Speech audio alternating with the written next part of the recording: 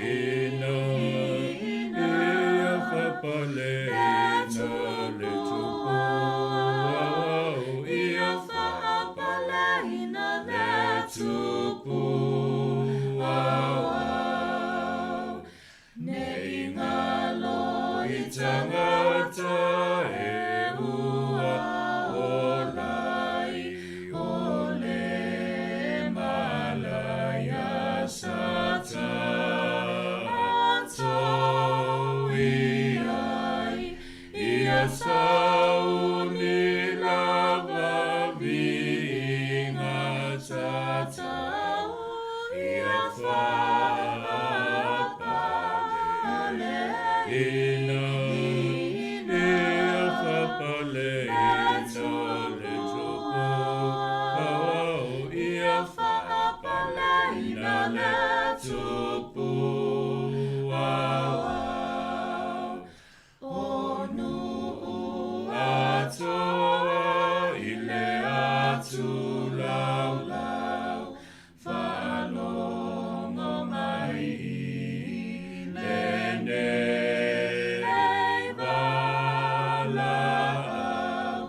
ia ototalia lana pulelele ia whapale ina ia whapale ina le tupu ia whapale ina le tupu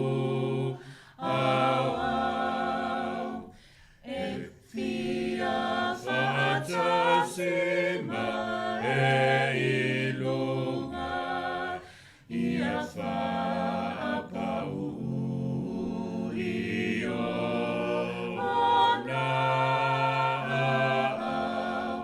e whaatasi ai I vinga tumau ma whaapale ina whapale ina le tupu ma whapale ina le tupu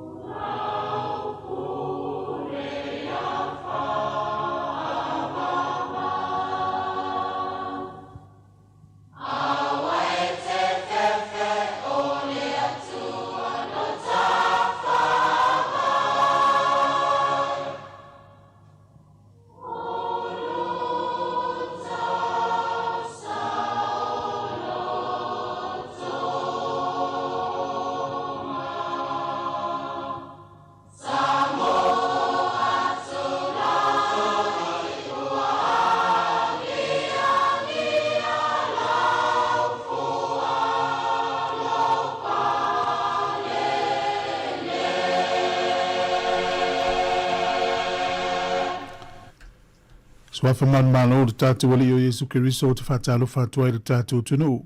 Haftai le tuela na tausinga o teitai mailo soifua mono wola o tatu tue whiloa I lunga o pēr wale ea I lea sovalu o le wholaunga I le masina le nei. O Iulai tausanga lua whelua sifuru maleono o le aso lulu o le nei vai aso ta lofa lava. Ia o le au nanga si ufonga le laumua halo mailoa o le tatu sauni ngā lotu te tala ia tatu whaasana launga saunia le sunga le whaafiangainga Reverend Sunita Nua mai le kalesia whaaputuputonga ke Visiano Sāmoa i Hastings. Iau si mai loa le whaafonga.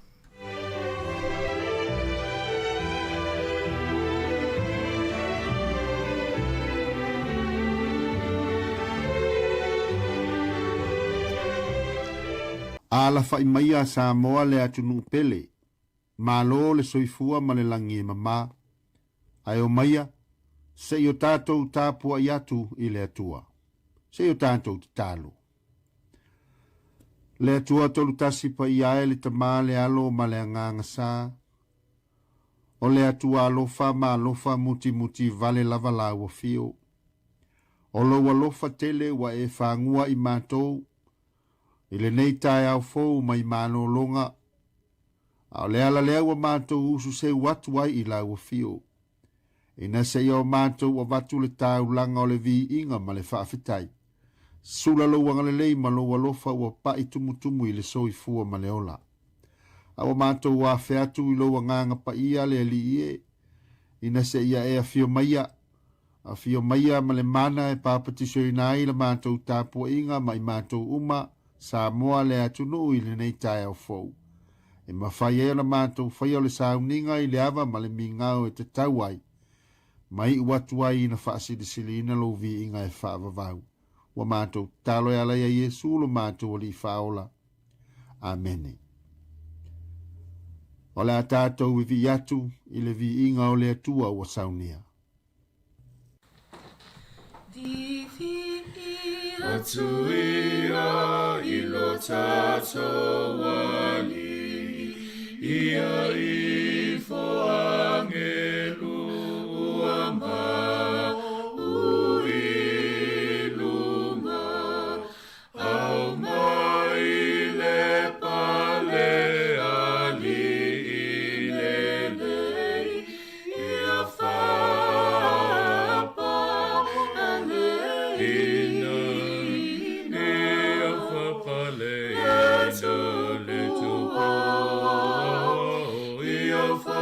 Paleina le tupu Nei ngalo I tangata e ua Ona I ole e malaya sata Atou I ai Ia sauni lava vi Tatau ia whapa aleina ia whapa leina le tupa ia whapa leina le tupu onu atoa I le atu Lau lau whalo o mai le nei walau Ia o tautalia lana pule le lei Ia whapaleina Ia whapaleina le tupa ia whapaleina le tupu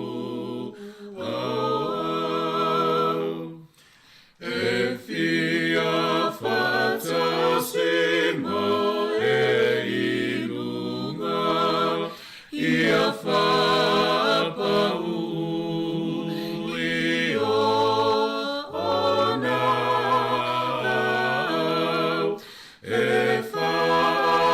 Si ai vinga tu mau ma fa paleina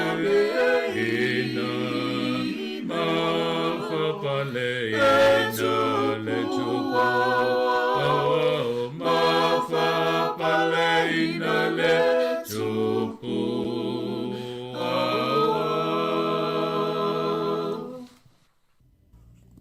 O le whaitawina o fionga pa ia lo tātou watua. Tu se filifilia mo le nei tae ao le aso lulu le nei le aso valu o iulai luafe luasfu maleono. Mai le tu si whaitau aso ale au whaitau tu si pa ia le lalolangi. O lo iai le tu si mai le apostolo Paulo i le kalesia i Roma. A olona mata upu e ono. O le a u whaitawina. E foi upu e sfulma le lua. E whaangata i le foi upu e sfulma le whaa. Whaafafonga maia. O a fionga pa ia lo tātou atua. O le nei. Awa nei mālo le anga salai o outou tino au ngā vale. I loutou ngā wai i ai i ona tu ina nau. Awa foi nei tu ina tu o outou tino i le anga sala e whai ma upenga le amio le anga. Ai oto tu ina tu o outou i le atua e pei o e wola na i e woti. Ma ia tu ina tu o outou tino i le atua e whai ma upenga le amio tonu. Awa le pule le anga sala i o ia te outou. Awa u o outou le no nofo i le tu la fono. A o le alofa tu noa. Whaamanuia mai le atua e ala le tātou whaitau ma whaalongolongo ia na fionga pa ia. Ma ia tu mawatu ia te ia lona lava vi inga na i māsau malava e o i le whaavavau. O le whaamalosi au whaaleanganga i le suafo le tamale alo maleanganga pa ia. Amene. Maua le matua o le launga mai le tusi sa whaitawina Romaiono wa o filifilia le feo pas fulma le tolu.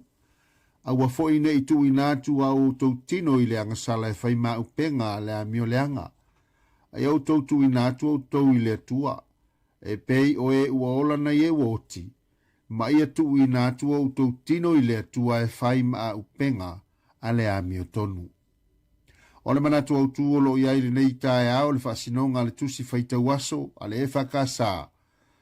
Oti i le anga sala. Ola i a keriso.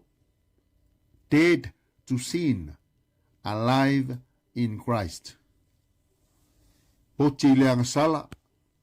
Ola i a keriso. Fai meila pata i ngā leo leo lungo ala te tele. E maasani o na whaamanatu mai e le au whaasaralau. E te oti i le sawa sawa. Ai te saunga le mu i lou wha au tauta. Tau sisi i lou saunga le mu.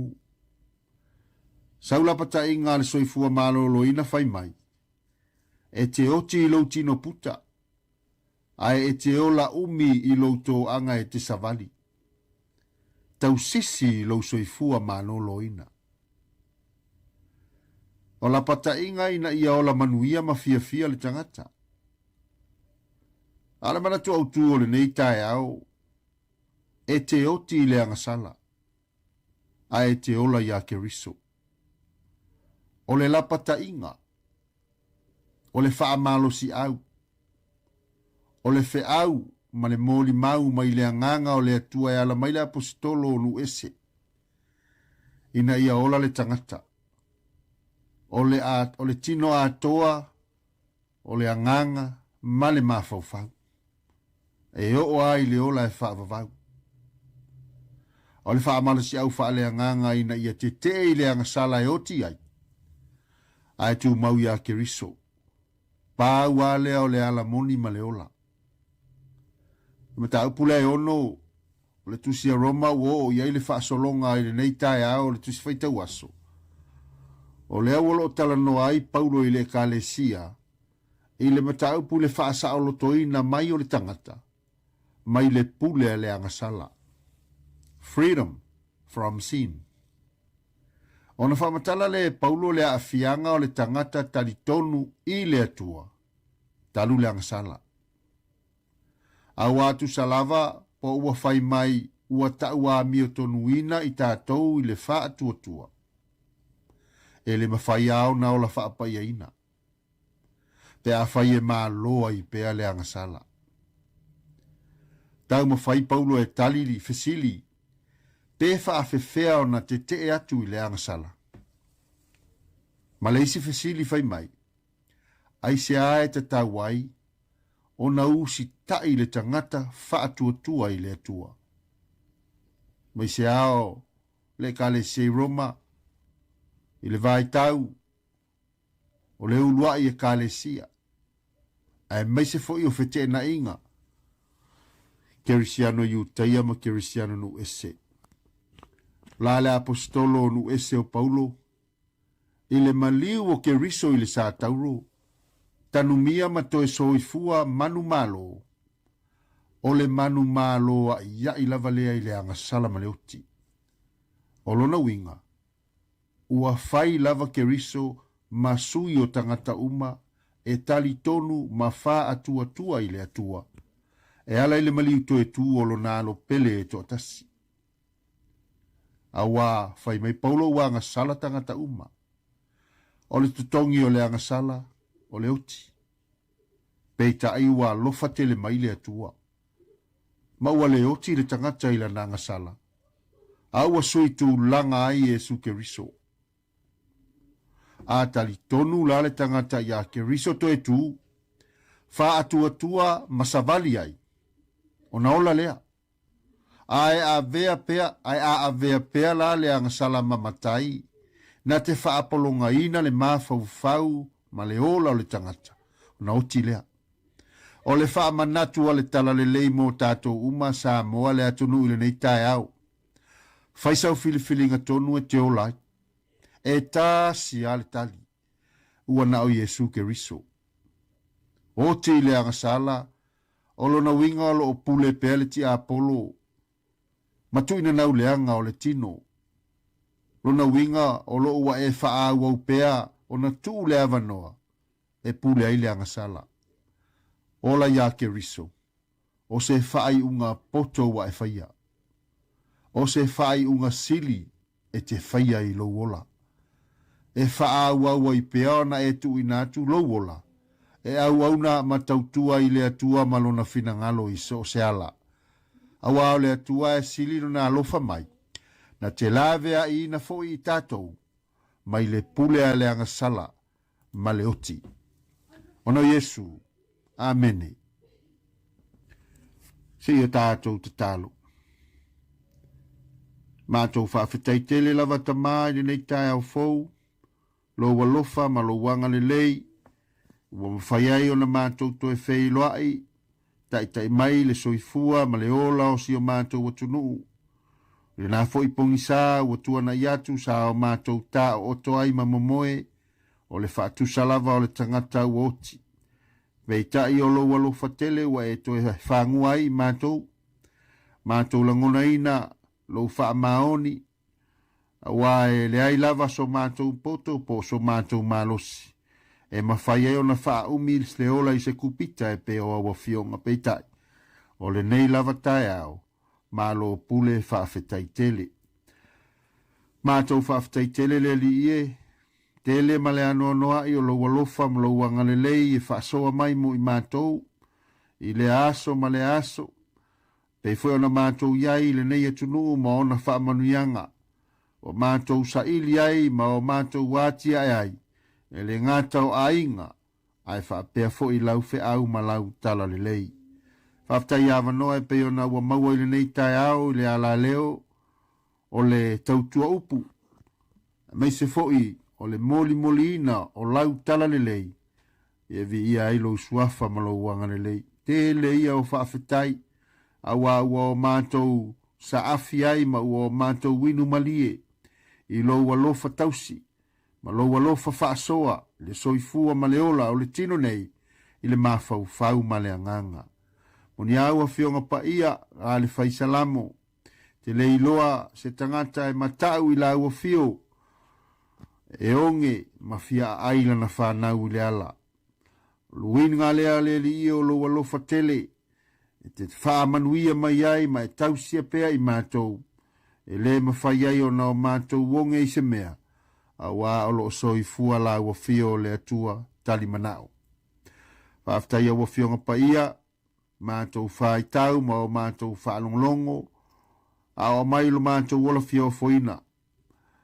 Whaaftai lo wanganga e tu musu mai e maise pe au mātou vai ma le a toa. Sili lava ona whaafetai le li ie, ona o le whaolatanga. Ta penaina e lau fio, e ala ia Yesu Keriso i lona soifua, manu malo, i le oti ma le tuunga mau, e a mau manu malo ai le anga sala, sa whailava mapolonga, mo le tangata, ia vi ia lo anga le lei ma ia tu mawatu, le whaafetai ma le whaamanu ma le vi inga e leo noa nei maso umalava. Mātou tale whaamangalo mai mātou se maanga sala, ui mangalo i le toto pa ia o Yesu lo mātou wali malo mātou whaola. Mātou talo, mātou ofo i nātu fo i la ufio le nei aso, e mai se fo le usuai, o Sāmoa i so o se whaiva. Anga le lei la ufio ma wha ama malu au au e manu iai. Wha manu ia la ufio i na yo mātou tamā ma na yo mātou tina mātutua. O i lātou wafulo lātou soifua o lo whaia le whaiva le tāpua i matatalo. Ula le ula tu i le mulupanga le li e mātou tatalo. E whapeo na e anga le lei ma e whamanuia i ate i lātou. O leo o mai o le tangata matua, leo o mai fo i lea o mai o le tino a o mātou tatalo i iai lau whamalo longa. Lo iai fo i na o mātou tua a malanga mai Sāmoa i whamunianga o iai le nei atunu. Ia e alofa ma e whaamanuia, mawalo lātou mawhanawhana i le tau mālulu. Whaamanuia New Zealand, whai ngā mālo, mātou nonofo mātia e ai, e ilo wangalelei, e kā lesia kerisiano uma o lo o laungai nai, ma tau lo suafa, ia e angalelei. Mātou talo angalelei nei whanau, nisi o whiangai pēr maonga, e meisi o tuuanga o lo ua amataina. Ine nei vā yaso ia whaamamanu o aolo mātou o tua, o ai o iai, ai o whale mai, ai o whale pui pui, kangata mātutua mo mia lau fisoasoani, ua na au le talo le li ie mātou, wāla au, la ua fio, pa i atu pa ifo, ma pa i ane o au anga le lei. Mātou talo, whaamanuia la ua fio, le nei ala leo, malana au o nanga, whaamanuia i le sunga i le li pule, whapea fo i le pulenga, au whai ngā luenga atoa i tamali, ma whai launga, ia maua le tō whāwha ale atua, maua le malosi, i le tautua ina o Sāmoa le atunu. Pele o le tautua lava lea i lau o fio malofi na ngalo. Whamanuia Sāmoa ma le tāpua i mai, na yo mātou ainga meiso le atunu, lalolangi vevesi e iai loufi le mūlo mātou atua. Nisi o mea o mātou le tāua, pure vaia lau o fio e whaialufi na ngalo e le o lo mātou tāua nau. Mātou manuia le nei aso e ale lo ma futaino i mātou a o mātou talo e ale a Yesu lo mātou o li ma lo mātou whaola. Amen.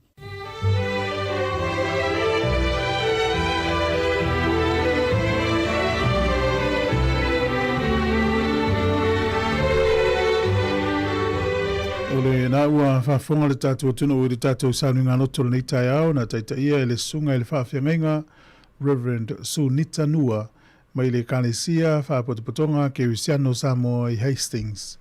Ia le nganga le whawhitai muri atu whawhitai te le lava muri tātou sānu ngā lotu o le nei tai au. Ia le tataro lava le atunu o ianga le lei atu i lau sunga le whawhiangainga. Whamenuia atu i whaiva matiufte ia o wala uina i ele atua. Ia le ngata ilea o le whalitua no fualo. Ia meisi o le tāpua inga le kalesia whawhitai te le lava. Ia manuia lava singa mfuafuanga o le awhiangai e le nei aso. O le taimi walus fultasi minute u te elfitu, o le viinga o le atua, mastasi o tātou pese whaale nganu, tā pena mai tātou porukalami le atau tai au, tā lofa lava. Yesu matong te whawhetai, ua whailau pule e o lai, malo malo.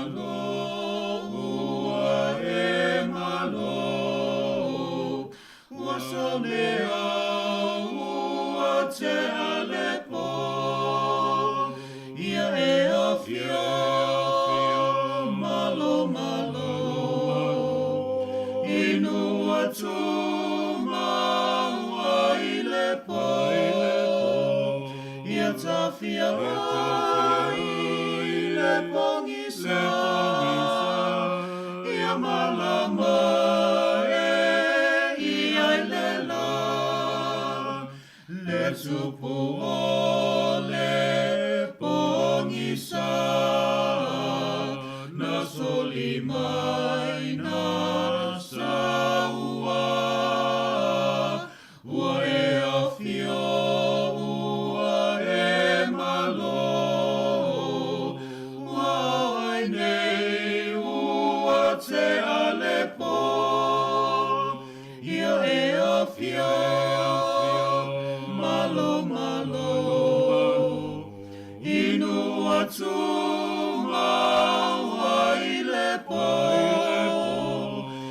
Tafia ai le pangisa ia malama e ai le la tu male au te ai ale po tu maula pule ua malo ia tu pula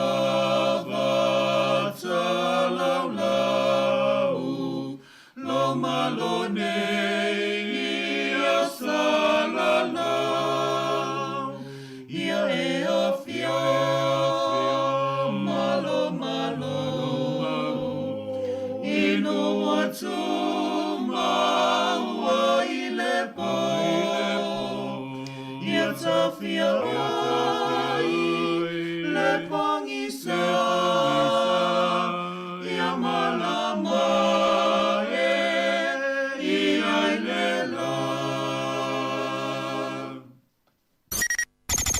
O le tautua le si ufonga o le laumua o lo iai fo i le langolango a le New Zealand On Air.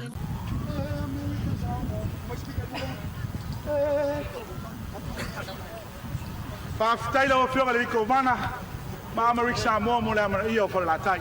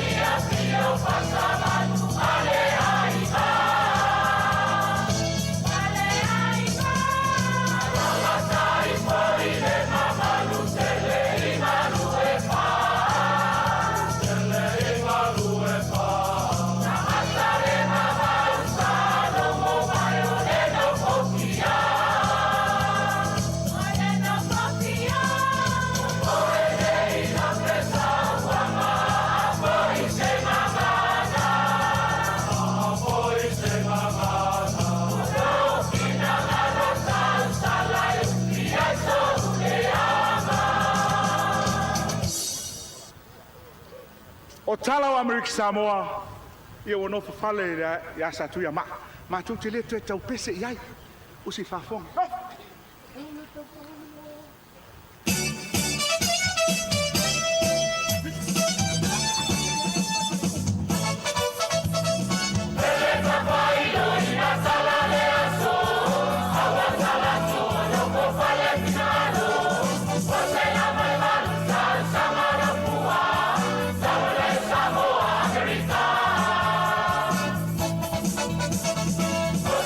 Pasa,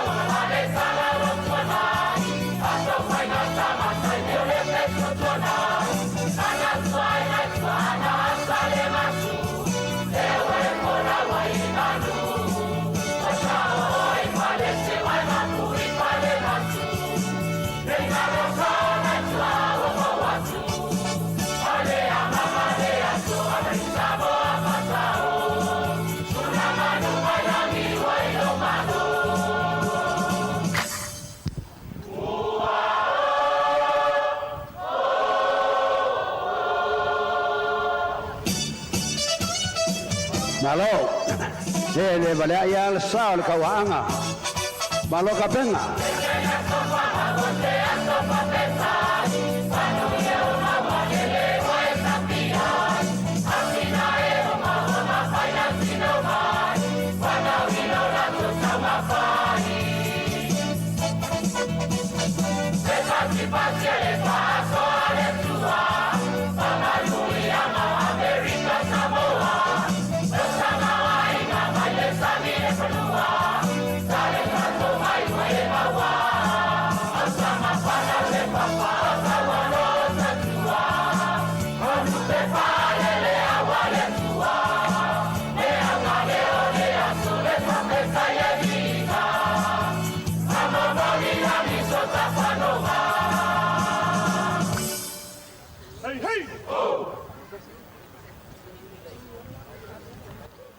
O tala o Amerika Sāmoa, ia wano whawhale ya satu ya ma.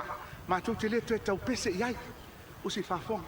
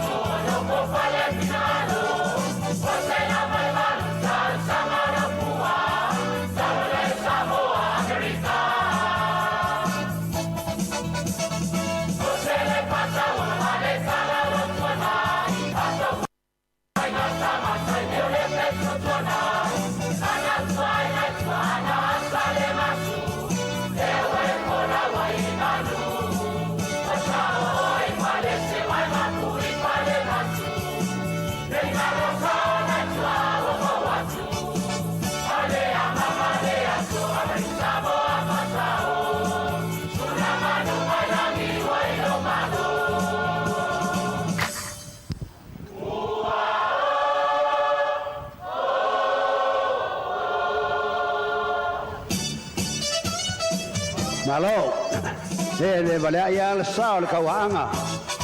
Malo kapenga.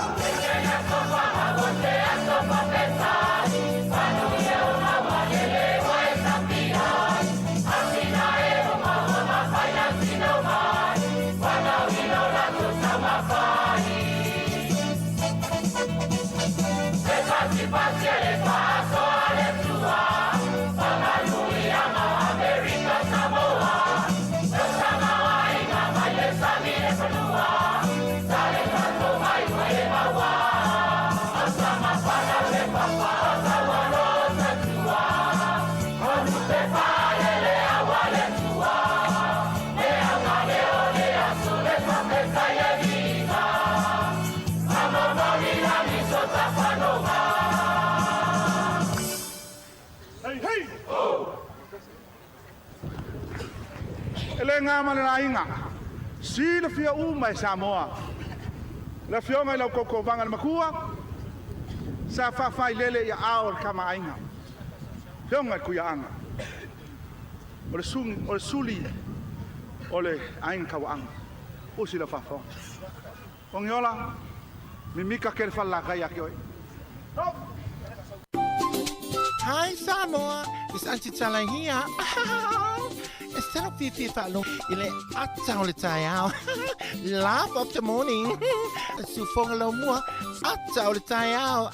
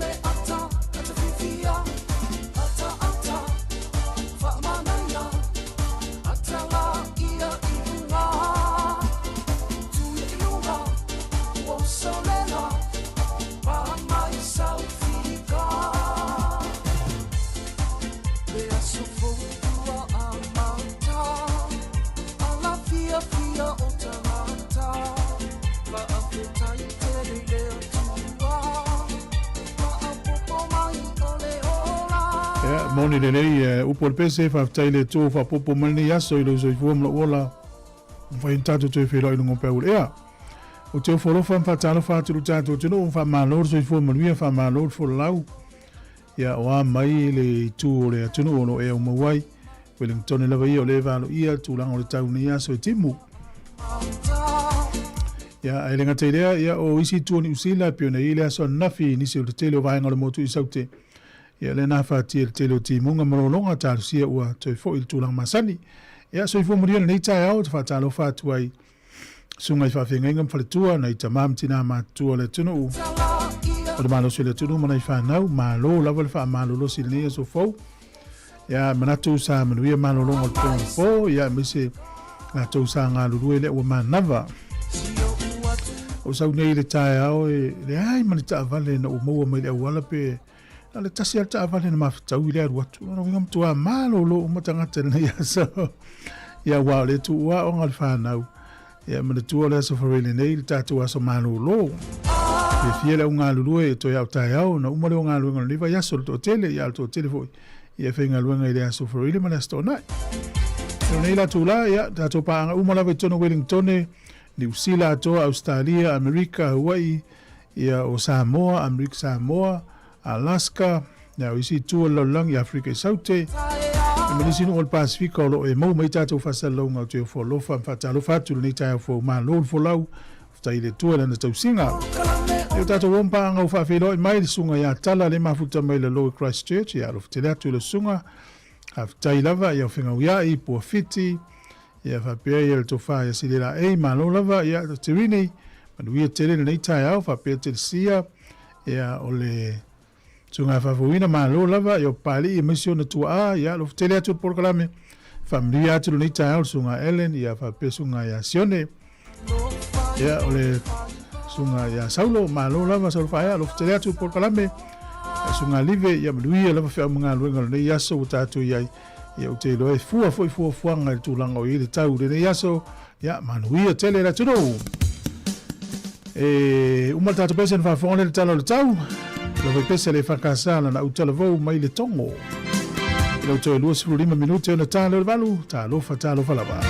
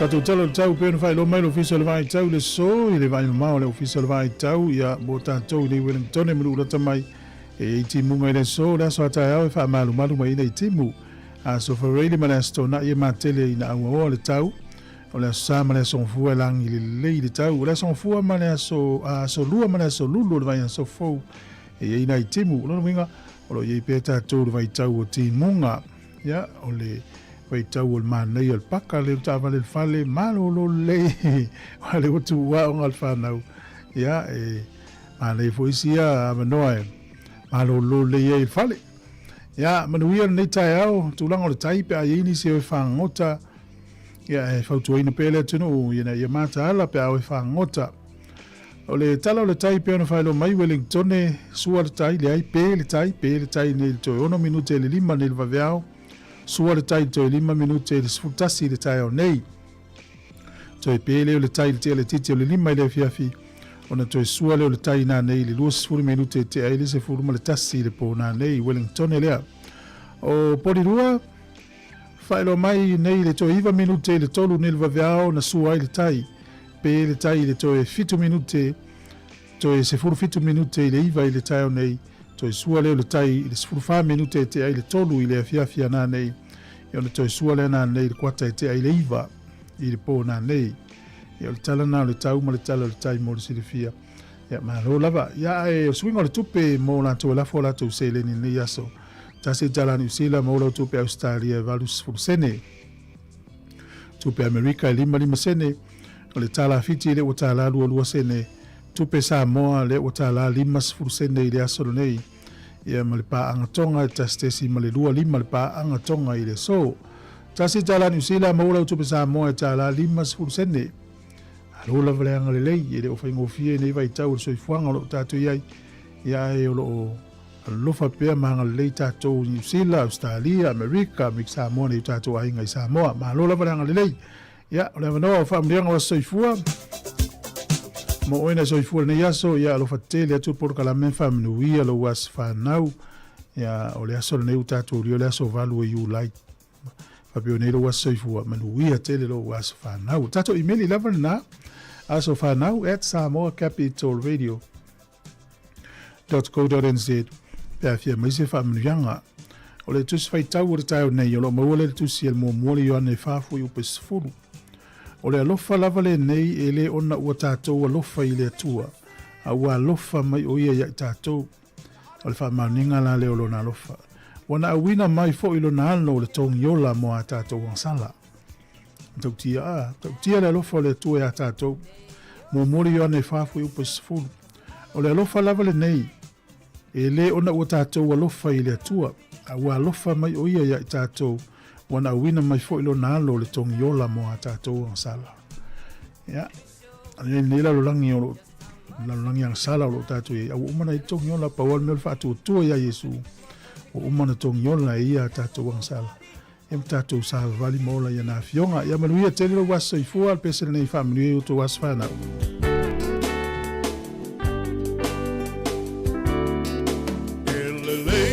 So mawana whaiele atua Ai se ai ole nei aso malona taua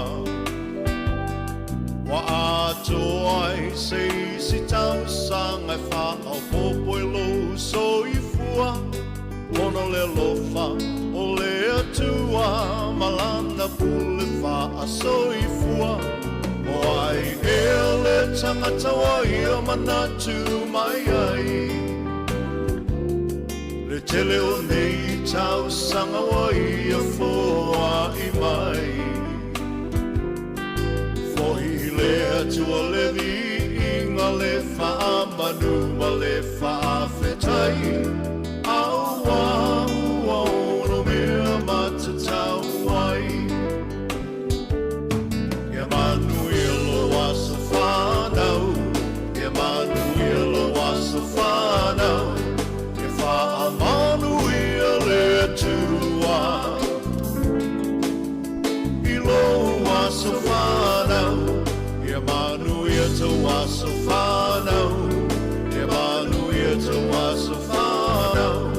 If I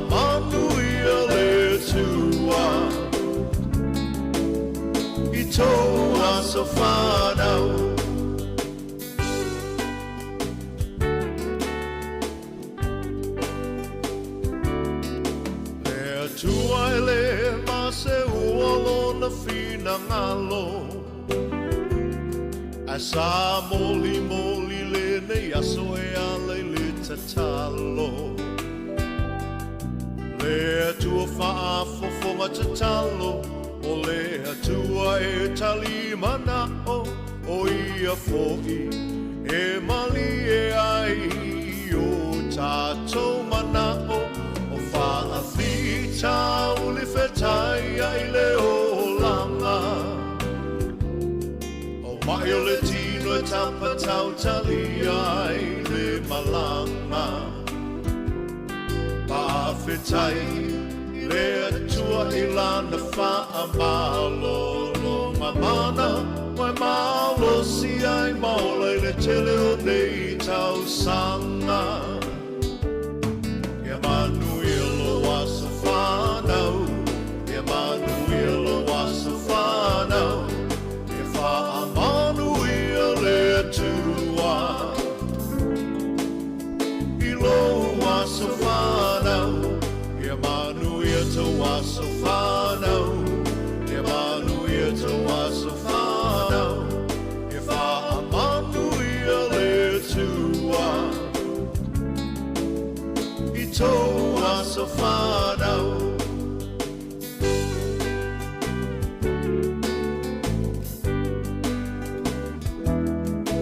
Ia fia la ia le tele o au me alofa E le aise me alofa sili nai le mana vaola O le fina malo le atua Tia ele maseua awa e fa I fo I le moto ai toli fo I le matua mai le tau pati mai o ai ngana lua wa vena wa ai ai e mamana le atua tato tatalo ia fa o popo ina le atua si aso na semana o na ua tua ia whai a pelo fina ngalo Emmanuel o wasa whanau Emmanuel o wasa whanau E wha Emmanuel e tua Ilo wasa whanau Emmanuel to wasa whanau Emmanuel to was a whanau E wha Emmanuel e tua Ito was a whanau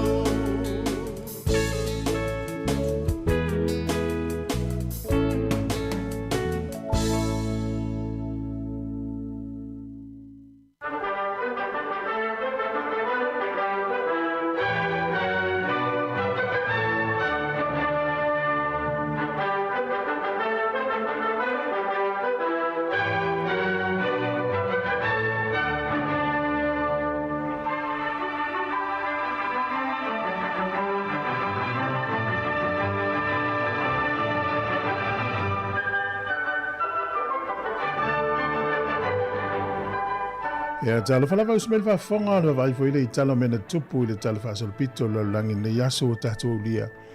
Le aso valu o le mansina o iulai. O le so ile tausanga e tasi valu iwa. O le tangata tu stala e swafa ya Charles Henry Doe. O ia na whaasala la wina le tustusinga mua lava le mekasini le ta o le The Wall Street Journal. Le so tausanga e tasi valu iwa. O le sol tau sanga e tasi valu iwa tolu. Na fono ai ia mo le taimi mua pe na whai ele kona whenisi ale vaanga le whatau taia mo meo tu unga. Solo whanua.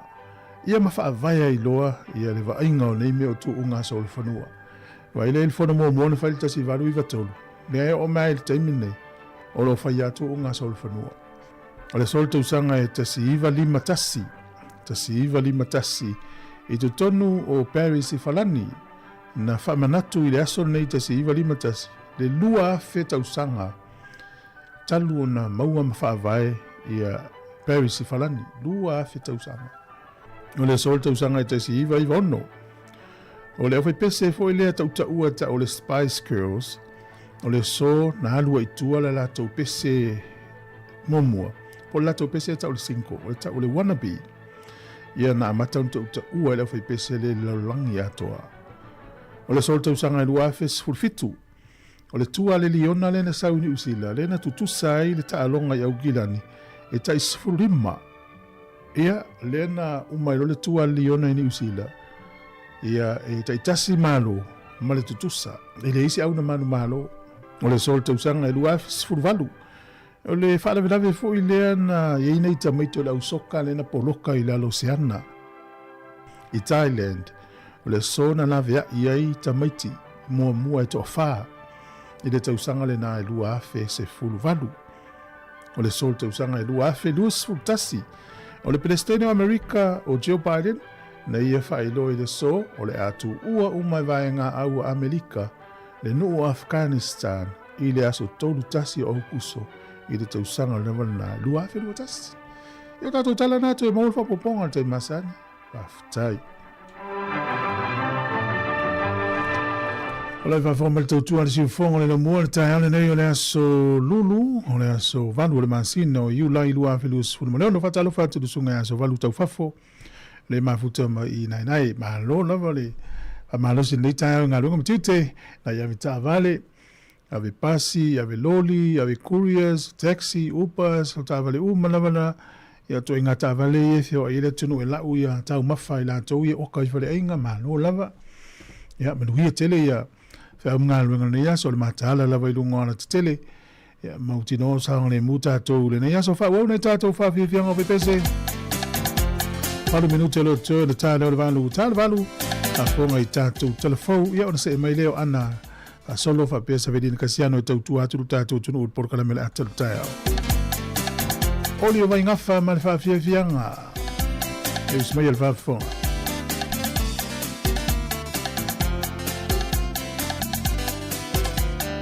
para fa tu sunga telefou vili mo di tao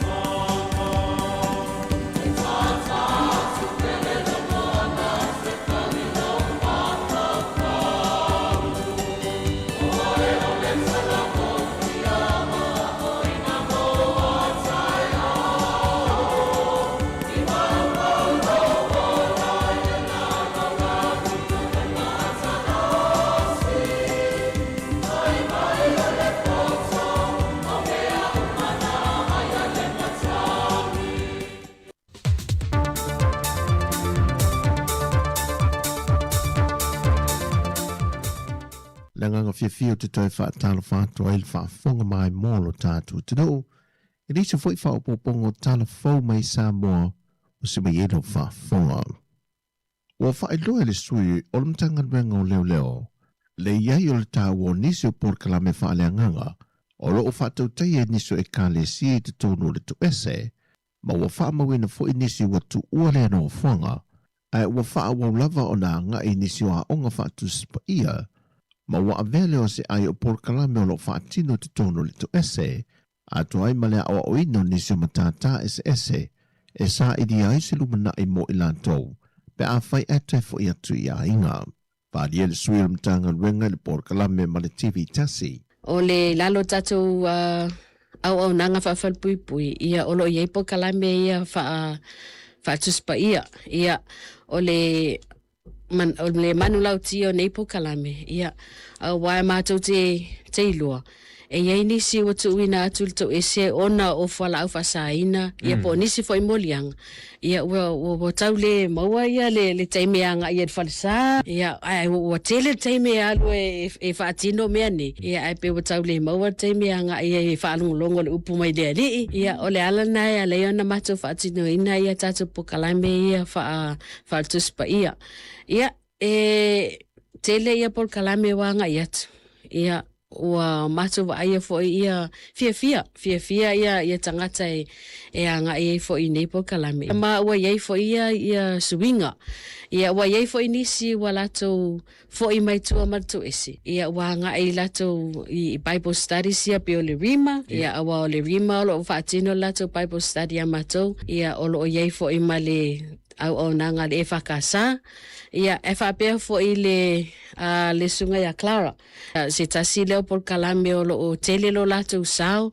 Ia i le whaatino ina o latou por kalame whaatuspa ia. Ia mo tatou atunu fo i o lo anga i atu i le to ese. O le wha lau wilo wha au wau le mtanga rengo leo leo le te atu le whala au wha saina. E te penai au tua masina te itasi e lima te ita inai ia fuafonga mga ruenga whaatino ina ia au sia lava le manu lau tio lo tuli o le Port-Kalame. Ma ua wha ingoi nai le masina ne nei o Iulai o le te ita ina le anganga e pi ia matu e le wha moe o le usunga fono le ka le sime tutisi o lo usuia ile nei masina. O le so le palota mo le palota le tite le tu malo sa fata numere lua ai o le aso farele e whaatau nu inai le palota au tū. E toa valu se fumaleono le whaamawina na restala e whaatino le nato palota mo le so. Ma o le atatala whale palota le tu la iwa le tai au ai te puni i le whae le a fiafi. Ai o le aso farele o le atalai whai te toa mai le tu la valu anga i le tu la whae le a fiafi. E toa a feiva se lau lua se fulu le au whae o i lanto ua mai o na restala e anga ba ai palota mo sa fata lua e le whainga palota lai titile nei. Wa sia le whalampo pitonga au ongorenga ngana Sāmoa i Aotearoa i ale Universitea o au Sāmoa e le ngata i le whaamalo sia o le au ongorenga ngana ai wa whaamanatu i nei fo i le atoanga o le tolu se fulu le whātau sanga i le sini au tū e a fua mai maunga te tele le manui o le nuu. O le fionga na sui pāre mia mo li pola ana rosa ale mauli o. Na sau no le sau noanga au tue fai masui o le tātou tino, e wha whailua i nai le au malanga, ma wha ailua i le tāua tele o le Port-Kalame ua whaata oto. O le manu lau ti a le whangasā, ia whawhai lele, matapue le ngangana Sāmoa, ia ola i Aotearoa. E pesota i le leile nei manu lau ti a le whangasā, ma le tūla whono le komisi o ngangana Sāmoa, le tātou malo Sāmoa. Ia whatu mau, ma ia ola pea le tātou ngangana.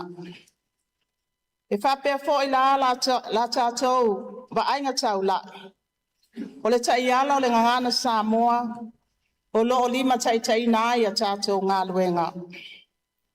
Ua manino le nei fontanga tai ala le whangasā, lo lātou tau sisia o whiangainga Waitangi, Treaty of Waitangi. Ma le whiangainga o whainga o o le Treaty of Friendship. O lo lātou tau mawhai fo i e whamausali le ngangana Sāmoa. O se ngangana New Zealand, ai mai se le whātāua, ma le whaaloalongia, o matawhai oi mai a te tau, ai e whaongaina le ngangana. E le tupu fua le whātou whala inga, a ai ono Dr. Whanawhi le tanga loa e whapea. A le ai se ngangana, o le ai se anganu. A le ai se anganu, ua pō le nu. O le ute le nā o whanau naunga le nei whala putonga. E lante le toa lima se fulu le au malanga mai New Zealand, le ua whaatau teia nei le lātou fōntanga, masui o le ngangana Sāmoa, i le Universitea wa Sāmoa le papaingana ngala. Au whaua waiso esu e ngamtanga rengo le leo, i le maliwa i le tama lima se fulu mal tolto sanga na malanga mai a Amerika, ma au maulan ai ngai mua taa, e na umalona ola i na ua whao lima iei nisi mai i le pā malifale ainga a le tau mea sina highway, ma o le ua wha maunia mai le mtanga rengo leo leo le tau fia i o nisi se to tolu, o loo tua ia na whaatino ina le sori ngā tula whono. Pei tai o le atuli leo pēr au telefou le vai aso le nei, nisi o mori mau po le ainga na wala au mai au telefou, na iei ma le tamalea i le pō na tupuai le whaana vilave, ma na whailoa mai e le tausonga o le ua maliu au telefou. E iei vaenga e le o sa o ei whaamtalanga o loo tu ina mai le mtanga rengo leo leo, mai o loo tau fia fo i atau no lanto po ino le whaana vilave na tupu, ina ia aua nei tu ina i lunga o pengta whae langi, pei ta i leo te lia ina le ainga, i le mafua anga o lo whae lo mai il to tele o tustala, na fuai o na tula il whae lave. Pei ta i o le mata upo le whae msinonga o le avala awina le asoluse fulmaltasi o le maasina le nei, mo le teimi mo mua. O talafowia, anu e tele ni asus yo tātou tano, fasoi foia.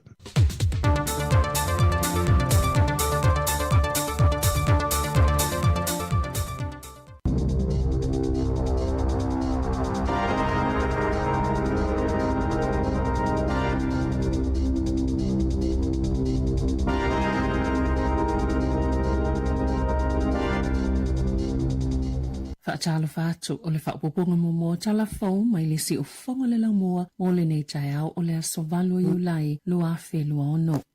Na whaailoa se pola inga mo whaalawlawe whaafose i mo le tūmalo kai kora ina ua matau na pāle vai tawhi o kōwhai i le aso ana nafi. Maa fuai ni tāwhenga te tele na wawe na whaatanuina tangata ini vaenga o kai kora e tu ua o lātou whale maa ngai ini no whanga mawalulunga e tu saima se whaamatala le civil defense. E silia mal se lau lima se fulu tangata o loo whaamautu nei ini no whanga e sulu whaaiai mo le taimi nei o mo tu sia le awalanga i le taulanga o North Canterbury ma afiei nisi o vaenga o le awala o le State Highway ona o le lolo wa o le tau i le motu i sauti o lo tu maupea lapata inga o le lanu mumu mo di vaenga o Marlborough ma Canterbury e afiei Kaikoura Ranges ai o lo valo ia pea nisi ti mo ngā mamafa o le tau fo ili ana o iai o tā koe le asonga fua ma o lo tu mau fo ili polo inga mo whaalavlafa fo sei mo di vaenga o le tu malo o Waitaki.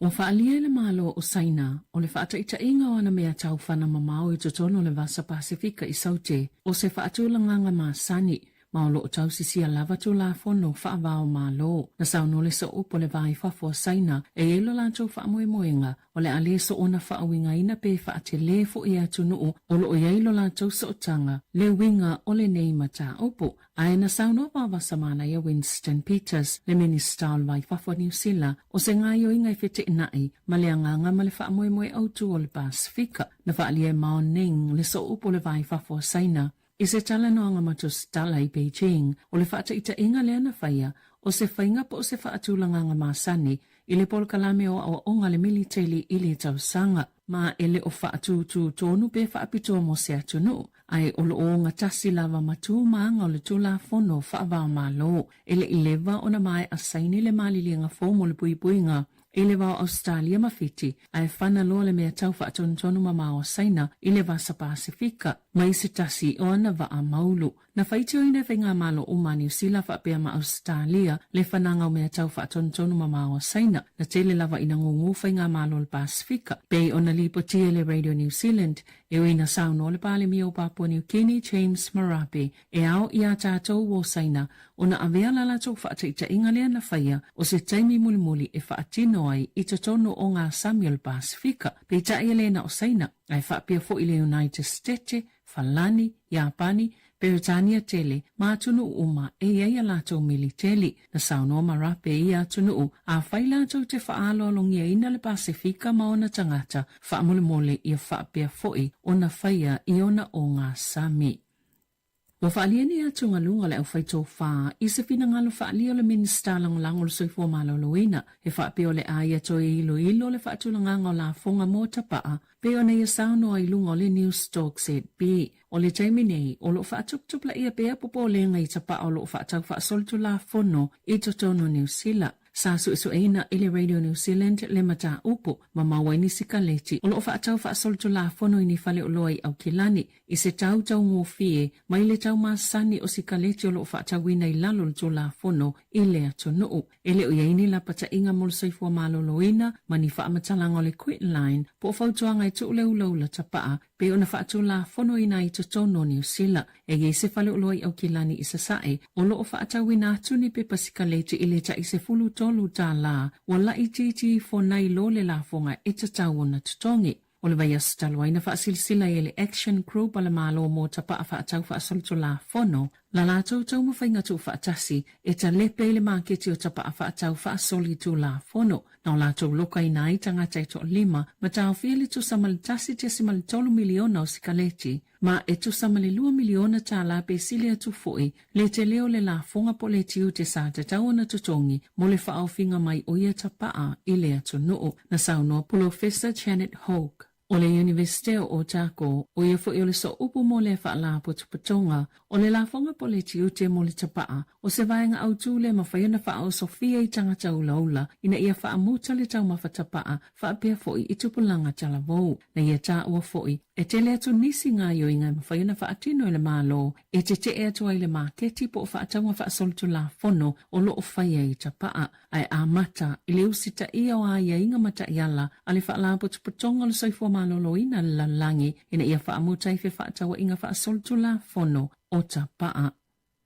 E nā o le ono se fulu pasene o ainga ia na whaapea e anga wa ele whaamanianga mō tupe o le penisini i le vaiaso e whaapea na mawhai o na tauli maina lea whaamama avenga e o mai i le taimi nei. Taluai ona o le siitia o le tau o le penisini i le taimi o le tau e sa sae tutonu na whaasilsina i le malo i le masina o mati e se lau lima se fulu fitu afe lea whainga o ainga o le amo waina le fisosani i vaiaso taitasi i se umi e o atu i le tau sanga a toa a le o le nā se ipa ule tau o le penisini iwa tasi lalo i fo le tolu tā la i le lita mo vaiaso soso o e wha. Mai leo whainga se lau lima se fulu fitu afe lena fola e to samale se lau wha se fulu tolu afe a inga e mawale ta i lima se fulu tā la i le vaiaso ai se fulu wha afe a inga e la i titi fo se vainga tupe e maua ai wha awala atu i tupe mo a inga i ta maiti e mawala lalo tupe maua. Peitai na wha alia i wha maumau alo fisa o tupe maua. Peto samale iwa se fulu lima fe a inga na mawale whaamanianga iwa yaso taitasi a mata mai lea somo mua a perila ai se lau male ono afe se lau lua se fulu a inga na ole whaatasi o na maua lea whaamama a venga o nisi o a inga na Yesu inga lea na le mawhai o na anga waa isi wa yaso mulimuliane peitai. O le taimina whaasila sila ai le minista o tupe Nicola Willis lea whaamama avenga na ia sauno ai e whaamania ina ai ngai vai yaso taitasi pe ona whaalia i li poti ale Radio New Zealand. Peita ina sauno se so upo le minista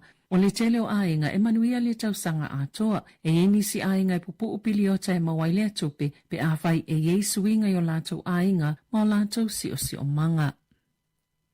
O se mata upe winga i se tangata ana se whale toleni po se Jamie New Sila, leana whaafo se i ona mawala na pili eleti se to iti lava a tole se la wafeta la. Wa whailo mai ei, wa avea ma whaata ita inga o nisi o whaafita auli, o loo tutupu i tutono le maketi tau ile eleti se. O le lipote le utilities disputes, o se au nanga tuto tasi e fiso soani tangata whaatau e whaauia tuwaini whaasea e whaatatau i company eleti se ma lato au nanga. Masafa ilo i la lato lipote, le whaatuptupla i o whaitionga mai tangata i le tausanga ua tuanai, e silia mali lua se fulufitu wafe tangata, sa whaafiso o taina le utilities disputes, ma o si itia fo i whaitionga i le ono lua pasene, ona ole si itia o tau, whainga tau le soifuanga ma whaafi tau li i pili ele tise. Ai ole mata upe whaatatau i le whale toleni, sa le i le leo na whesota i le mita mo le ele tise, ma le kamupani, ma sa umise taimina whaonga ai fua whaatatau po estimated readings, e fua i le pili au whai ole ele tise na whaonga ina ua mawale au whainga sao ole ele tise na whaonga na tu ina atua i se pili, e silia ma le fitu se fulu ono afe tā la, ai mulimuliane, si itia i le tu samale iwa se fulu tolu afe tā la. Na sauno le komisina Neil Mellon o le utilities disputes e sa o leo whaingo o le elitisi na whaongaina peitai e le tatau o na tau mawhaile company e whaamalosi o na ave ese tupe tele whaapea. Maili te unga tupe ase tangata whaatau po se customer e au noma se lapata inga mani whaatala noanga mōmua na whaia. O isi whaafita auli na whailoa mai ele lipoti e au fiei pili ele manino. Whaafita auli i kone karate o le malo si ango le la po le sola ma le malama o nisi tangata i tau e ono tutongi pe a whaamuta se kone karate ma se kamupani. O whautoina kampani ele tise ma kampani e whaongaina solar panels o lo maua maile ele tise mai le la ina ia manino o na whaamatala la tau au nanga whaapea tau ma ia inga o kone karate mo pili o ele tise ina ia pui ai tangata o loo whaongaina le ele tise. I taalonga, i le taalonga le soka le ipo lalangi na maana malo Argentina e tolu i le lua i le taalonga ma aikupito i le asolulu e ui e lua ai na sili ai aikupito ai toi se fulu tasi minute o le taalonga. O sauni Argentina e taalo ma Switzerlandi po o Colombia i le quarter finals i le aso to nai.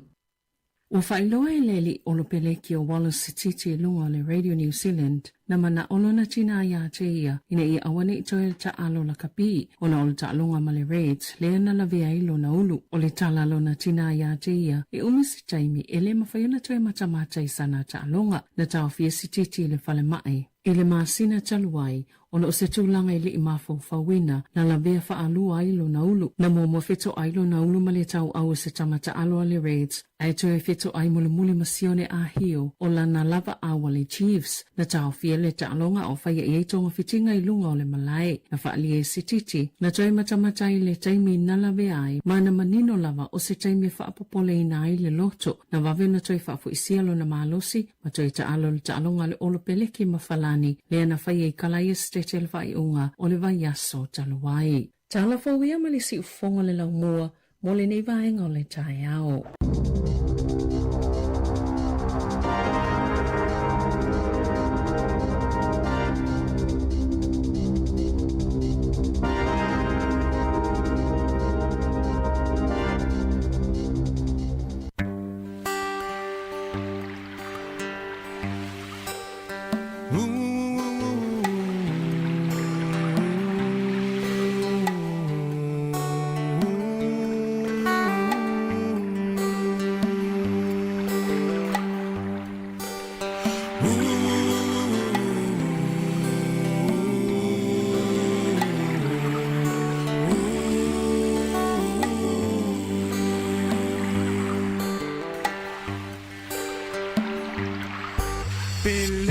Taloa I fea e ma'au lava I le vai e pe o upu o le muanga ngana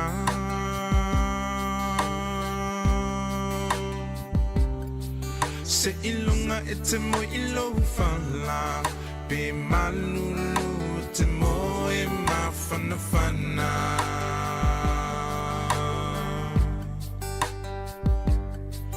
Pe o fea o le nei lalolangi Te au maua I te mana tua lo tunu moni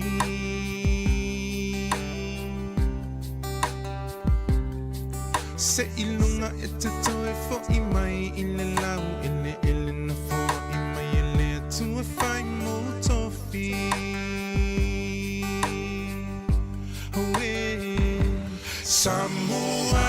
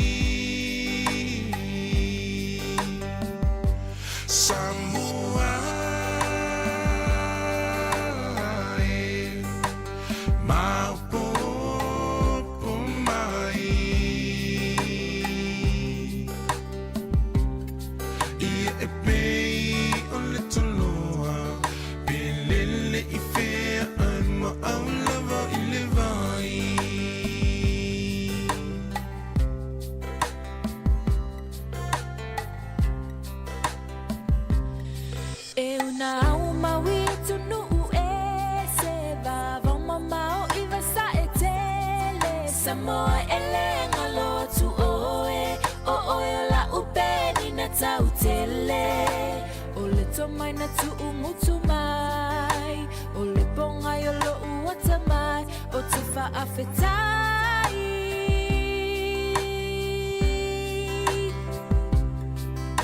o au tu manai au anga whaalo alo so o se tangata lea lo umita Peni na oil le Pacifica Lo whaavai ia tūmau Lauanga nuu ia uumau Ia whaavavau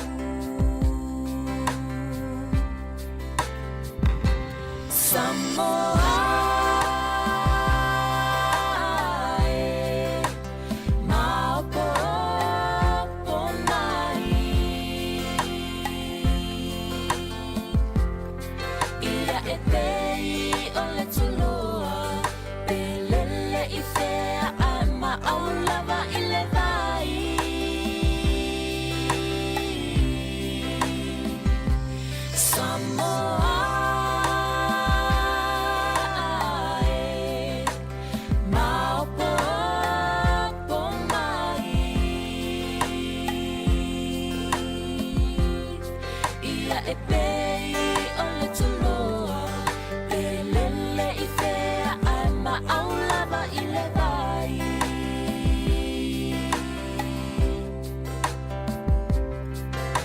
e pei o le tuloa Pelele I fea ai maaulava I le vai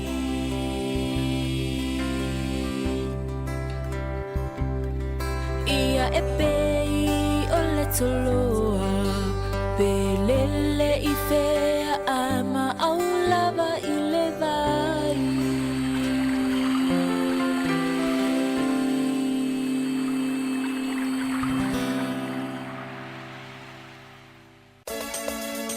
O mawhai nei ona whaatau top up al Digicel li lunga le website le ClickX Pacific. Mawhai fo ona la fo ilau se le ni le mai cash al Digicel li Sāmoa tonga fiti mawanu atu I le fi e na ole lima tala. E le leile rate I aso taitasi mai whai mo fie fo ona le sitala ai oe. Asi asi le website www.clickx.com e la fo ai sau top up al Digicel. E la fo i sau tupe le mai cash al Digicel li Sāmoa tonga fiti mawanu atu.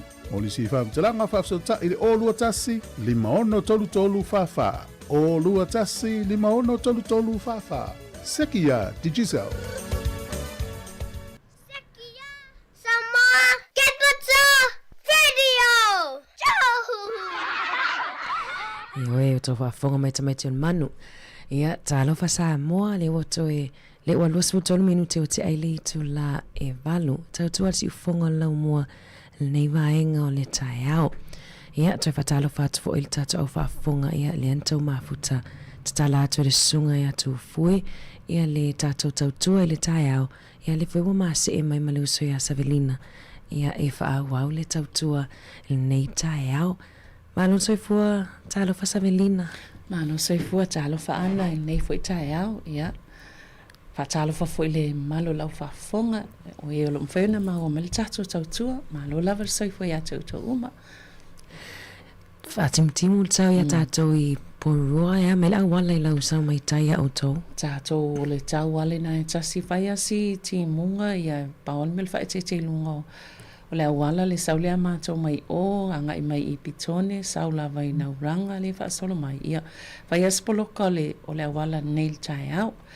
Salpole tolu se fulu le na sawa I ona o le vele mamau vao ta vale fai foi sim ma se o le awala tele ta vale pape na foi le alwato e aluanga I tai Wellington e ma le alwato le hat van fai lava spisio la awala ma nei foi tuanga tai au ia o le fai madelo sa wale sa wale mula venunga na tele fia tamitia onga Savelina le wo ma na yan ma fanfana moenga nei tai au wale vavet tuilunga sa olele ia tu sana I tamaiti ma tangata fai ngaluenga e ofo ile ia la tauia e au ngata fo I tuilunga pe a timu ma nei ia ol pa o o le timu I apol fale le moe fa le polo le ia fo ia e tau ana tu I lunga ia e tau te fa tai ai pele tu ai le mau ole ola le tau te fai ona tato malama ele stai o alai pula tu ia lai tu lai tale fatu mona le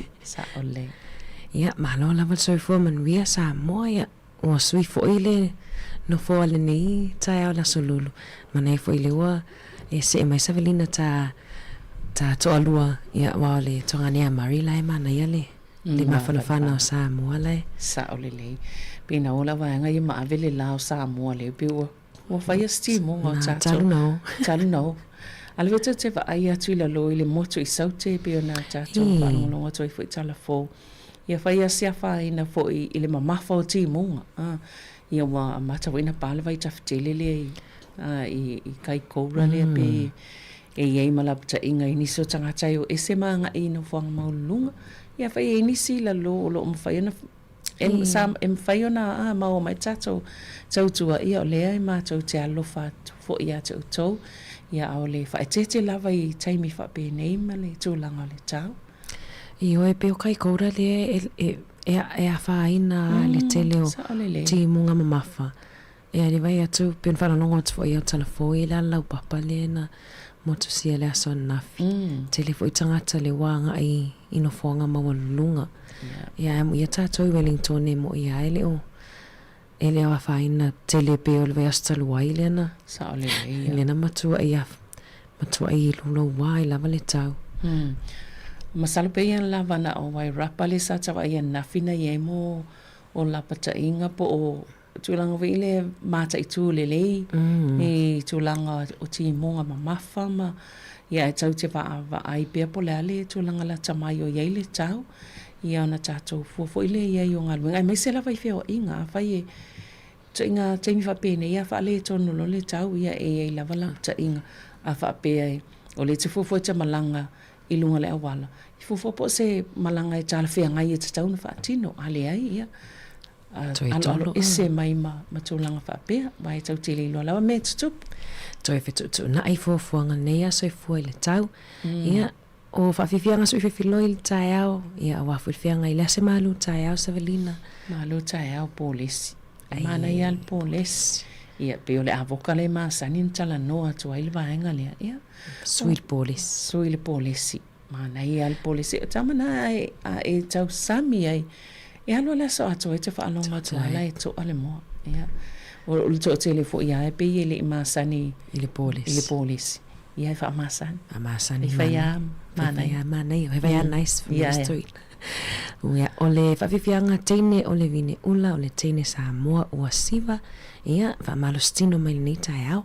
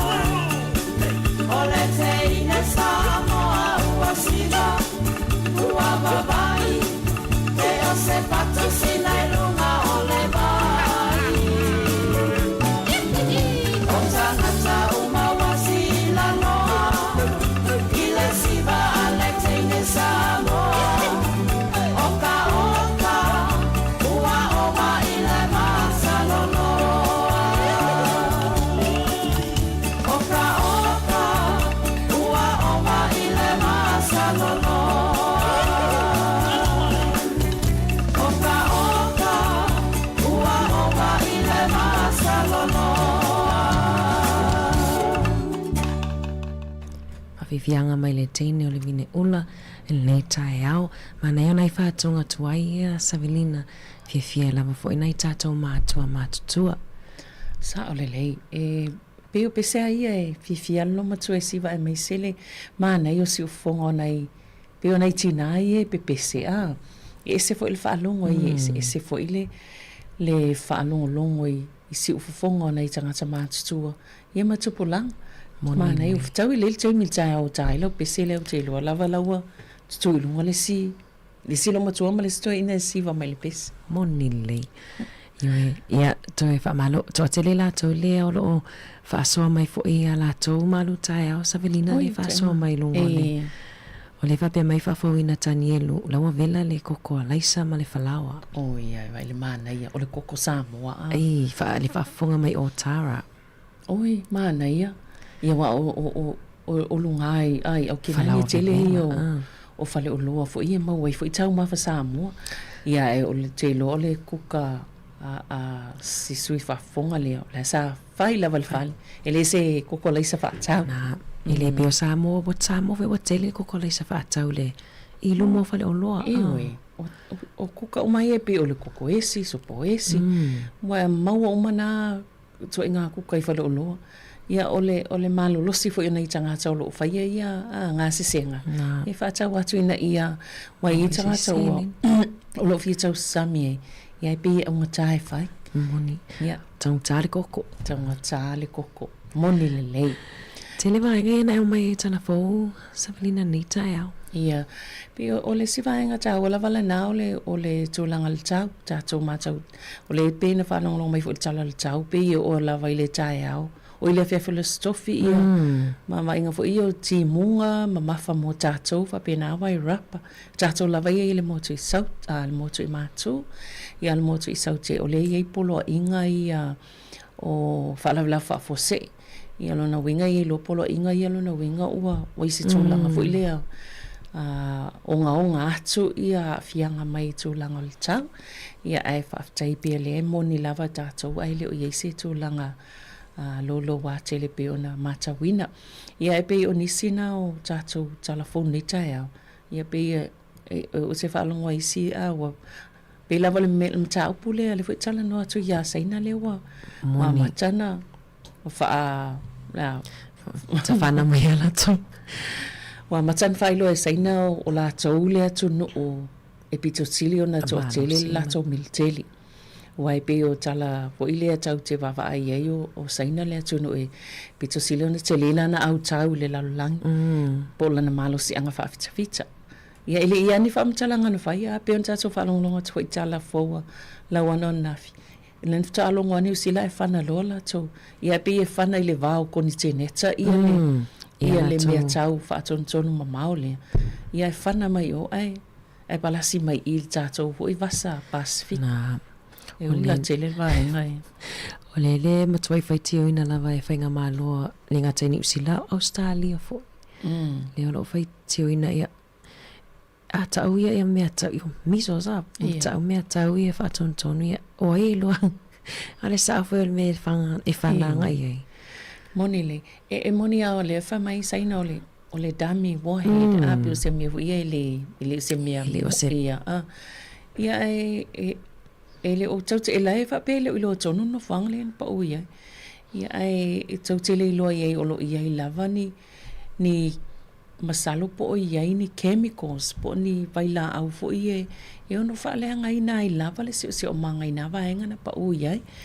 Ia ai wa a matai ona te le ilo ia te oi po tātou fo il nei tū langi a matai ona whawhewhe tū langi. Wai le intato au tau te tele whapepe o saina ma atunu te tele. Ia le mwhena tali atu pe au ina nal tau ai mai lava o lato me malolo si. Moni o tele tangata na whaasoa fo i whaasoa lungo o isi upenga ta whailangi ia e whaali fo ino lato le fia ia poli whawhewhe fo i pio nei ta ua Savelina a ta auro ia vaenga ia e pise tau whamatau fo i le isi tangata ia pe tau whamatau fo i aia na tātou i nei. O mea leo le whana e le ima stalan whaia. Pe o le mea na na malon fana te le al talalan ta mai i le winga o le mele na fai ai le whapea mai a wale whawinga na fa mai wale whawinga ina fua le me o le mea ia o latou whainga masani e pe o nei ei mali le ngai e whai a latou whaata ita inga ia la latou milte ia o te le lo poni po iei ni vaenga whape mali le nga male Pasifika e ta whana mai latou mea tau ia si i tatou tūni mata i pe la tūlanga ie e tatou tāpina pina Lele alo. Lele. Moni le. Le si vaenga Elena mai lau telefon Savelina o vaenga fai o tupe ana au mai malo walfso soani inisio a inga mol pensini. Ia. O ape ona na file sa pe fa mawaile li potilia o le fa pe na o le na o le ona sulpa sene o a inga ia na fa pe anga va alfa mnia nga ia mo tupe. Mana tuana na alulo ilunga le tau le swau u pensini ona ole taua le sa e tutona ia mata faina ngai oi fainga malo e faini fufu ngai so soni e la tau tanga tanu le fa lai so soni ni usila le fa pena folfola el masino mati ele minista tu pena o tu Nicola Willis se lauli mas folfitu a fela fa ingo a inga e mau so soni le ai va sta tasipe limas fulta la e utu wai la tau ta vale mol pensini e me sene tanga tama mau ia wai e a fo ie matangata ia e mau la lalo ia tupe mau ia pe la se e fa ia toi fa pe na so son ia pe ole mau so enga ia ele fa pe na le iva suli ma fe a inga na mau le fa mni anga iva ia status a mata mai la so mo aparilla na solena mata fa malu inai ia a ole si se lau ma le ono afe montup na le tasi a termina mawai ai pe na yeni swinga fo ia o tonu lava ia o te o manga o lato aing ia te ia wo to le se vai so wale to e mau wale le fa manianga le ia ma le to e mau atu ai si vai aso ai pe o le melana le e fai tio ngais o le sasa no minsta e mau e vai aso uma ia ai tau sanga atu fo i e mau ai pe alo le na se longa e oi wa pa ole i fole tau le pensini lalo i fo o le toltala ia toi le pensini le iva tasi moni le tu sol o le mele i piki atu o le vaenga foi lea e se tala na fola ia ai le pe wale mun mulita ia i ala tau folanga na fai ina ainga la ia le na fatasi ape fa aluona maona le toi mau aluona ia na ai le ia o fia i tonu o le folanga vaenga le na moni le leia ia o moni se o fa mani ai nai vaenga ia ma ta itu pe ma va vai pe le lopo le nai lava wang o laanga va ia ale o te ia o tipi va fo se ile tu pe le mai le fo i fa mani anga i tono sio vaenga ina ia fa mama avenga ile tawol pensini o le o sau i lalo tawol pensini sau ne o titi lo mai wa lua tala fitu fa ia le pensini isi pam pensini ia lua tala fitu wono pe fitu val sau amo titi lo mai awala se pa mo so wafe e uto le tala ia ai lona winga la o te le loa la ia i le sosani lea po le mea la waifa mai e whawa ia so e pa ua i lalo le pensini iwa tasi le lalo le totala ia ta wha muta leo o le sosani ma le wha ma venga lea ia o te le loa la ia i po pe ua fiawa ia so ia talo na pa ua le tau le pensini iwa tasi moni le telefoi inga Savelina wa sui fo ia ala tau fo fuanga talo na si ile tau le pinisini ia o isi wa faonga ia feo inga lau tele ia e tau se fe mai li stupe pinisini ia o telefoi na Savavali pe i te fale ono ala talata na fa malostino e ati mu o Savali te ua mawal fulu tatou vai foi sina fa fianga o le pese mai le Tatiana o oe o le fungala au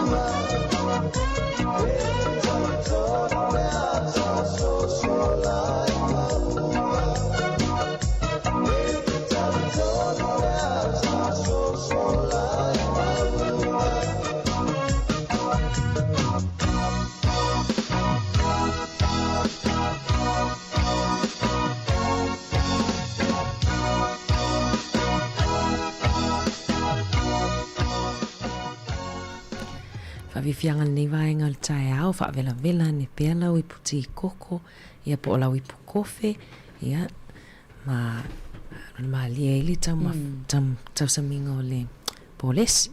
Ia, mone le ana o le o te wa ia tō te whaalonga I te whiwhia fo ia ili meo le whalta alo, ma le whalta leni, ia, whamalosi tō anga ia, o mana tō. O mana tua I leo le si tala le siali o lana woa ai tu lo fo ia fiwe fa mai o fiwe tau fa pa u ia lona mamafa ia alo lo fo mai fai le fo mai o ia o ma to inga me fai fa pa u le mama ia fa tu lo fo mai oi e la toi tasia la le awala le te fa tu ya o im faina e alu e fa pa ulo ma mafa pe fa la itisi le tino me o ia ane pau ala me fai le aso atoa na ole ia na ole mo ila toi fa funga mai le mo faina va ai mai na le fa pe o lo ulu ane tongi fa pe to say e lua i tu e liu i le ulu me fa mai le le di o ia e fai ngofia la fo ma ia alo fa ta pau na lo me fai le aso atoa e te tong fai atu ana tong fitinga pe ia fa mai lole fa sili lole oi fa olala te me fai fa fiena fai ve tu lo fo mai te mi mai o fo tu se me ai oi na velo fa pe li tu tom ta lo winga le ai uma pau ana le me al fe au le ta uma ia ta to ia ole fu ava to le ta ma fai le ta ona ta ma fai e foi le ta ma so alu ai lunga ia le mama male male suka male vai le fai ngofia e ta le alu te kolin sa ole le e na le ta ma fatita na le velo ave e na le lua pizza e ngai lo so se tai mi ala e o fa so se me ai to se ta sa lunga mala au tafa tau male nga vale vera tata foi le wa lisanga tatu so la e tinga le ua e fengu fengtau na e na le alu lunga mala e tinga hoi pe alu lunga mala le ua mataliela wa foi wo so ta ya tila utala savelina i tau mafa e le ya po se challenge po se vangvelie e mfai na lo tu e ile vainga le te e tau la ona tango e pu e ia tau o me ai le aso ma le tai ana pola lena faile le sa laki ya mato pot la malisi vainga o mato challenge o lisi la vainga o pu le ata tu sai pu e la folo la ia le coach e fatto atu ai lunga ia fas pu amana wa ai ya awale fayale na me le mane alfa maoni ala tu sala e mawala mena tam fayona lulu va pelulu wale pu ato wata ona la folia ai tu e munuli wa fas pu mas le ona foi la isi tanga tai fatai te ingana po masima isi tanga tai tam fai tau samili po masima ona fa pe adu e lunga le ai ona nai fa fo mai tam fai ai le red meat se tu lola ona e wa maulalo le ai ona ia na fia le tau samili po masima ma le po masima wai matua mu wa tau lo le red meat matua ai le fa mai etuale longa winga matua ai lucia ia nga o tu lo po meio le uape o le koleni malo pesi koleni e toleni na o le ua le toleni e umani tino atu le lusi tino atu ia fa malo ia ila to lo fa peona tam fai e lusi pa wa ele se me fai mo fi malos ele fai ngo fi o isi yamanto ese le matu tu wa fo e o tangata se tu lo io isi na ole savali lava le mea e fai ngo fi man tu fo e tangata aso tim fa pene au fa no le mfen savali tam fai le mall te va ila ia savali lunga savali lalo alu lunga ia alu le situ e uma e a la forza to me ma senza to vai fia to step le aso ia lunga e o istanga to se full wafe ia step ile aso io man so voi tanga we to lus full wafe step le aso to ma wa ia na ole ole na challenge ia mane foi tafa so ai le fai inisio fa la potpotonga a me se la vale masino you lai ia o tatou mafutanga tina le o fai le tatou na ia challenge ia teleni au step te rola savilino te vai atu o istanga te uta iono su montu pua tu iti o le tolu su step ia alma na ia ai va tu fa pewa te ia le kia tole o te va tu wa la pizza lunga ta step ia va ai la lo tam fe tai sili le sonni Melan malia. Wala uta oto la loe moe. Toi kia tu ava atu. La wasiri. Wasiri lista. Wasiri lista. Toi tu ailu. Toi tu sema. Savani ai tono fale fata milon lau a. On mana ifa yo lo fa so Savelina savali tono mol. Yo ta wale masani ta o ya Paula le pon. A fe le kofi. Toi savali toi mai toi fale si kofi. Pe le o fatas. Ai alu to mole. Ana o alu o ma to mole. Fa il savali o to fatas si wan bela na so fa. Tip lo skonila yo ile lo to mole. Ya. Fa malulu tuan malulu. Ona le na mai lau telefon le fale koleni. Fale toleni le pili le tise le to tise la wa fetala. Ya, sa le to sa o pe o leva va ai o le o fai tionga fai tanga tai le fai mai ni se le system se to po le fa nga yo inga o fa inga o mene o le mita ma tulanga fa pena le ala le o ilo la vai stanga tale tulanga o le fo ile wa man tula fa tau mai la vai la to le mita a ia ma fua ai fo ile pe estimate po fia le tele o le tse le fa nga ia ale la o fa ia to nei ia o to titi se la wa fe talale ia ai ana pe fa le vili mai pe sana fa so lo pe fi fa so mai ele vai savali savali male fa malo stino talo fa malo soi fua ya soi fua mo ia ke o lo fa ia ko le ninga ni sa on New South Wales malo lava o pe foi de o pe foi kalu nga an ona nei nani pe ona nei le te se fulu ya o ko le pisa mai fo ia di fa manga mai ia di Sāmoa o walu tamale mari o le toi pisa tu lana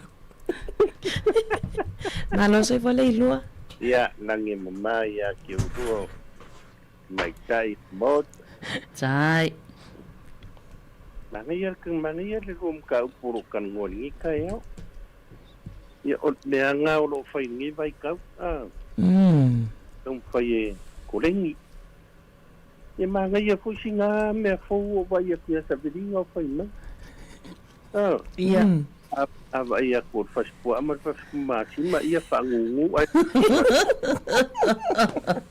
me totia fo ava ia anai finga kenga ore hati ia awa le vai o le wase ai si tai mea tafsili tai lu ma le uru fat vai ni me ai ele se ai na tipo vore pi pai ka kala ma na ia me totia le lu ma ngai fo ni me kia fo mo wa e alu pai se au sa mo ai de lang sa veringa fa ani mai nga me kia fo Pea mawhaile ea foi e tau mafa le lettuce mal tomato ia alai mafa fau KFC.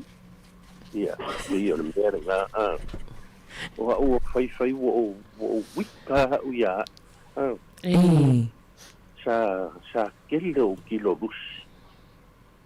Ia. O avi hari ngi mea le mea ia le mea nga o koe o le lau ke o le fau o koe kolengi kaingi Mana ia. Ya, mala u po fai a media mala u mai fuala au e fai ia me ai.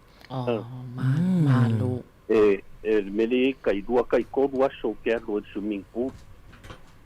Mana ia. Ya, a fai ku lau ke sa vali ai la lo swimming pool. Ya, o luang ela ia le o sa fai ke isi de spa pool. Mana ia. Me i room. Ia. O ingala le o ke le adu lai mo langa le o ke loa e sa o yo lua ta mi lo anga ka cha ro su pa ko mi skomi pa ko sa o le ia fa inga ia ke o lua ia wai e ara fu ngal le mo ro ngai la barkat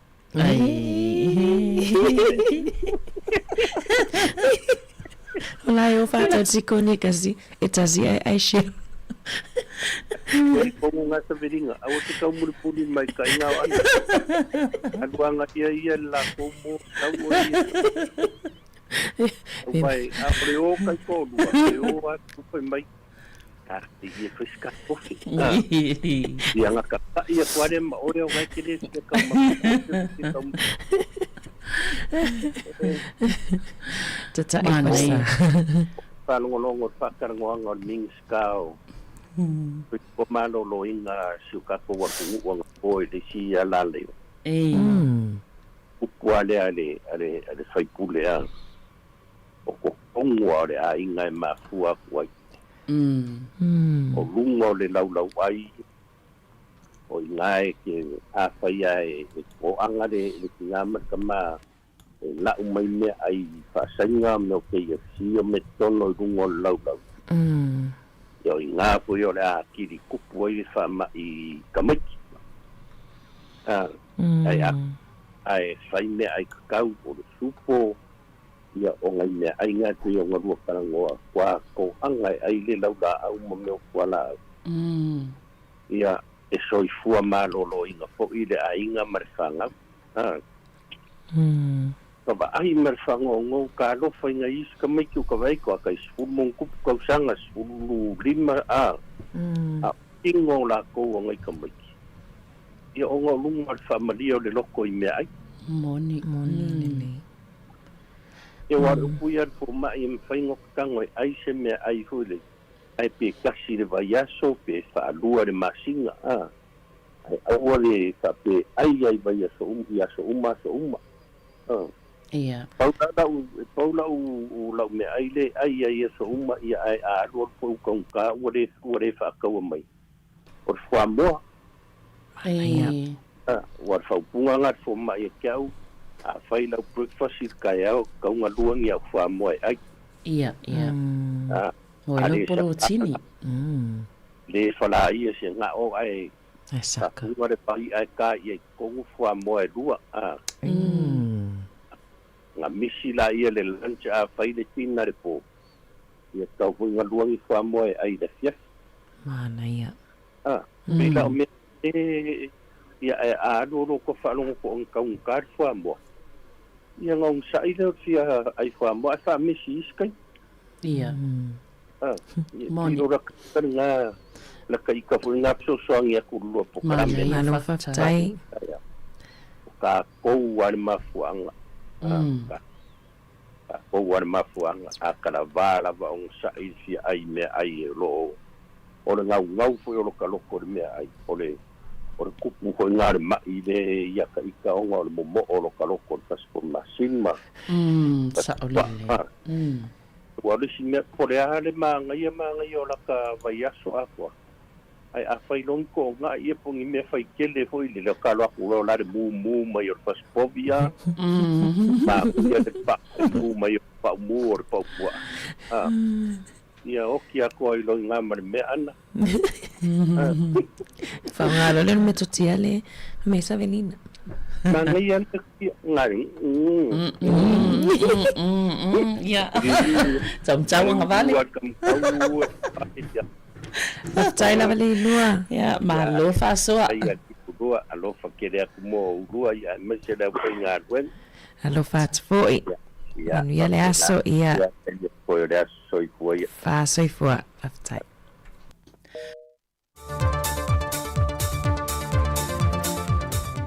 Langanga fia te toi wha talo wha toa il wha whonga mai mōlo tātou te do.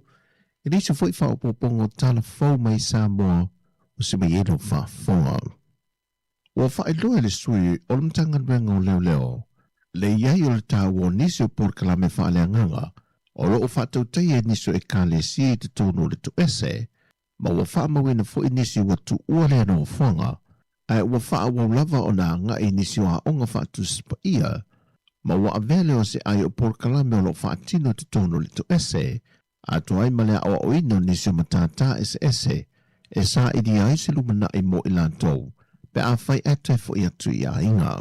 Pādia le sui mtanga renga le porkala me ma le TV tasi. O le lalo tatou au nanga whawhalpui ia olo i eipo kalame ia whaatuspa ia o le manu lau tio nei po kalame ia wai mātou te ilua e iai nisi o tu uina atu le tau ese ona o whala au whasaina ia po nisi fo i molianga ia ua tau le maua ia le taimeanga ia le whalisa ia ua tele taimea alu e whaatino mea ne ia ai pe ua tau le maua taimeanga ia e whaalongolongo le upu mai le alii ia o le alana ia le ona mātou whaatino ina ia tātou po kalame ia whaatuspa ia tele ia por kalame wanga iatu ia ua matu wa ia fo ia fia ia tangata e anga e fo i nei por kalame ma ua iai fo ia suinga ia ua iai fo i nisi ua lato fo i mai tua matu esi ia ua anga e lato i Bible studies ia pe o le rima ia awa o le rima o lo whaatino lato Bible study a matou ia o lo iai fo i male au nanga le whakasa ia e whapea fo i le sunga ia Clara se tasi leo por kalame o tele lo lato sao ia i le whaatino ina o lato por kalame whaatuspa ia mo tatou atunu fo i o lo anga ia tu i le to ese o le whaala wilo whaawawa na tanga rengo leo le te atu le whala au whaasaina e te penai au tua masina te itasi e lima te ita inai ia fuafonga mga aluenga whaatino ina ia au sia lava le manu lau tio lo tuli o Paul Kalame ma ua whaingoi nai le masina na nei o Iulai o le te ita ina le anganga e pia matu e le wha moe o le usunga fono le kalesia me tutisi o lo usuia ile nei masina. O le so le palota mo le palota le tite le tu malo sa fata numere lua ai o le aso farele e whaatau nu inai le palota au tu. E to valu se fumaleono na whaamawina na restala e whaatino na nato palota mo le so. Ma o le atatala whale palota le tu la iwa le tai au ai te puni i le whae le a fiafi. Ai o le aso farele o le atalai whai te toa mai le tu la valu anga i le tu la whae le a fiafi. E to a feiva se lau lua se fulu le au whae o i lanto ua mai o na restala e anga ba ai palota mo sa fata lua e le whainga palota lai titile nei. Wa si el whalampo bitonga au ongoranga ngana Sāmoa i Aotearoa i ale Universitea o au Sāmoa e le ngata i le whaamalo si o le au onga o le ngana ai wa whaamanatu i nei fo i le atoanga o le tolu se fulu le whātau sanga i le sini au tu e a fua mai maunga te tele le manui o le nuo. O le fionga na sui pāre mia mo li pola ana rosa ale maoli o na sau no le sau noanga au tue whai masui o le tātou atino e wha whailoa i na le au malanga ma whaailoa i le tāua tele o le porkalame ua whaata oto. O le manu lau ti al whangasa ia whawhai lele matapue le ngangana Sāmoa i aola i Aotearoa. E pesota i le leile nei manu lau ti al whangasa ma le tūla whono le komisi o ngangana Sāmoa al tātou malo Sāmoa. Ia whatu mau ma ia ola pea le tātou ngangana. E whapea fo i la tātou wa ainga taula. O le tai ala o le ngangana Sāmoa o loo lima tai nā ia tātou ngā luenga. Ua manino le nei fontanga tai ala al whangasa lo lātou tau sisia o whiangainga Waitangi Treaty of Waitangi. Ma le whiangainga o whainga o o le Treaty of Friendship. O lo lātou tau mawhai fo i e whamausali le ngangana Sāmoa. O se ngangana New Zealand ai mai se le whātāua ma le whaaloalongia o matawhai oi mai a te tau ai e whaongaina le ngangana. E le tupu fua le whātou whala inga a ai ono Dr. Whanawhi le tanga loa e whapea. A le ai se ngangana ua le ai se anganu. A le ai se anganu ua pō le nu. O le ute le nā o whanaunga le nei whala putonga. E lante le to lima se fulu le au malanga mai New Zealand le ua whaatau teia nei le lātou fōntanga ma sui o le ngangana Sāmoa i le Universitea o Sāmoa le papai ngana ngala.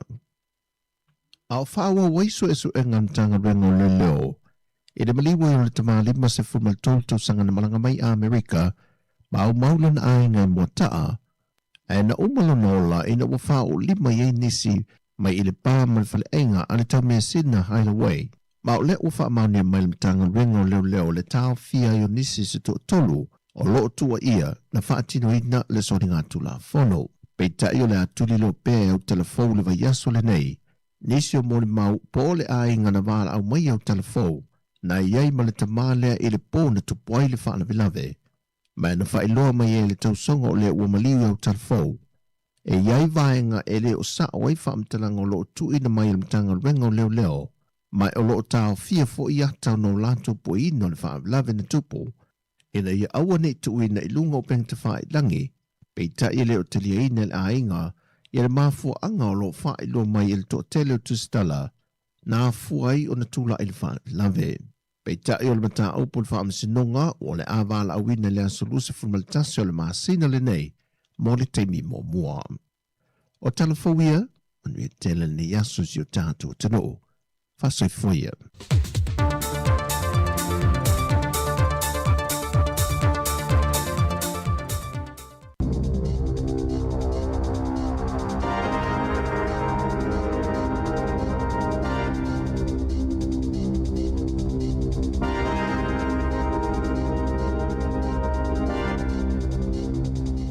Jai whaatahalo whaatol whaapoponga o talafou mai le si ufonga o le lau mua.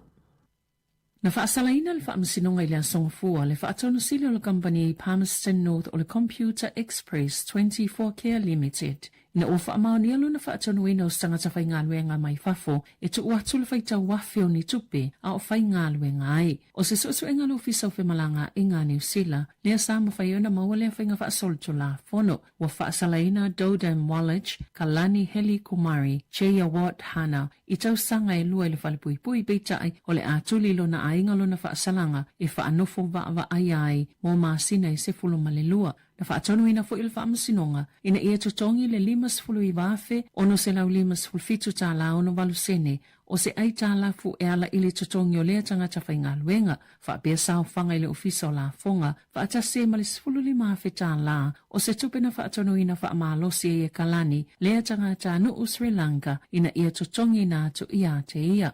Na whaalia Jason Perry, o le pule mo su enga le ofisa whemalanga inga lea tunu, o le mata upule nei, o se whaata ita inga o ngā le whaia se pule o se tūlanga le tāla whia ngai, i se tangata whainga luenga mai fafo, ina ia mawai ni ana tupe. E se lea ma le 5 ni mata upo i whaatatau ni whaasea mo le puipuinga o ni whana witi, whaape mani mata upo i sawanga mātanga, wa toi tatala ina nei su enga, a o whaaleo aini atunga lunga i whaatatau, ile awala na pūlea mawa ai e se leo si nia su enga o ia mata upo. Na whaia se ilo ilonga whaanati ni whaila se afe, e whaapena i lalo wa inga leo si nia, a o ngalue ni no whanga ese i totono se pili o tai tolu tau sanga, a mata mai le masina o me lua whelua tolu. Na mafua na alia e ia mata upo, ina oto ilo leo se mata upo ua lewa, ila masina o me le tau sanga nei. Wa filfilia leo ni au su e whaapitoa le puipuinga o whana witi masawanga mātanga, e toe ilo ina ia mata upo e siria ma le 5. Ma ua whaafso ta i fo i tangata o lo oa a fiai. Wa whaanga solo nei fo i tau walumanga tau ngā luenga i whaatatau i lea leo sinia, ma tu inatu fo i leo le mata upo, i le Independence Police Conduct Authority. Po o le whaala potopotonga tūto tasia wa aia mionga ma whainga leo, mo se su enga peo na tā uai, e le Radio New Zealand.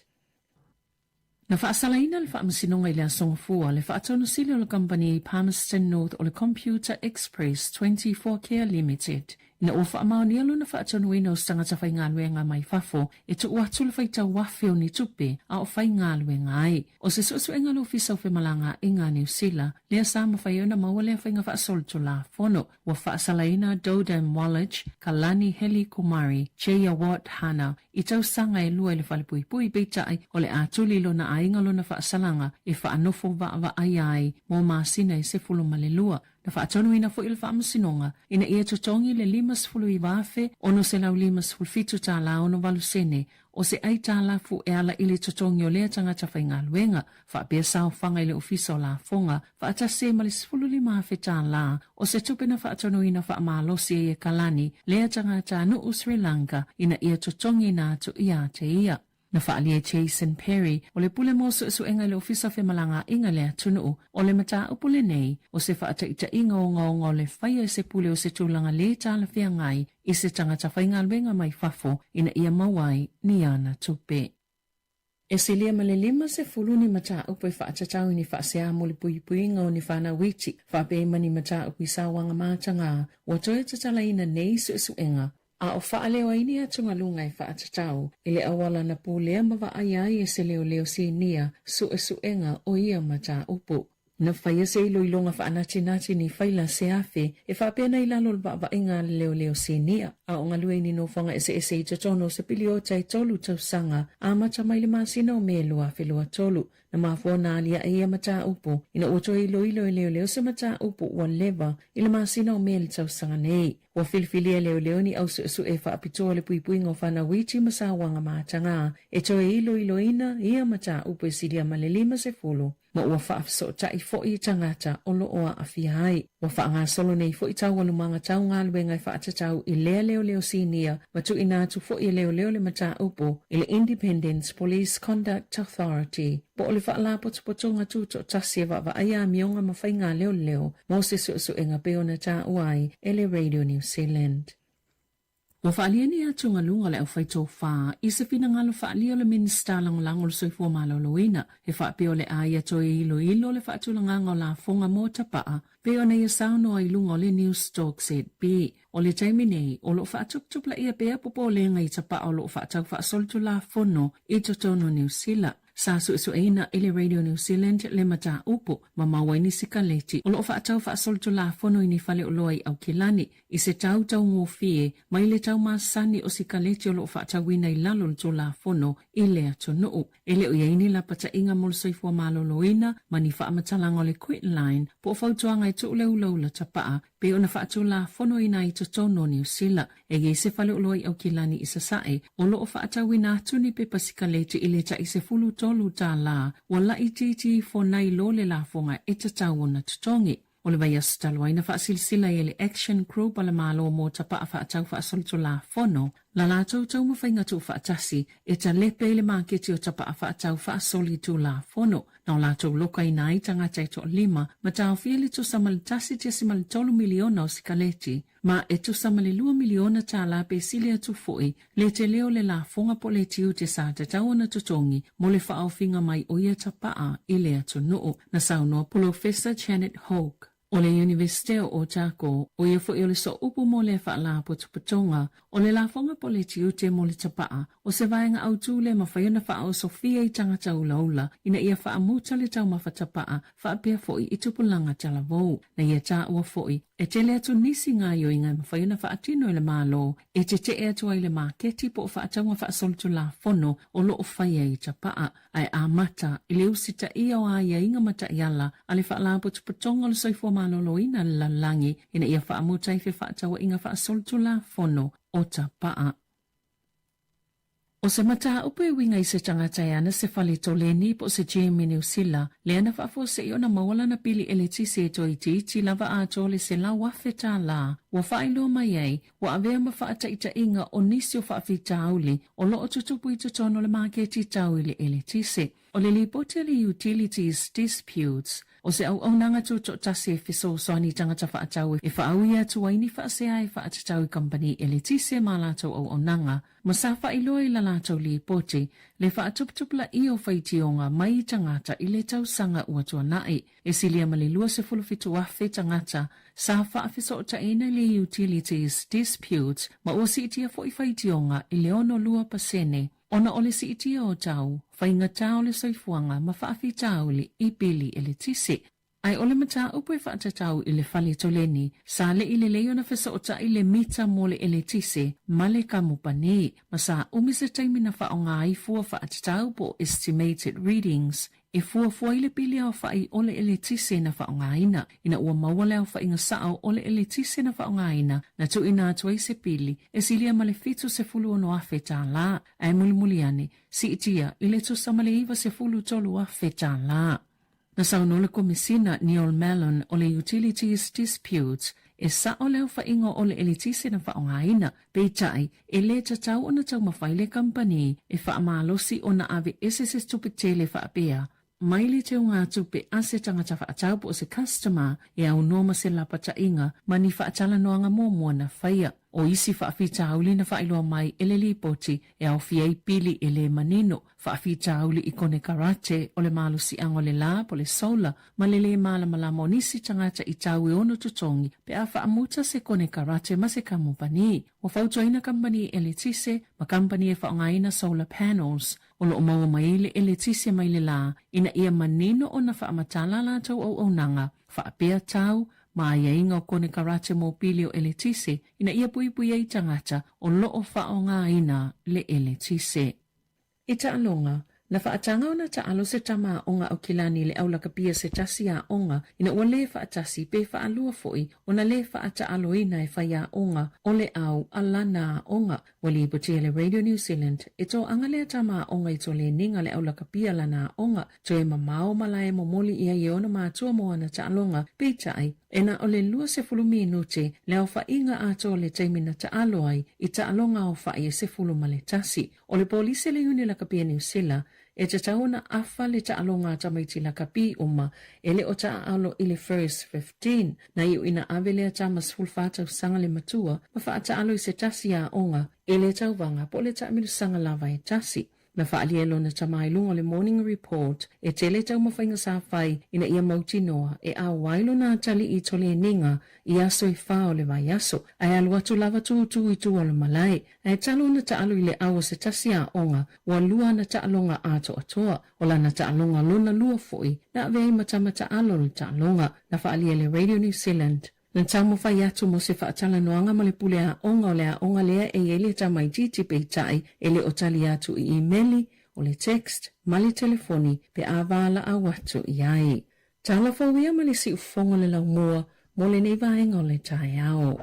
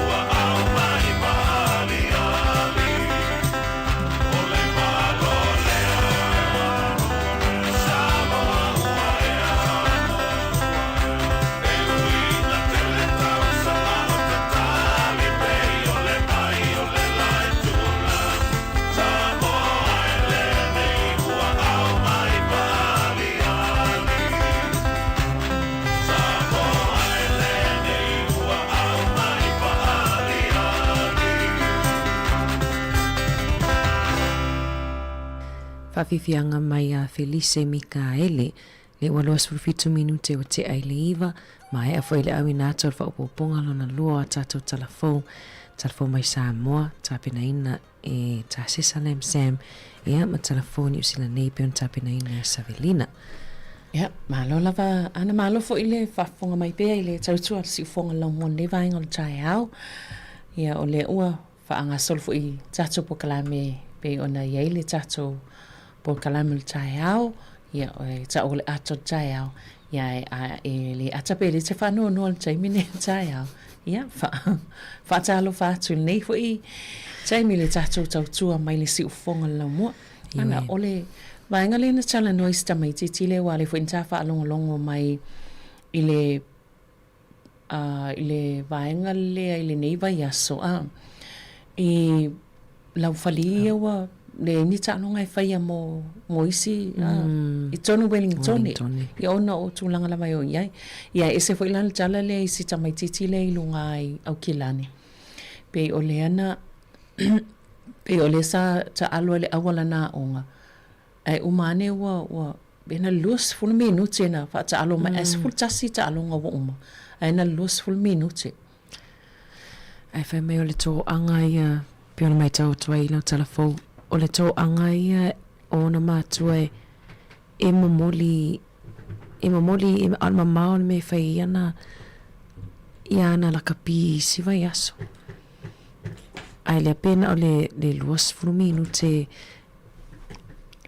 e alo na ta alo le ta alonga o le vainga na ia o le na whapea mai foi o le polisi ali uni la kapia New Zealand e te tau na afa le ta alonga al tamaiti la kapi uma e le o ta alo i le first 15 ia le alana i wai lava na ave le tamaiti le asfur fata usangan matua ma fata alo i le isi a onga ai te lo Savelina o le maalia wa o te loe tele fo ina i mātua pi e whaitio e tele ina whaitio ina ia tūlanga whaapea i le fio tamaiti o i tole ninga e to anga fo i o i ta anonga ia hai umane lava o lai bench to low o lai whameia o lai na o le tinga ina ave a lai wha leo ai le lau mane ia o se tala lea e avea fo i male sona mo le tele fo i awa onga le o mawhaiona ele o mawhaiona whata alo o matamaiti ale o nai e lava tangata tamaiti fia e lava whaia o ngai am whata alo ai le whata alo o ma o le moni ana pe o le vaenga le ile i se tamaiti tile ai ma lial tala ina ua halula le sion tama ave ile aulea le sia onga ai man tolta min sangale ta sia onga mai alena ave ai ai vatu fa mai o le tanonga lona luana na tamata alo ilo na tali ile tanonga na ta alo sona tali ia tautele lo ia tu atu po le fa mai le tala wa pe le Radio New Zealand le na fa tala no ina le fiwe tom fa ia tu ile onga le na lea o ngal tamai titi ia mo se fa matalanga mai fo ifa ia o ngale au pole ale mena tupu na le lua se fulu minute ia e vatu sta mai titi fa tu ai ole me fo ilana na sa ia ilo na tama mai ona ole mamao isi taimi to titi I tu la le mamao malai e alo momoni na tali ai momoni atu ia na le alwa tu ai le ta alo ia tile no wa o fo ie e masana ave tamaiti I ta alonga pe por tulanga na ia ia Savelina ole tele o isi fo I ta alonga tele lo ai ta no po inisio fianga ai tele la fo I matu e le fia la ona vainga le to anga ave tamaiti e faito le ninga ai to titi ava ia so mai e o la vea ile vai ile bencha le fa leo ele o fata alo ai le leile tama lewa mawhaiona lo e whailisi seisi ngai talo whaisi tama titi le telo talo ngai le fata alo na ia atonu po ye inisio fa pe fo ile tulanga ye mana ia sa ile isi ina isi au pe mfaiona mo ele vanoa wa ni si au ai longa o po tau su ni se fa ato ya ole tulanga na isi ata mai titi moni ole si fa enga pe ole mana ye fo ole moli maua asialo le o Sāmoa si ta mai titi le Wallace titi ole mo salo le tulanga lava nai o ye nei matua le ye fa na ta alo maua mo o fo tulanga mo lulunga la to ta alonga ye mo so se matua lava lo va ayo ave fa na ta alonga ole popole le pe ala ve ve na fa na pe foi la na ye le popole o stinao ole tinao Wallace ina ua va ayo le ta alonga le sa fa ye le chiefs ma le red sa ta alonga le lakpi super ye le na la ve ai ma pe vo ile na fuli le tam si tam mai titi pe toi fuli vo ile tau a pe na va ai to lava le mo to lava le sini po ya tel pe tete vo ile le tino a ya talo fai i siona tina ma siona tamai le va ai atui to inga va pe ai te pole lo pole ale si pe pole ale si me la so ine male to inga va ai ngale va ai ya fa taile na va atuna na mawhaina toi no fo ilunga ma ave tu. Pela na whaila na talai pe na whai atulun tina ele mana o tui ta alu lakapi. Ele i umi e o le pele i lewa te lena ta alo sia lo Sāmoa e ai le whaingo fifo i lewa ai atu tina ma ta mama le ainga o lae e la vea mai i ai poa fo ni alunga o le a wale ua la vea o le ta teila i le watai ai talo ta alonga a Savelina ai mai tauina fo i le te pene e mai mua ta alonga o pele kile na fai le fai ungon vai aso i le mele whanga solo Jai July i sa tamai titi fo i le watele na o le sikoa o le ama fai le arrow fo i le pe o se tribute mo ia awa le e maua i le ngase fo i le mo le mawhaiona ngai o ia mo se le tino ma ai le manei o whailai ta alonga tamaiti lai te o tamatamatai o le sikoa o le tamititi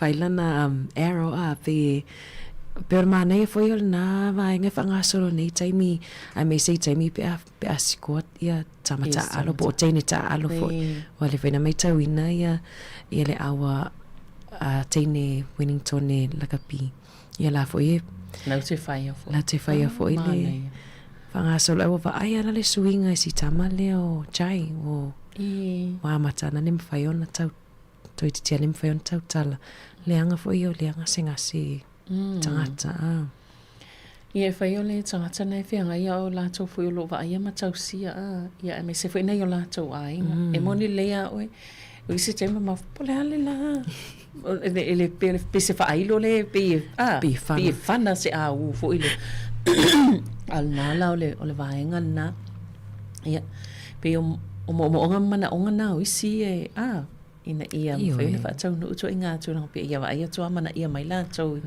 ini fa ailo mani me se lava pena a me se lava wale pe toi masina pe toi wai e wale se ele se tong fitinga e o lai o mfata tali ai le pio se va inga le lo pe e momoli lo fa anga pe se me fo i no mai fo i ala le tala fo mai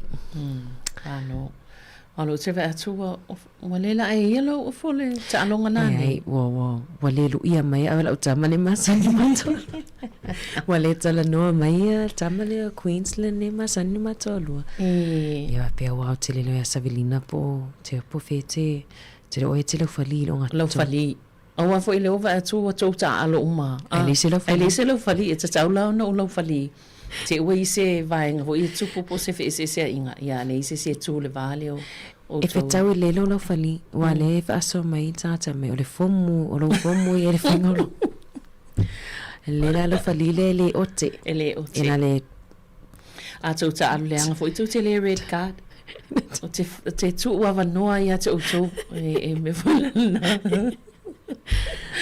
Iwe o la fia na ni o le se fulu minute te fulu taimi ni usila le talonga muli mo le state of origin e fai ala i Brisbane O na wa drop o na wa le fa ta aloa ia Brian to Io e o te lino ia Brian to o pola via. Ia e tangata na usui e Jack postdoc.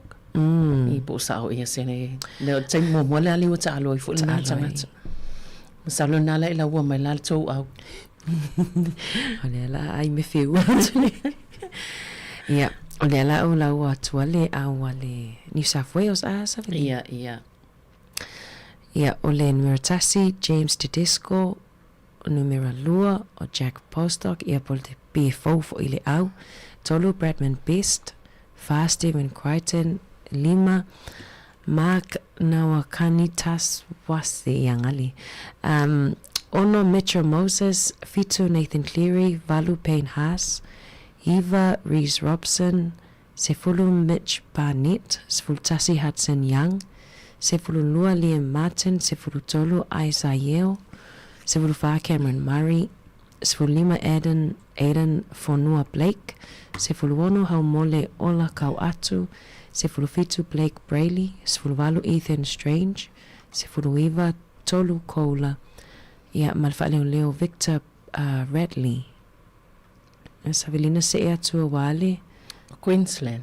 Awa Mari. Au le Mari. Be au tau au le awa Mari le anga na oi a le au. Lawa apasanga. Oi ia oi le ai le faila smalo se la awa vai. O le Maroons. O Kaylin Bonga. Selwyn Coble. O Robert Toia. Po Toia.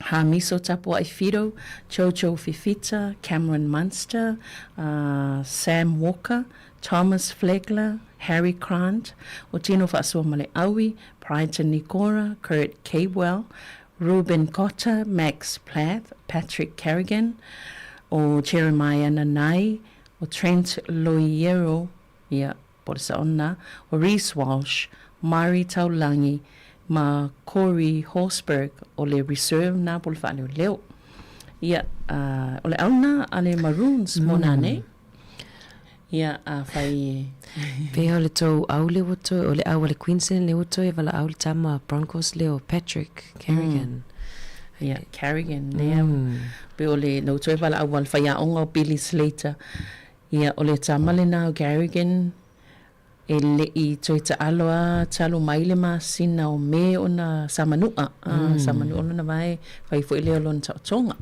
ia ai mo o tau e fifia jalonga ia o le na nei I le to lai te le titi al sfulu ia amatalia kiki lo malpolo o le talonga o le talonga lon tolu o le state of origin e se fifia o tangata ile o le manei foi le na tofule le au male malo ia o le ailoa la na nei ia wana fa pe malo le si au I talonga umai loa ai le ale mana ia le ia e fu atanga tele mata wai pe wale mana ia talonga ia le a mautino le tumu mata ngai lumo televisi po ana le Elisangata Savelina e le fia mata le talonga munmuli ia ia pe lava asili awai au le lanu e au le awa Mari fe mai e tupoelona anxiety sa olele fe mai fato ata o mai a me le onga tutonu po oila sili ai ai moni ana fa o le ele no fono fo le ono le mana malo e sa olele e tanga te fa pena o I fi taimi a fa talonga tato man Sāmoa te popole vo ile pe le ila fa talia se umal talonga pe o le taimi ta fi vo ile se longa o ye malo pe malo man Sam o mana ia la talonga nan man sa ai ata mai foi la taimi le wo uma le e malolo e mo ia ele pile ele a fa ina te le mafofa na a taimi le ta aloi Mansuala oe a fa pe valu se fulu minuto tano le valu se fulu a toala le fe tau fa ile tano ia le ala te stress te mi a toale ia a tonus foto anga fo imole au tapua a fa ye ni a fiang fa pe o le siva enga dia ia una mata talonga ia ai E tapua I ngungu fu ile. Awane tawena na fautuaina tangata e sili ai o taanonga taimini matamatai. Awal sona fe sa olele. Ma ua tau whaalili voi wa tātou pēna. O isi tangata ai tau te lilo aile te leo le afianga mal maftianga o le tangata. Tau wan tātou ma fawfawui wha pēna. Mo ia wamai, sena o tālonga. Ana mo toi alu le ato le tōtolu. Em tua whaina le langona mal mafawfau le tangata. Ia pe a whaono mal vaenga le man malo. Malo. Ia manuia tapu inga ana. Ioe. Matua o lo fali. Na. Olai lo ina nei le tatou upenga so ta inga le tatou team ia tangata fo le alu e sima le chat. Tau ta itasi o ina leave tatou chat. Leave le tatou chat. Toi tau ta add my own toi o le chat. Olai vai fo Savelina totally mai. Ia ona ta fama vai le tatou atunu o le pokalamel ato tai au. Hello.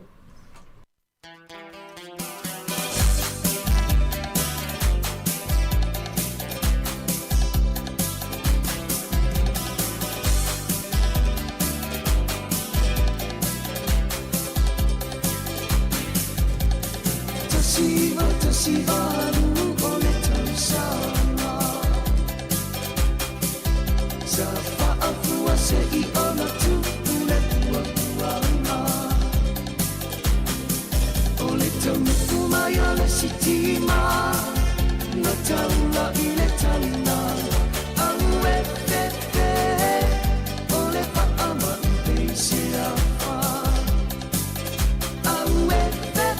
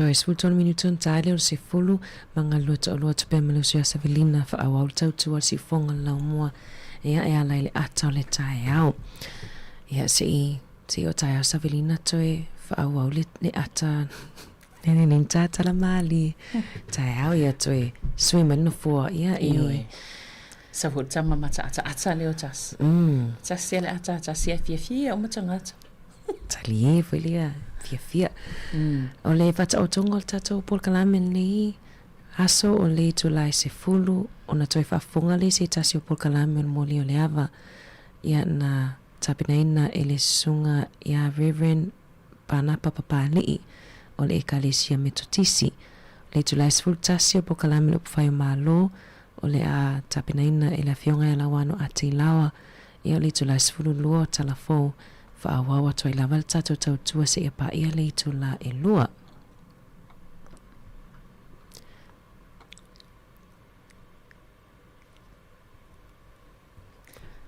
Savelina e paenga le na umai mane fo itawalunga i le ta whaasoa nei tai au i au talafou i na umai le itu la iwa. Ia, pe o isi paenga na whaupopo i tatou talafou nei tai au. O le pe tūlanga le whaasalanga o se tasi leo se whaatono se company ia po se business Palmerston North. O nau, o le whainga lava o nei tangata fo ia whainga luenga mai whafo. Se tangata na sau se visa whainga luenga. Ia na mai le whainga luenga i le mangai le ta o le Computer Express 24 Care Limited. Ia, me la le sa whaisusu e ngā leo visa o whemalanga i ngā New Zealand. Ia mamawai fo ile solia lea tangata le whaatonu whalwhainga luenga ia inga ia mulwa inga leo tangata whainga luenga.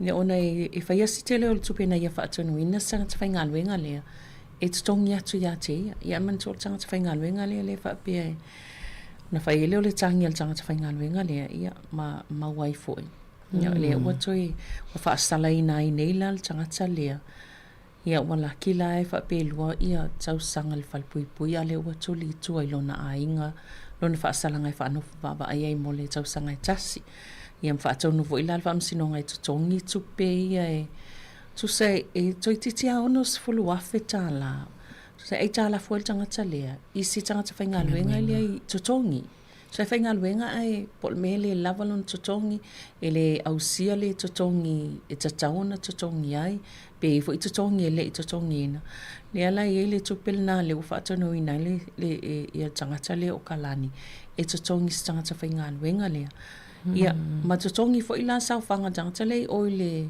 la fonga wa fa pele tongi o le fo isanga sana la fonga na tipi na ese ia male tupela fa peacefully ma fetala e ave ia isi tangata whainga luenga le ona o tupe sa tongi tangata le anga ile no winga ile tongi to e ave ia tupe ia se tulanga e se fo ile mawa e o isi tangata ti le tal tonu o se to inga mo lunga leo le o se tupe ma se mo lunga foi ia pistau fa le alofa ole le alofa ai me se la vai fai la va nai tangata ia e fai mai tono la tunu tangata ia o tangata ise ia o le tau o lo sit seni nei ia me se la va mai ia tunu ia o e tele le foi nei mata upuna afi foi nei o tatou tangata ile te mina malanga mai nei ia e le o sao le whainga o tutongi moni le ia ia o pe o le tūlanga na wai pe whaanga le awa no wha peo nei tangata e te seloa ia toi wale tau alo fisa whamlanga inga mtoi whafo iwa pe lan mena e leina whiwhiwhi nei tangata nei ia matang whai o le ale me whai atua i le whainga aluenga ia whai ia ona o le whiwhi toi whafo ia malele malamalama fo i o nei tangata ia le whainga o tutongi a po le ale ne tutongi anga va ai tutaona tutongi ai mai nga fa pena sa ole ana ne falongo ile tala le Emmanuel i fa mai alta pokala falongo le tala le tulo wa le me tu o le o dono ile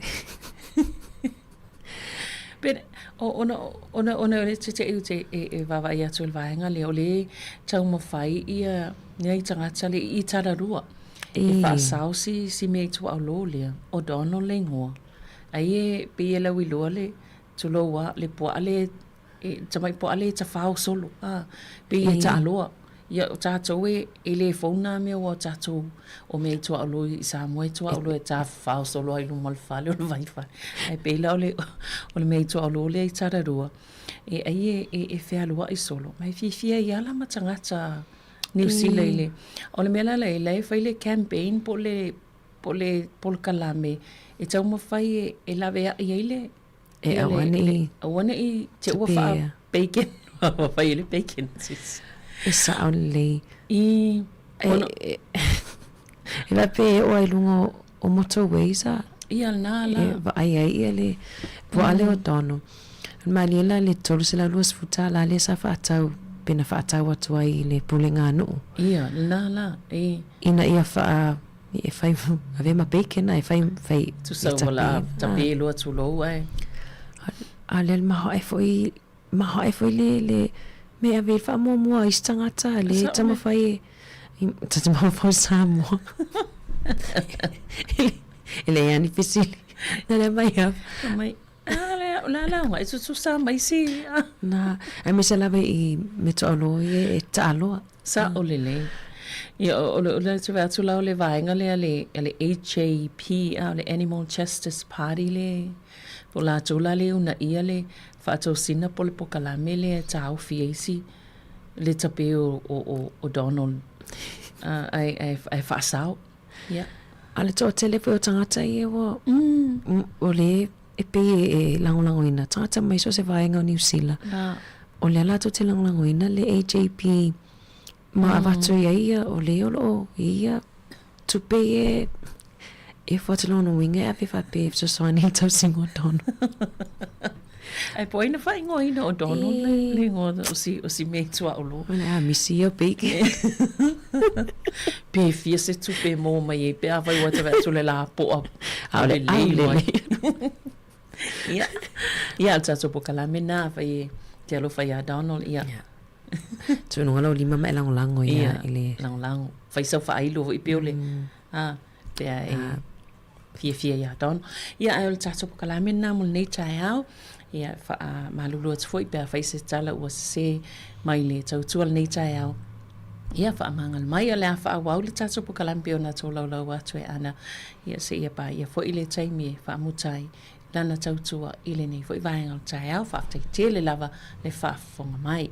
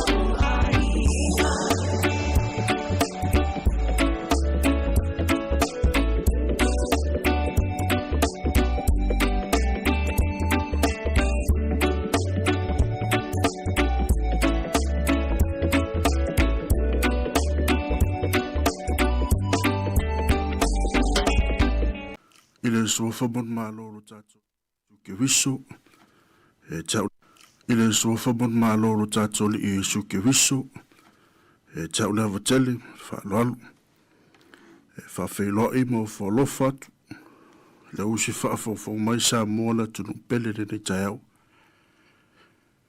fe lavo e mo mai ni por kalame tu tono lo mauta na te mama na tina ma tua tonu fo whinga wenga, ya maa lole ngā rurue. Ka talo whātu fo i te sua i lau whinga wenga pa ia le tua. So ngā li sea, so ngā pātele, so ngā toi ina. So ngā whawhenga mtau si mtanga wenga. Maa lole so i fua, whawhenga i whatalo whawhatoa atu fo. I wō ma mai ma pāanga o le tātou por kalame o le mōri o le awa. Tarofa mo falo fatu tato por kalame pe afai o e fa mai fa no mai tonu for mai to tonu to ese ma no no sa ma lo ta tinga ma lo fo no to tele ma lo fa talo fatu la tu me so tu no o e ma lo malamba de tato ngana la tu o fa fo mai i lungo penga te fa ilangi so se tu no ma so se vai talo falava ma lo le soi fo muia ma langi ma lo talo ma lo ta poi ma lo fo to pati fe au manga reng o fe nga ye mesur ta tu malanga ni tu sanga talo fat foi o su ria wa o tu foi yo ma fata sir por kalambe ni tayau ya yo maya la auto ta tu se talo yo na mata ilo tato por kalame mo tato faso yo tato talo Jehovo a ue le tu si ese le tu o matu tupu mo matu wali le te funga mo mata isau o me uma le tu malosi mo mata utia o le tu poto mo le lofa muti vale Whaaftai o mātou mauara na yaso manuia i lau whionga. Whaaftai o manuia Sāmoa mai mātou umalava mai maunga te tele o, le mātou whanau. Whaaftai o manuia tāpua inga te tai ka le sia ke usian uma. Laua whainga ruenga ngā rurue. Manuia nei o mātou ta mā mo mātou tina mātou tua. E lau tele so mātou atu nuu mai mātou uma i lau wanga rei. Whaaftai tele lo mātou wali. I whaaftai lo mālosi mo le ola. Tai lau tu spa ia. Ua whailea ma whaavai o lo mātou ola. Ia lele ie. Whaamangalo ia te mātou. Ia mātou wanga sala. Whaamangalo o mātou soli au tu la fono ma lau fina ngalo. Whaamole mole whaamangalo maia. I mātou e ala toto Yesu ke wisolo mātou whaola. Alofa maia le ali i. Ta fotu maia o manu le asufau. O wina maia loanga nga pa ia. Se i whaapapula ma whaamala malama. I mātou loto e ala. I ala na mātou whaasoa o le a whaire ni aso. A wawana o lo manalawa. Mātou te whaalango lango mo mātou whaamoe mo iai. E manino, ma mala mai la mātou whituwha inga e ala i dene porkalame. Whamanuia ia Sāmoa mana langi a toa, ngā ruenga ma whiau whenga iai. Whamanuia nei a mātou whanau. Whamanuia i le tāpua inga Sāmoa, ma e o whaalongolongo mai. O mātou taratara noa mo mātou whaasore nei aso. Awana ono mātou tarano ai, ai o mātou sawa vali ai. Awa o lau o fionga, e mai lea nganga lea tuai. E o ngā fo ia o ai, e whaatonu ai, whaapoto ai fo i lea miltonu. Na ia ato to ona le leiero tangata o lea tu. Ona o lau soa whapele Yesu ke viso lo mātou, wali imara mātou whaaola. O mātou wole matatalo tuai nei. Amen. O tātou tusi whirwhilia mona ni aso tātou te whaasoa ai, tātou mta upu, Temi ona te tala tūle o le tātou leina. O le tuse perfecto Isaia, ronum tāu pas furmur tasi. Isaia ronum tāu pas furmur tasi. Te whaitau mai le whai pas e fulu, se e whaangata le whai pas furmur ono. Isaia ronum tāu pas furmur tasi. Te whaitau mai le whai pas e fulu, se e whaangata mai le furmur ono. Whaafonga maia, ia o awhionga paia ro tātou tua. O le aso fo i tū mai ai le po ngai o Iese, e whai mata ngā vai o le nu. E sā ili ia te ia o nu ese, e matango fia fo i lona malo longa. O le aso fo i e toi tutu watu whaalua le alii, o le aso fo i e toi tu watu whaalua e le alii lona au e la vea ina, e ua tutoi o lona nu. O e ua tutoi a suria, ma e kupito, ma pātoro, ma kusa, ma e lama, ma senara, ma a mato, a tō manu utu ma tāwhanga. E whātu ina fo i eia le tanga vai monu ese. Ma whāpotopoto ina e ua tulia o Israelu. Ma o whai e whaata ape ape ina o iuta i tu e whao le laulangi. O na mawai atu mai lea, o na matau o e wharaima, e whao matia foi o e whaasawa i a iuta. E le matau o e wharaima i a iuta. E le whaasawa i iuta i a e wharaima. La tau te wherere atu i tau au o Filistia i sifo. La tau te vete whaatasi mea atangata o sasae. La tau te whetangofi i a e toma ma moapi. E whaalonga foi i a te i la tau le whanaunga a moapi. E whao matia lava e Yehova le whanga o le sami o e kupito. E si foi e ia lona au i lunga o vai tafe i lona matangi te tele lava. E taia foi e ia e whai ma ngā vai e fitu. Ma whao iatu i a te i la tau o whaase e vai ina. E iai foi le ala tele mo e ua tutoi. O lona nuu o e ua tutoi a suria. Pei ona whai e Israelu i le aso. Le aso na iarua e ai, nai le nuu o ai kupito. Whaamanuia mai le tua, whaita wino lana fionga pa ia, whaamala malama, whaapula. Winga lana fionga pa ia o mawhai ona tātou whaita wino nene yaso.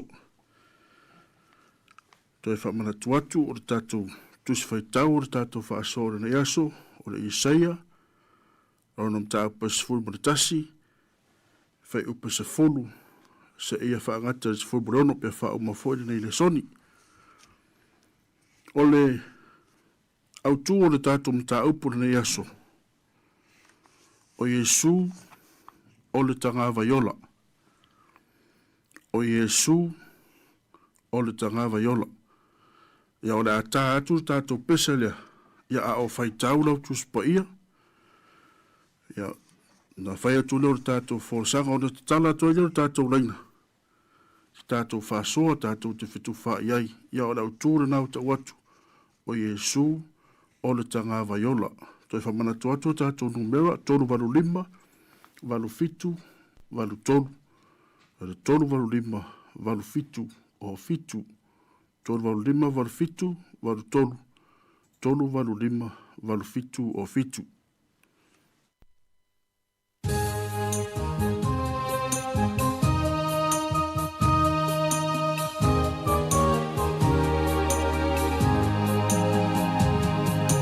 Oh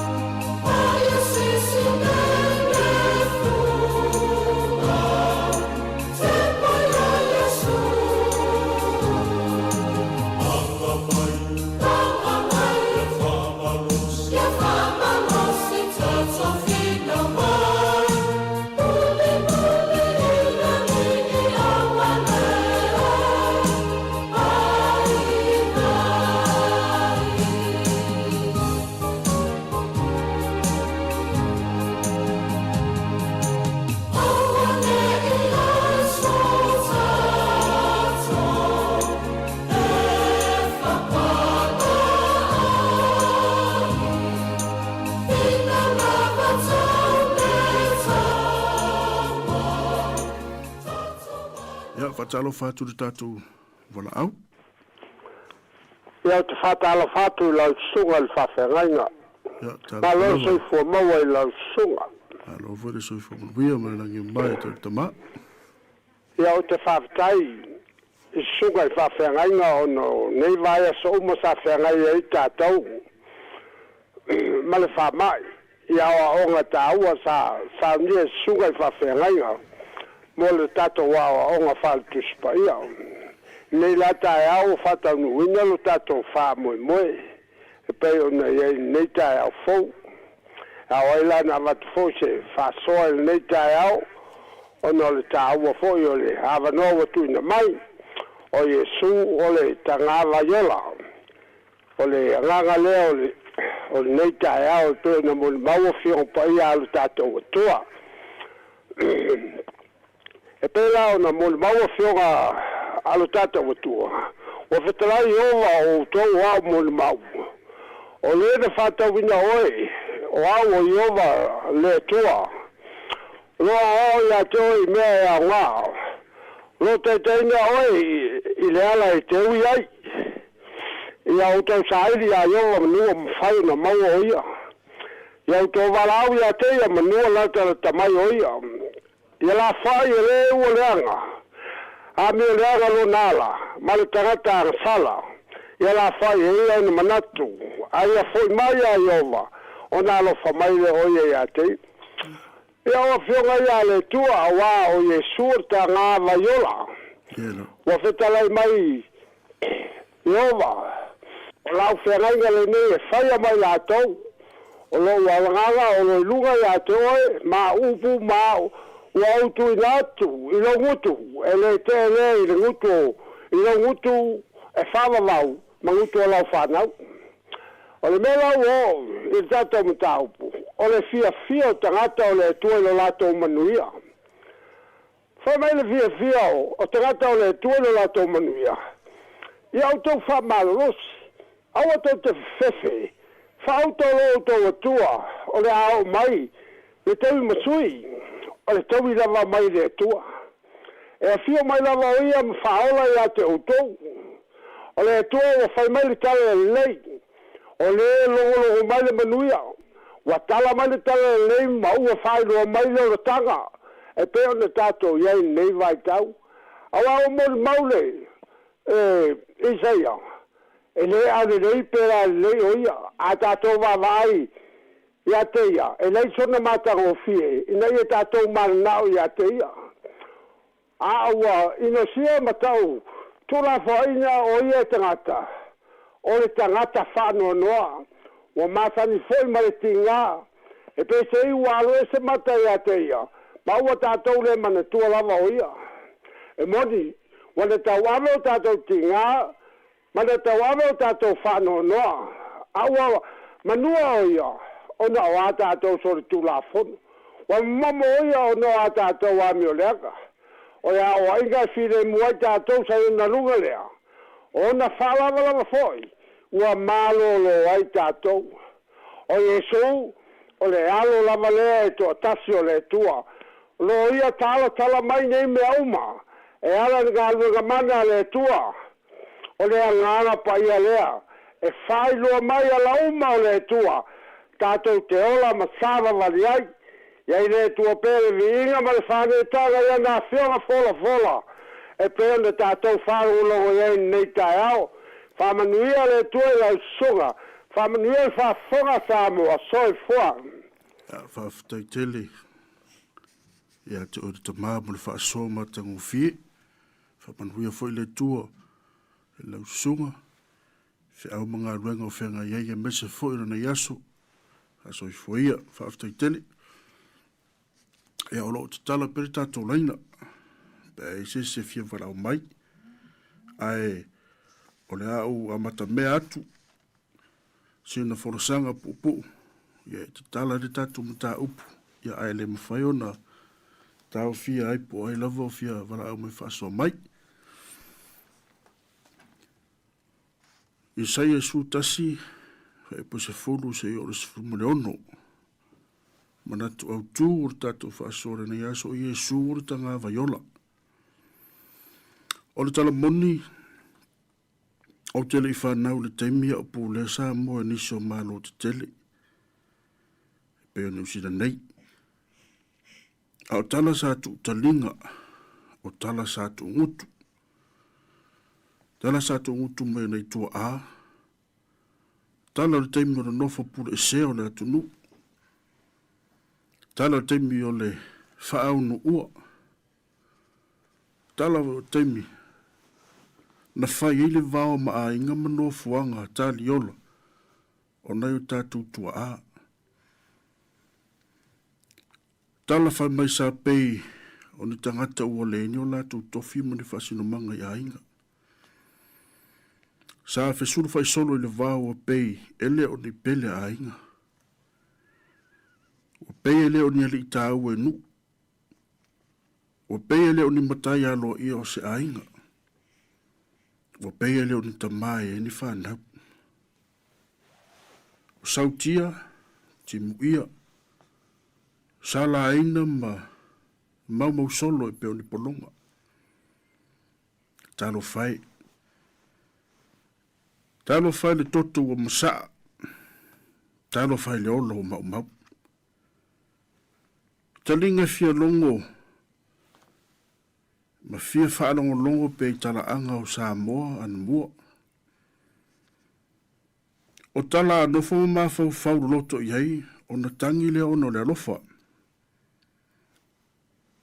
O tala fo ia anofo nofo ma whaalongo longo ai o na tangi. A wawa mau la to wola. Ina ia ola Sāmoa. O tala fo ia anofo ma toi ma fau iai. E o soi fo leita. E ti ngā ai loto. O aise a leita pe a fai o le whainga lea lesa fai ai. A le ti ngā e loto pe a fai sa tuli solo peo ni tai fau tu lou i le vau. A toi nofo fo ima ma fau i le taimi na tu tupu ai nei ti ngā. Ma taimi le tangata vale i nai nisi o toa manu le atu nuu. A o sa vale le mau le tasi iwa luewa. O kai ofo le loto. Ai o le mea tonu le ta o le fasia le ngata. A o pupula mata. Tala wha asole pito. Tau nu atu o le tala rei Sāmoa. I le tau nu atu le. Ka le se me tisi tasi varu lua valu. Ta fua sa vai. Tau nore la mo sa tasi valu tolu o, ia matua mai le katoliku. O tā ua le tau nu watu o le tara rei Sāmoa, e lau sa isi tūlanga. Ai a mawhau ge le tasi iwa lua iwa le te mura mau. Ma le tasi valu tolu o na tau nu o tuele tala lei. Rono winga e tutupu nei mea uma. Ua matua le tala le leima ua soo i ele o Sāmoa. Awa a whai tau whaare lei, o lea ua se lau tau saka talu o na tāpua i Sāmoa i le tua soifua. O lono winga, o te tari tonu. Ai ana lea i le tala le lei, se manu o ni si i ngā taua. Ana lea i le tala le lei, se manu e tau sa ili se file muu. Ele o maua. Ai ana le ele tala le se manu. Ele eso tatu to tasi pe ona whamanatu na newa yasu. Peitai ua tatanu uma i ele nāti ngā ma nā whaingata. Wala fua i fo inu ule ai ngā le loto ita. Awa vea ma loto whamangalo. Wa avea maloto wha mangalo ina ua sisi a elu ta ngā vai ma ua lea i tue fia o matangi. Ta ngā vai o whailongo o sao loto. A ole nā sa o tonga o lo wha matala le pese. Sa mō sisi la fua. Le fua o whailonga le whailonga o Iesu na maliu mo Sāmoa. Whapena se wa ai whaale mawhau. Whapena se vai. Pe a mawhau ili tala sa o whaita wina. Le ua whai matatu mata upu. Ma whaau tu e tātou whaasore na yaso. Iesu o le tanga vaiola.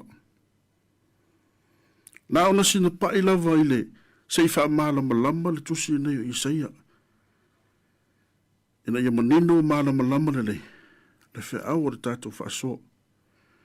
Isaia se tasi ni o to ino matua ia na tūsinga le whenga tuai. Perfecta ele ve sa whainga o le whaatulangano perfecta te tele le whenga tuai. Lau loa ma ta ua to ina nei o na tūsinga. O na tūsinga wha perfecta. Ele ngata ile. O ana tūsinga e ala i ana valo anga e winga le whanau mai le Mesia. A whai e sa ilima su e tūsinga e profeta. Ele aise e tutusa mai Isaia. Telo valo anga le whanau mai le Mesia. O le tose nei o Isaia. E tonu ana vaenga o vai nai. Ma o le vaenga mua o le tose nei. E mai le mata upu mua sa ia o le mata upu tosu mraiva. O le vaenga mua la lea i eiri tātou tusi whaitau ma le tātou mata upu na nei tai au. O le vaenga mua o le tapena ina o le nuu mo le tāwhianga. O le valo anga i tangata a o le iadu le tāwhianga i pāperia. O no winga o lea tāpena le tāwhianga. Vaenga no na lua, ua iai le nuu le tāwhianga, ma le vaenga no na tonu. Ua fo ipe ua e le tāwhianga. Au mta upura nei Iesu martasi. O lo iai vaenga mua lea, vai o tusi nei.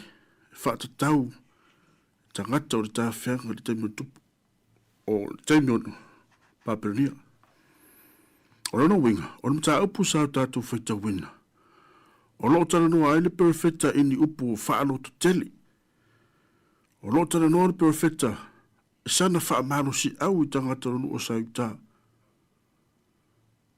Lea ua toi o seanga o na ole ta whianga. Pei tai o to tonu nei upu whaalo to tele ma nei upu whaamano si au. O lo iai se whailo ilo. Po se warning. Po se lapata inga. E lapata inga mona nuu au tā pena mo le tā whianga. Rono winga, sau tā po isora e loe.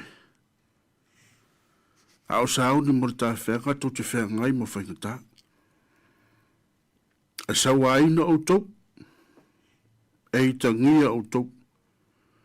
Tau te whianga ai ma whainga tā ma pua ngā.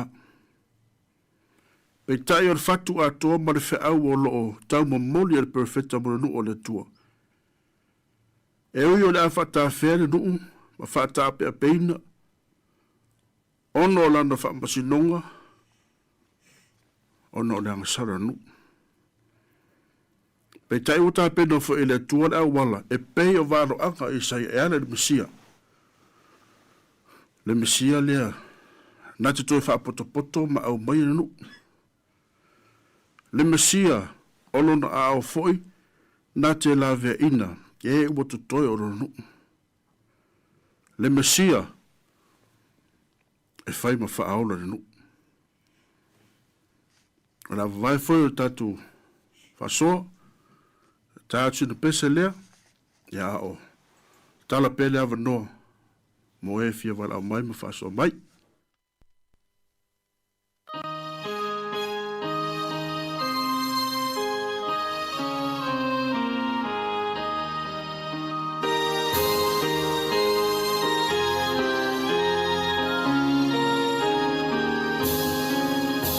What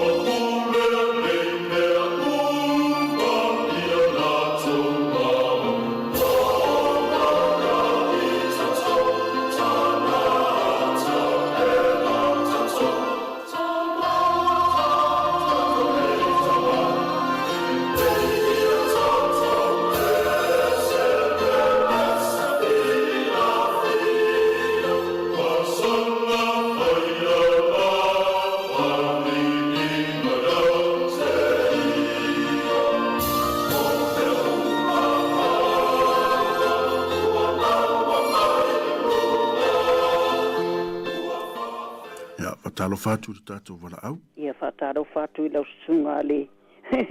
E li foi whai po kalamera nei tai au. Ia po lau sunga foi le puleo awa o ngā whakesiano me tesi. Ia o le autu o le nei aso I tua tanga la yola. Ia o te au maia le whai upuna e spurumatasi. Whapere whai upu o lea fo I aso e toi tu at whaalua le li ilo na au e la vea ina e wat toi o lona nu. O se o ngā tāua o lo maua mai e ina ia e tātou le tusi o lo whai ma tātou mta upu tāua nei tai au fo I man matanga o fie. O le alofa la vea I o tātou tama o lang.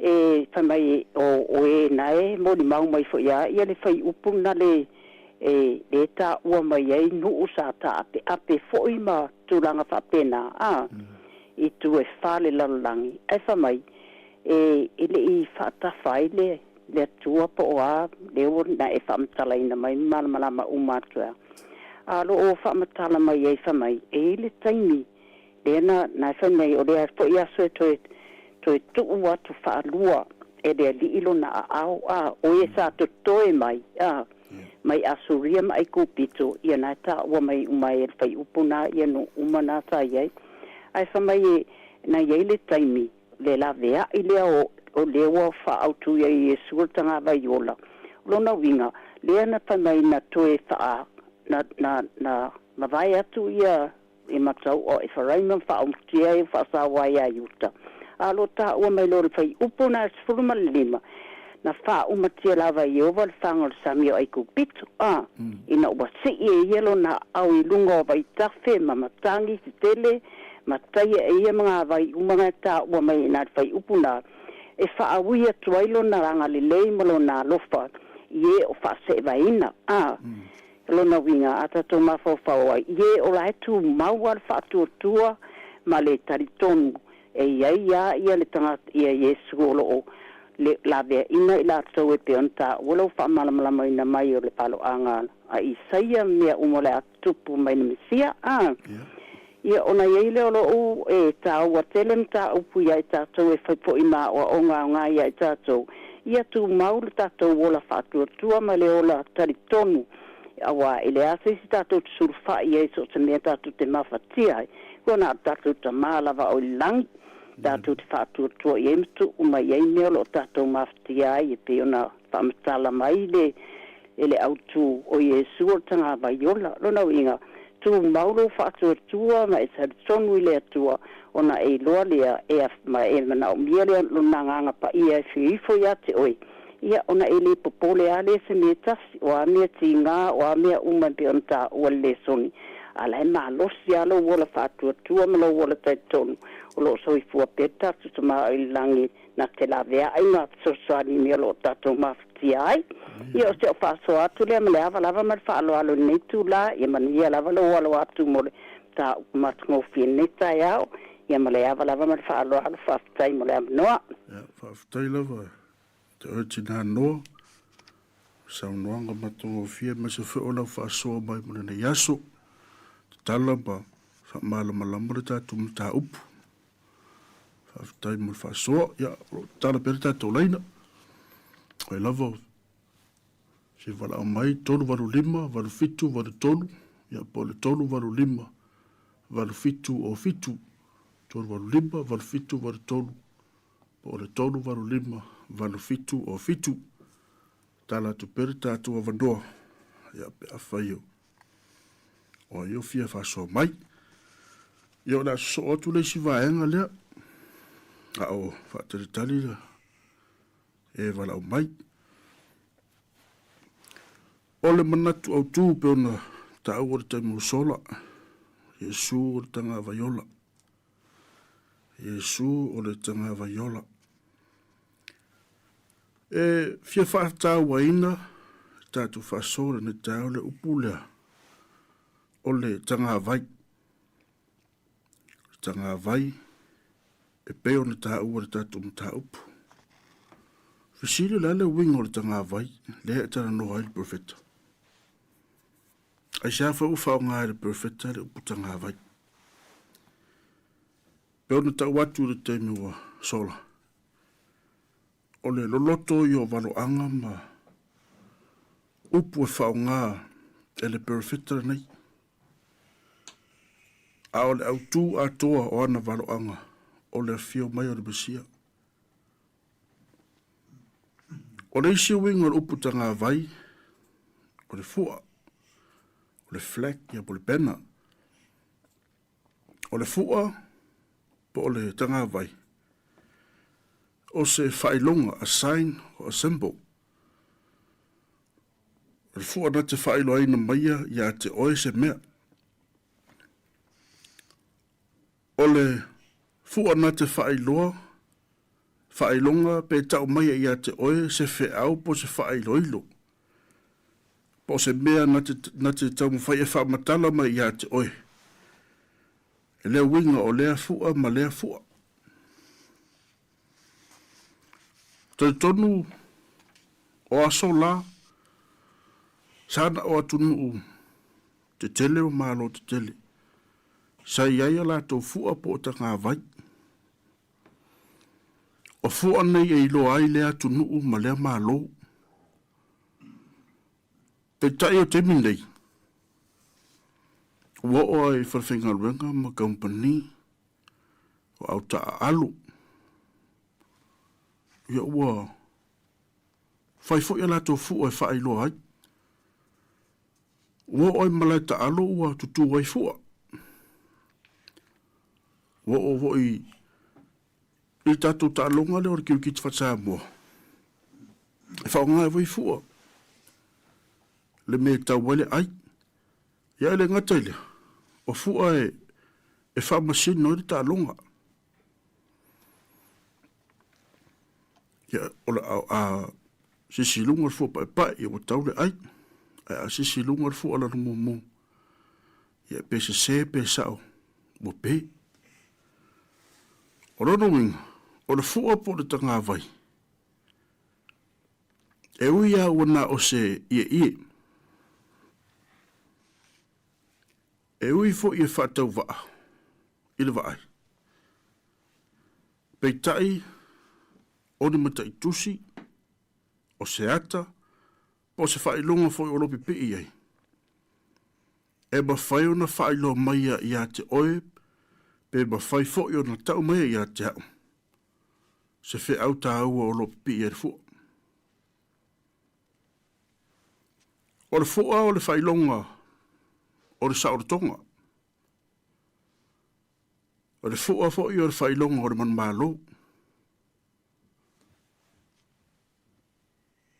Ia, e tau lei toi whamatara ina le winga o le fua maritanga vai e siu tātou watunu. Awa ai iei lo na rana mō ma le rana moana. Ma whaafetu e lima o loo iei. E o loo whaamatala mai lava le pese po le vi. Lono winga, tātou te mita i le tātou fua. O wa o le fua o tātou sauloto mo tātou tūto tasi o tātou manu malo ai. Pei tai e tele tala anga o le fua, po tala anga o tanga vai o lo whaamatala te tonu tuspa ia. A o le malanga le nuu o isora elu, lea nao ese mai e kupito. E malanga mai lava i le ala ma tau mai. Tau mo lato fili le ala. Pe tai na o tōna wapi e peo na mori mau le no mero nam tau pe lua. E le whai pe lua wha mai e tōna wapi le whanaunga i sa elu o le tangata i le mea e iei lona tanga vai ma le whai longa o le ainga o lona tama. Lato te tōna wapi wha whisa ngai e whaatari o li o e le whare whata whai o le whaaputuputonga. O ingoro whamatala ere malanga i sa elu. Whai mai o tanga vai nei po o whai longa sa si i lunga o la au umi. E lo ma mau atu aro na tu mai. Roingo whai loilo se whai longa. E whaapotopoto iei au o le taua. E whātanga vai e sa elu a o iei le vau. Vai vai nei i te tolu tu a inga. Maola tu tanga vai. E whailunga ina ai la tau. Rona winga o tanga vai nei e wha. E ese uma. O whea lava e tu ma iere tanga vai e alu iei. E alu iei le tu ainga. Ina la tau fua pora la tu tanga vai. E pei o le teimi o taua. E tele ina whailunga ai tanga vai. E tele ina whailunga ma whaonga ai tanga vai yasola. E lo ai le au tau ma le au tau. E peo na whaonga ai nga i tu a inga whao Israel. Urano wing. O le tanga vai, o le ngata o se whaelo ilo. A o le tanga vai foi. O se tai tai e muri muri o mai ai le au tau pora nu. Ono winga e te le au ngā. E te le foi. Le fe au o ro mamori mai ai. I so o se tanga vai. E wha mai isai, iutai. E uia i lo wanga sala mo lo wola wha paupau. Wha auta. O le tanga vai e tu mai. O le tanga vai e tu mai le pungai o yese. Na te wha tuina foi e ia. Le tanga vai monu ese. O le tanga vai e tu mai le pungai o yese. Na te wha tuina foi e ia le tanga vai monu ese. Ono winga ele o se tanga vai. E na ona tutu ma lea lea i lungo o se la au. Ele o se tanga vai. E wha mana i eilu mo se fali. A o le tanga vai. E tu mai wha alualo na ao ma lawe ina i oe. Lawe ina i au e peo na sau noa oe re tina ia. No. Na te tu mai wha alualo na ao. Lawe ina i ta ua. O mai o tanga vai na te wha poto. E ua wha ta a peina. O le tanga vai na te wha poto maia. Lona a inga. O le tanga vai na te wha poto i lona nuu. Mane e kale sia.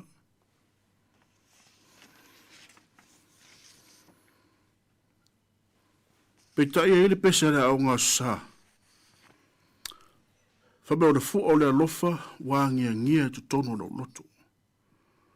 Le fu o le alofa wā ngia tu tono no loto.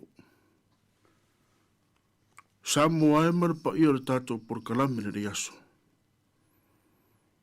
Tanga vai sili le nā. Tanga vai na sauma Yesu tātou te ola ai. Tanga vai o le alofa. O le alofa, o tātou tua a. O le alofa o e na saidi mālo mai le amatanga. Le alofa na nā, lea ua tātou sa o loto e Sāmoa, peo na tā ua le te musola. Le alofa na whawa e Sāmoa i le atua, o le tātanga vai le nā. Tātou te le toi tau, i di taua. Tātou te leo toi o la polonga. Tātou te leo toi ta vau. E toi sa ili ei so sa o lotonga. Tātou te leo toi tau i ne taua whaale tino. O lea ua tātou tau i taua whaale nganga. Tanga vai na valo ia le amatanga. Na te o mai ari while mu. E tanga vai na te apa atu malawea i mai. E tanga vai na ia sa ili ta ua le tangata sare i loa.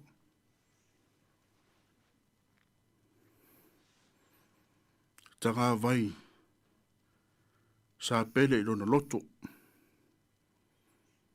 Sa ia le manu ai. Nai uai na tau nungo le sa tau. Tā vai sili le nā Sāmoa mo i tātou. Tā vai o le whao le tanga. Na maliu mo toi tū. Yara re nao la patai o le perfecta no yuta. Na yola fa pa yaina. Au to tonu o nā varo anga. Ro mana malama le ele o lo tama fai ele perfecta ina ia mana malama le li tangata. Ile nā tua o le atua ma le winga moni o nona fina ngalo. O ingo sa fe au fo ile mo tātou. Awane o tātou fai lang sala. Awane o tātou furi tua ile atua. Wa ele fa pea na avele no fa ta fea. Ono se si tūlanga. Ana o se nuu se tai. Ana o se nuu fa longo ile atua. Se manu ele o i pupuanga.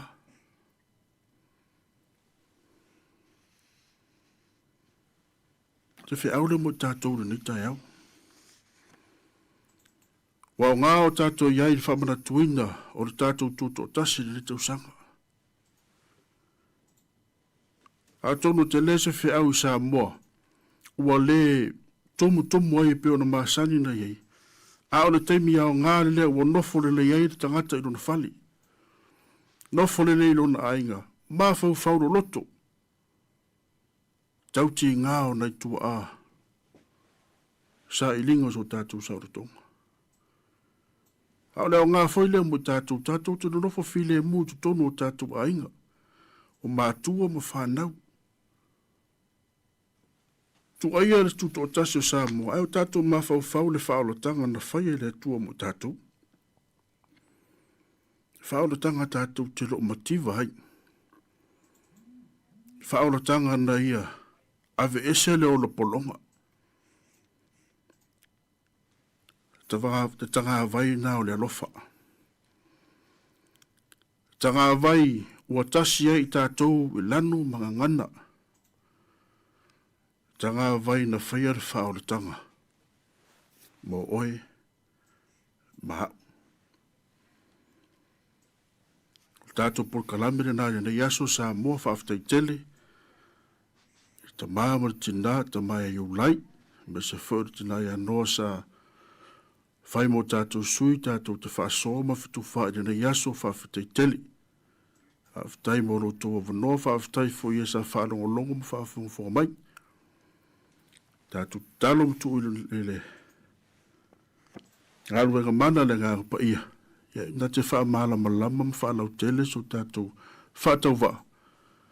Tātou wha soa ere na yaso. Wala o whai wina tātou pukalame se te talo. O oe lava o lo mātou tangāwai sili le li e. Na e whaia re whaoratanga mo i mātou. Na e whaia mea le lei mo i mātou e te rei tu ua lava se me tasi. E o ai lo wola le li e. Na e maliui na ia ola ma sao lotu ri tangata. Awa oe whanai whatalai. A le se me mātou te no whai te saili lava. Whaafitai tere no mātou tua. O mātou taratara noa, o mātou whaasoha, o mātou fitu whai. O mātou whe moli mawa i fo i to tono o mātou a inga o ngā luenga. O mātou wala awina ma mea umalava o mātou iai.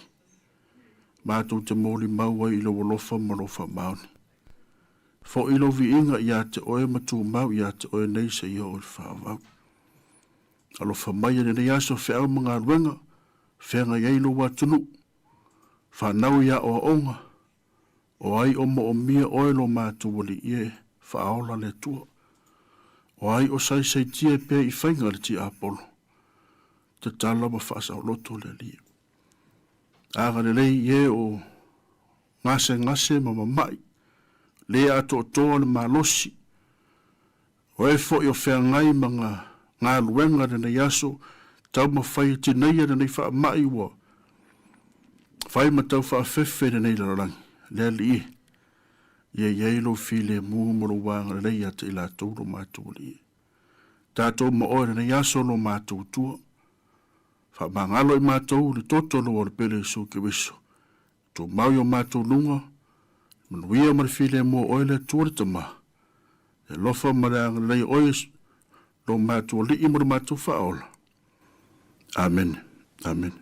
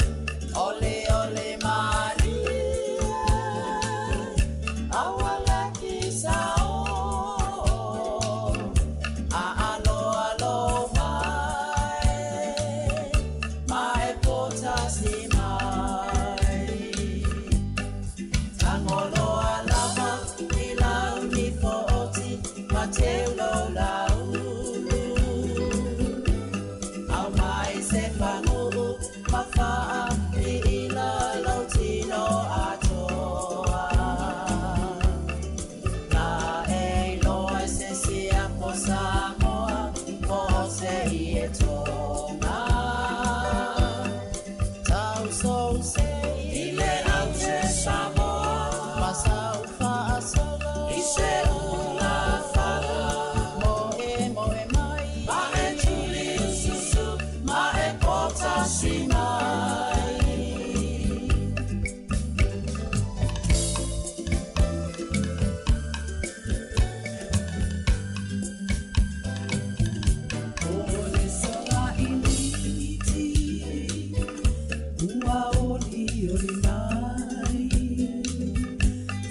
Tau pati sono I ila mai lo latino Wata ila natatai E ao solili E ano mea tele Songa initi Samoa Tangolo alaga ila unifo oti na teulo lau Au mai se pangu mafaa I ila lautino atoa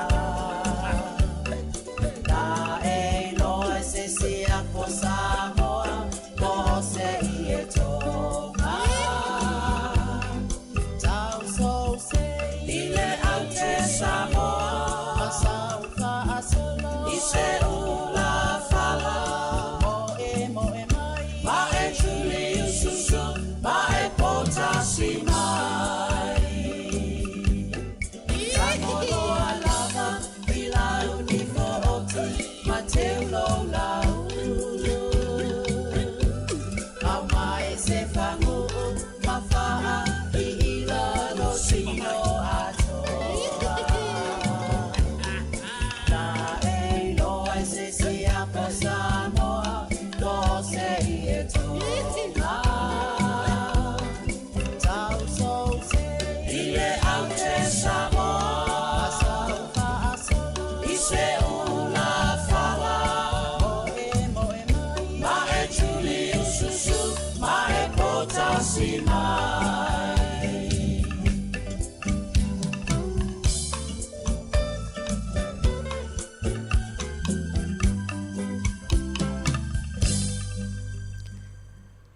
Whawhiwhianga mai le teine o le vine ula ma le pese tango I lau nifo oti.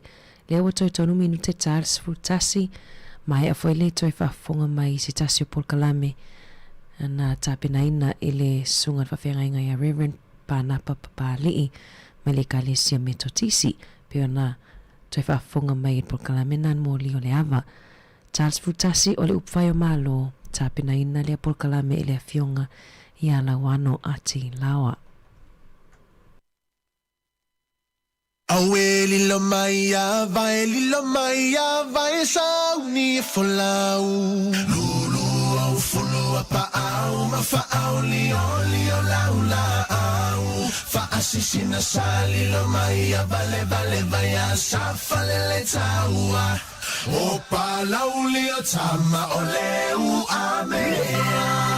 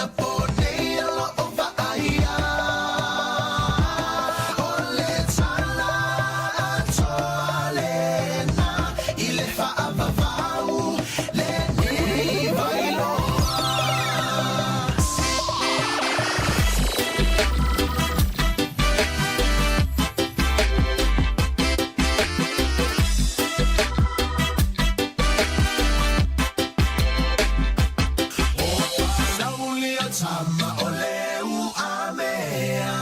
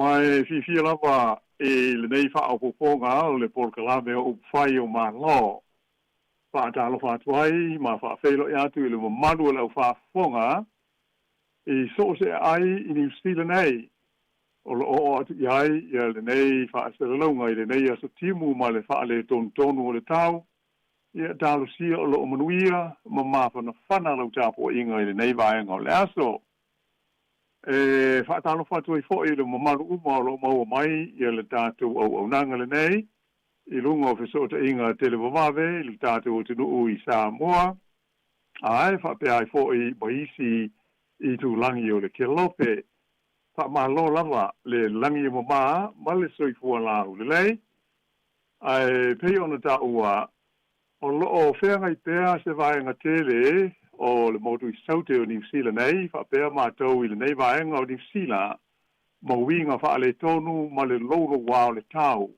o ti munga mamafa, ma lolo voi ai, ia nuu, ma lau whanua, ma wha atoanga, ia a moise, o sa vili ma losi, a toa ai foi, ma le kiona, o fa pea na afi ai nisi vaenga o New Zealand i le nei taimi, al nafi ma na po lea na o mai ai, ia tulanga fa ale tonu, i le tu malo Marlborough, ia ma la bea tu ai ba Wellington mai se le tu malo le Wairarapa, fa pele mana watu, pe ona mātou mai te watu i le nei tai ao, le fa alenga i nai o awala, te fia ai ho inisi o ala lau papa, ma ua lo fia ai ia fa atoanga, fa alenga ina le tele o fale o ainga, te fa fale, ia mai se o awala i ta whenga ma lolonga, ai whaftai le li o lea, ua wha ai lo mai e le ofiso le tau.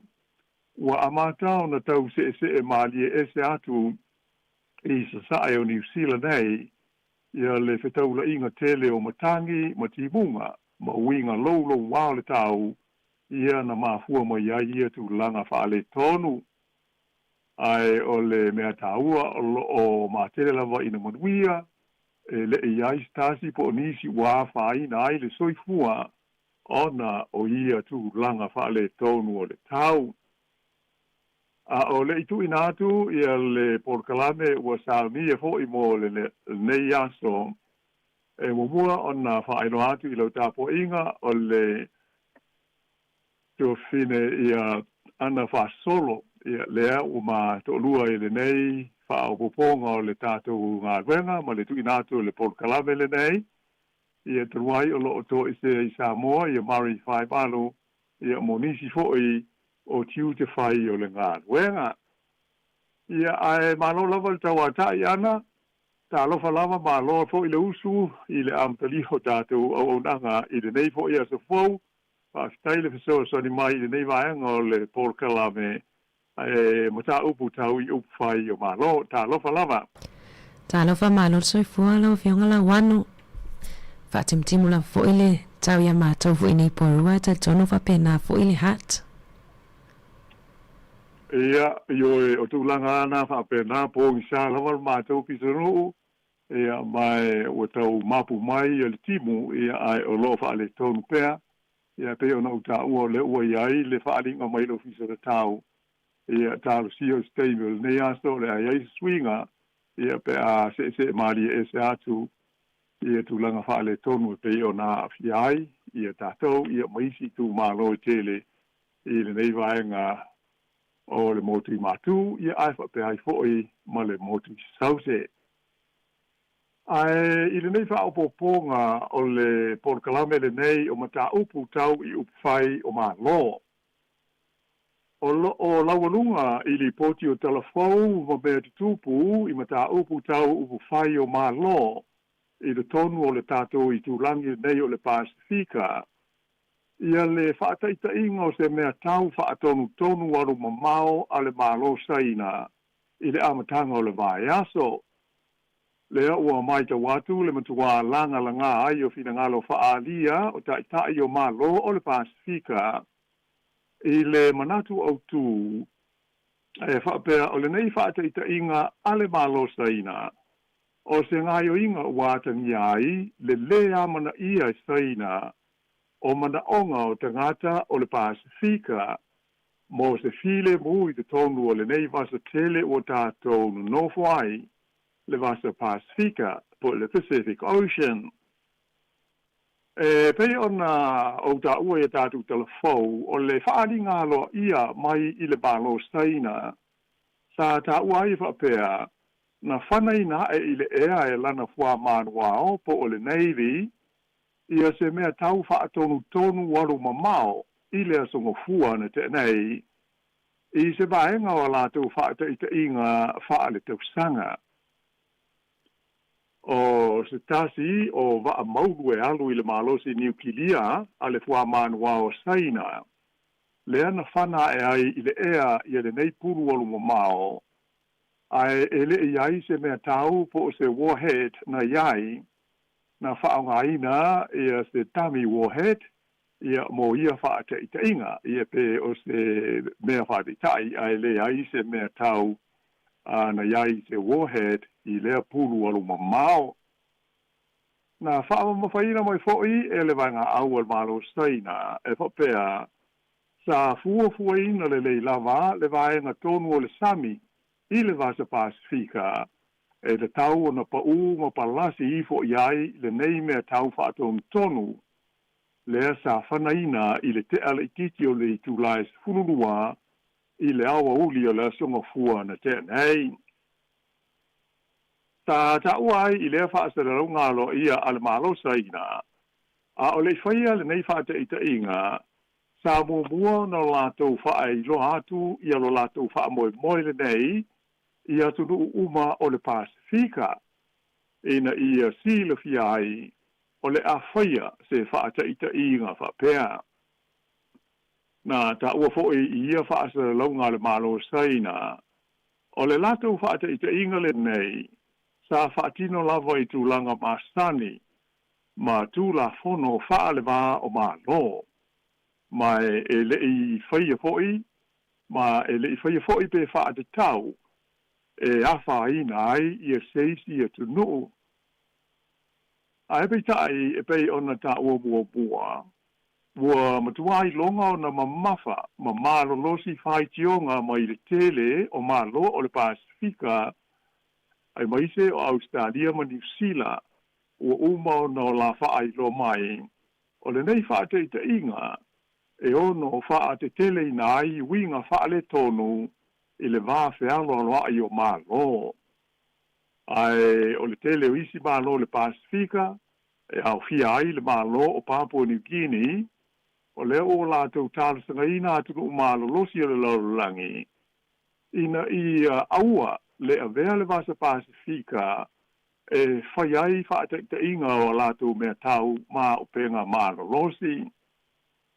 Whaai lo mai le malo Japani, ai whape le malo Amerika, whape sao la mata I tuwina le leilama, ia le whaatino ina o lea whaata ita inga ale Navy, ale malo o Saina. Le ngata I lea, ai ua whaalia mai hoi e le United States o Amerika, ta tau I le malo Saina, o na au ngofie whaai lo mai, whalau o tele, ia na fuafuanga ia awhiai, ia ni ngai o inga wha military, ma ia awa I hoi Saina I talanoanga wha le maho malo, mo le wha tonu ina o le umia o a upenga malo losi. Ua whaia lea wha te inga I le taimi ua malosi ai le tau wanga I le wā o malo losi o le laulangi I to tonu o le Pasifika. Mai ua whiaunga ma le sainia o se whenga inga o le puipuinga I le wā o le malo o Australia ma le malo o Fiji. O se finangalo whaalia o le Palemio New Zealand, ia tui sinave mauru mo tua Christopher Luxton, na ia tāwai, e matua le tāla whenga I lava, ia lea whaata ita inga ua whaia ale malo saina I le tonu o le Pasifika. O se mea tau e mawhai o na tau awe nai se a upenga ni ukilia. Mai ua uma o na whaao atu I le malo saina, ia langona le fia ma le te iai o le malo New Zealand. Ai whapea maisi malo o le nei I tūlangi. O se lipoti a le wales whaasa lau o New Zealand, Radio New Zealand, na tāwai whapea, o le pulu alo mamau le nei saina, sa lele mai lungo le ea, ma sopo ia ai, ia sone sa o loto tau le tamau ainga, o tunu o le Pasifika e au fiai, ia Micronesia, le Federated States of Micronesia, wapea ia le motu o Nauru, ai maise o le atu Kiribati, ma Tuvalu, mai na palasi ai I le Sami, I ngā tei whale o Tuvalu ma Kiribati. Tā uai la le Palemio New Zealand, o le I tu ainga o me tau le nei, e mawhai o na sopo I ai le vāo koniteneta de tele o le lorangi, mai o lona lua I leo I tu ainga o me tau whape nei, ua whata I tai ale malo saina I le tonu o le vasa Pasifika. Tā whaalia fo I le Palemio New Zealand, ua uma o na ia talano atu I le Palemio Australia, ia Anthony Albanese, ai whapea le Palemio Fiji o Siti Beni Rambuka, e tusai o le whengainga o le file mu, lea ua sei nia I le wā o iatunu o e lua, mai na tāuaia Luxon, o le a talanoina e rana kāpeneta, pe le te tau o na awhiai New Zealand I lea whengainga o le file mu. Ai, pei ona tā ua I telefou, sa ilonga o na le fia, ma mafa ia saunga le minstalo vai fafo New Zealand, wa wasa mana ia Winston Peters, e whaasanga I le malo saina ma lea whaata ita inga. Na wha mafaina e wa wasa mana ia. O le vasa Pasifika, o se vasa o le file mu. Mai o le whaia ai o le whaata ita inga o se mea tau malosi a le malo saina, e matua le tāla whengai ma le nofo le lei, ma le file mu I te tonu o le Pasifika I saute. Sa da ua fo e le minstal vai fafo New Zealand, o le Pasifika ua uma o na aloa ia, o se sone sa o loto mai mea tau ni ukilia. Ta ua le ngana Peritania o le South Pacific Nuclear Free Zone. Na whaavaina lea tu langa po le sone, I le whengainga lea e whaaingoina o le Treaty of Rarotonga. Ea mai o le whaiai o lea whaite I te inga ale malo saina, ua manino ai, lo lātou solia o aia inga o lea whengainga whaale wā o malo. E tele manatu malangona ua whaalia nisi o le au mai tau laului ma tā upu nei whaale wā o malo. E tusai o ia I tu a inga o whaata I te inga o me tau, ai maise la wā I te tonu o le vasa Pasifika. Mai o le atu malunga o le to tele, o nei whainga, ma ia ngā i o inga a mā lo si o le langi, ai mai se o le whai o ni whaataita inga o me tau, i le tonu o le West Pasifika. O le awawe ai o na o mai i lo tātou i tū langi, i a whainga mawinga e whaao ngai nai le mālosi wha military, lea e ta ua i le ngana Peretania o le militarization of the Pacific. E pei ona si le fia el mamado le whaafonga, e toi pau ale nei o le tūlangi o le kelope, o lo o saonga le mū mai i ni taua mani fe vai inga, po o ni vevesi wha military, wha le wā o mā lo, wana o tātou i le Vasa Pasifika. Mai o se mtaupu foi o lo atu ngaru i aile to tele o tai o mā lo, i lo tātou i tūlangi le nei, ai mai se ai ni usila ma Australia, au a whai e tupu mai ni pewhea, o le o mai o le mālosi wha military, o atu nuu mālosi o le larolangi, e pei o Saina, ma Amerika, ma Lucia. E lea ia nisi de tau ona tu ua ia, o New Zealand ma Australia, e le whaata male tu ai o ala Polokalame, e lango i nai ma lola iti o le Pasifika, lea o mafuai o na tele vave tele, le ofi mai i ai o Saina, e awala i ana Polokalame fe soani, e pei o na tātou maitawina, ua le ai ase atu motu le Pasifika e le i o i ai Saina, ma ana Polokalame o ai tā lafu po o whaaune ngā tupe, e mā pele ai fo'i i ani tului, e moni e whaingo fia o na maua i ai tu ainga o ai tā lafu, ai e moane le anta, ua sai se ti ai le tele o mā lo, ai mai se o tenu laiti i le tau toe tongi ina atu i a Saina, o le me mori lava ua tele atunu o le lalolangi ua tātou mori mawina ai ia lea i tu ainga o whaafi tauli ua o ina whaoa ai e le malo Saina ia nisi o atina e te tele ma ngā luenga sa fausi ai i ai tā lafu mai Saina e au fi ai ni wafu whaale vāo malo ato ai mani malae malele ia mai atonu o stasil nei o taupu, ia e te tau, ia o na whautangia e whainga malo uma i so o se malo le Pasifika i nei vai taimi. Ia mai se o le so o na whaio ai tā lafu nei, ia ai o le taimi e tongi ai ua le mo whai. Ia ai se i o vai foe i le nei vaenga o le tātu tala, ia o na toe wha wau toi le o le Polokalame.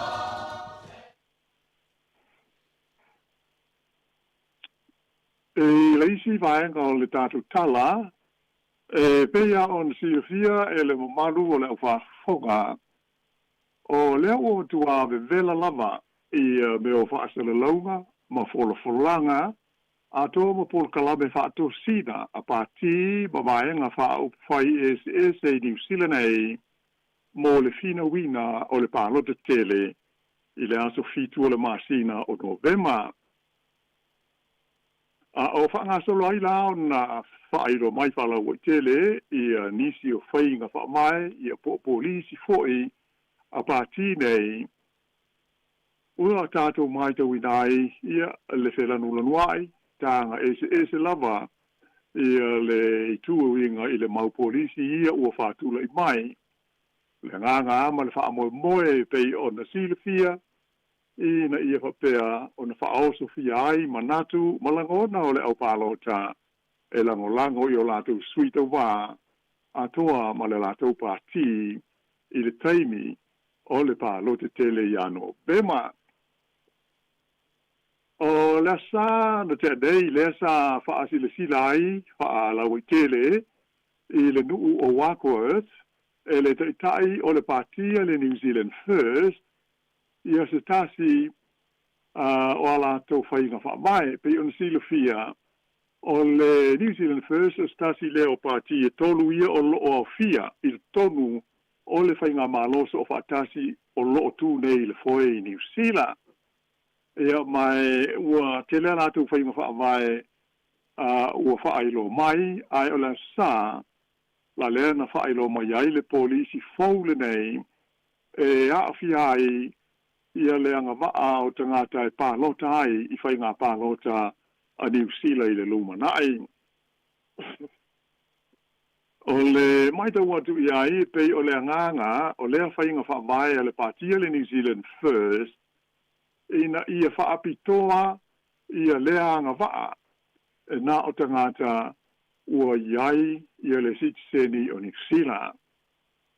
E pei o nā tā ua fo ia tātu talafou o le manao o wawasa mana ia Winston Peters ma le pātia le New Zealand First ia tau lava o tangata nuu ia po o lātou ia ua avea ma sitiseni o New Zealand e anga waa i le pālota e le ngata i whainga pālota wha i tū mālo, local elections, ia ai whapea fōi ma le whainga pālota au tū po o le pālota tele fili ai sui o le pāle. Mene, na whola e wa masa mana i e lana saunuanga whalawa i tele i le sa, a whai e toe tūla i mai o ia, ma le pātia le New Zealand First, i le tonu o seisi whainga mālo o le aso ai New Zealand, e a uma i le pālota i ano bema, o le ao lātou tau ma whailoa e whaatino i le wholofolanga le nei po o le lātou polisi e pei ona whaai loa mai.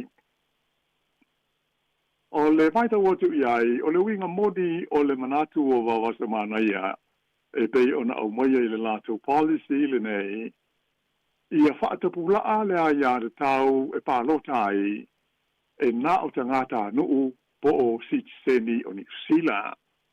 Ia po o lona winga, e le toe mawhai o na pālotas tangata e le o se sitiseni o New Zealand i lumanai. Pe a whai, o le a pāsia ia teu o le tulafono e mawhai ai o na whaatino ia lea whainga whaamai e pei o na whaatu lai mai nei e wawasa mana ia male New Zealand First. Ia mana tua foi o le whaasisilanga nei ua nā o se polisi po o se fuafuanga ale pāti. Ina ia sila fia ai e lau pālota o se tasi leo ma tā opu e lātou te whaatino ina pe a whai e au fia i le pūlenga o leisi whainga mā loe se so ai.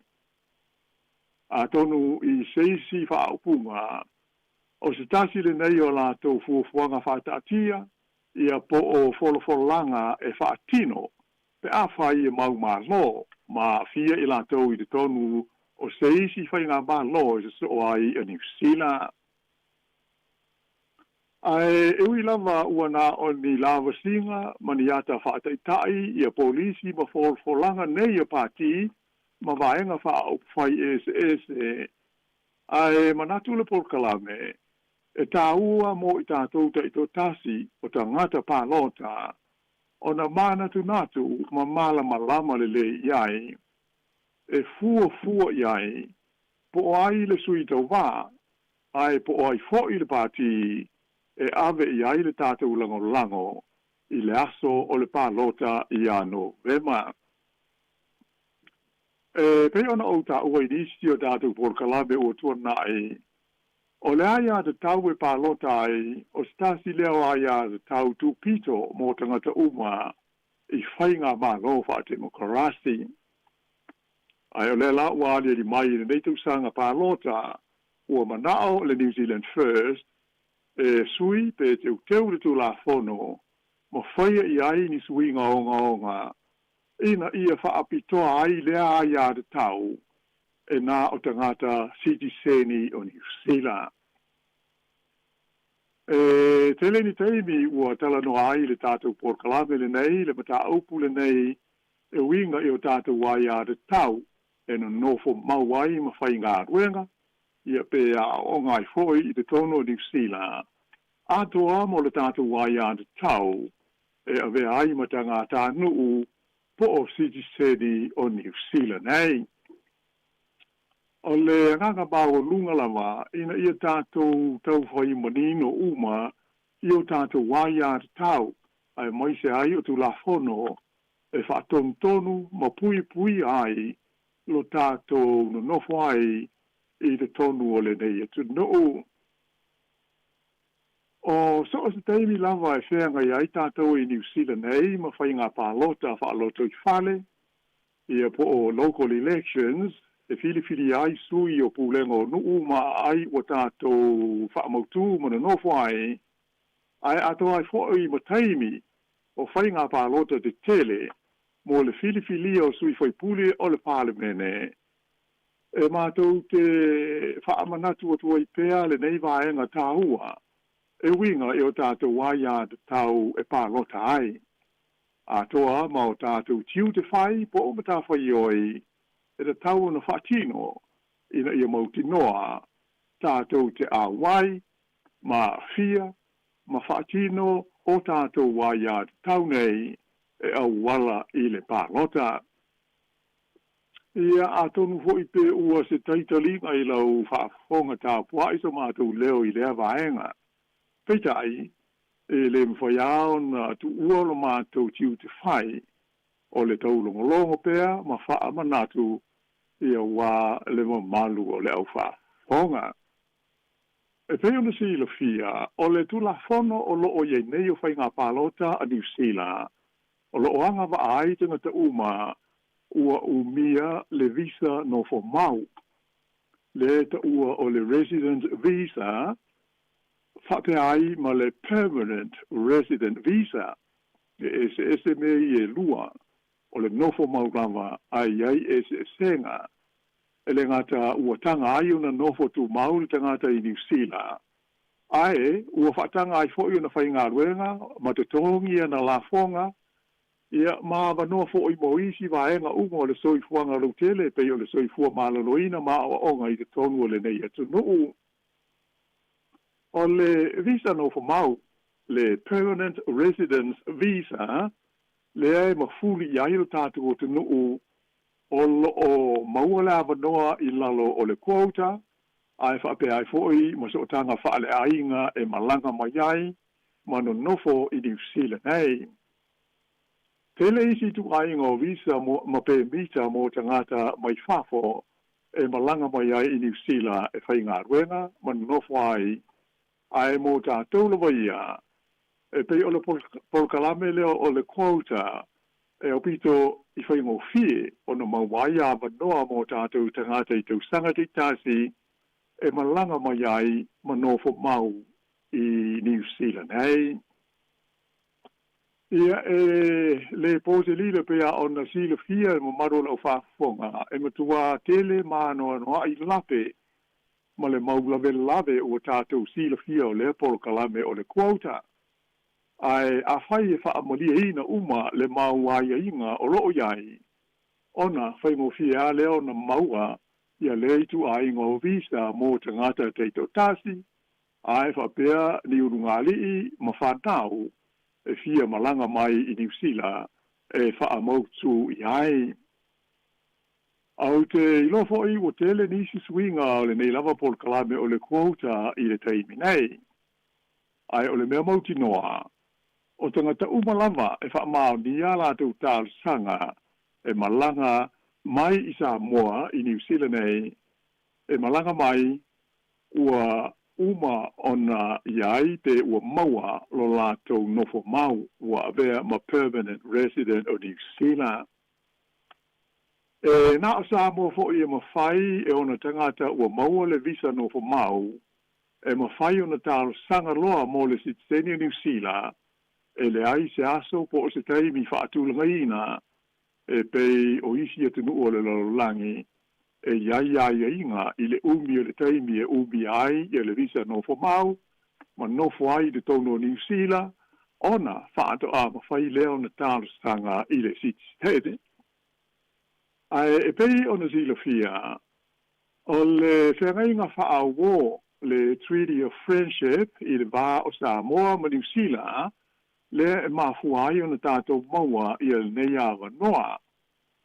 Ia mai o loo whaafonga mai le te leo la o le tātou o tinuu whai ngā luenga le lei ma mautulanga le lei i Sāmoa. Ai na maua o lātou visa no fo mau i lalo o le quota. O le teimi ai mauai o visa o i lātou nei o na malanga mai loa lea ina i maua i wha mau maunga. O lea ua o mai ma tau nuu i te tonu o New Zealand. A uma, ia ona toe fo i lea i le mawai ai o se aso, po o ni nai aso, po o se vai aso, ia po o le fia lava le umi. Ai ua toe fo i lātou ngā ruenga le lei i Sāmoa.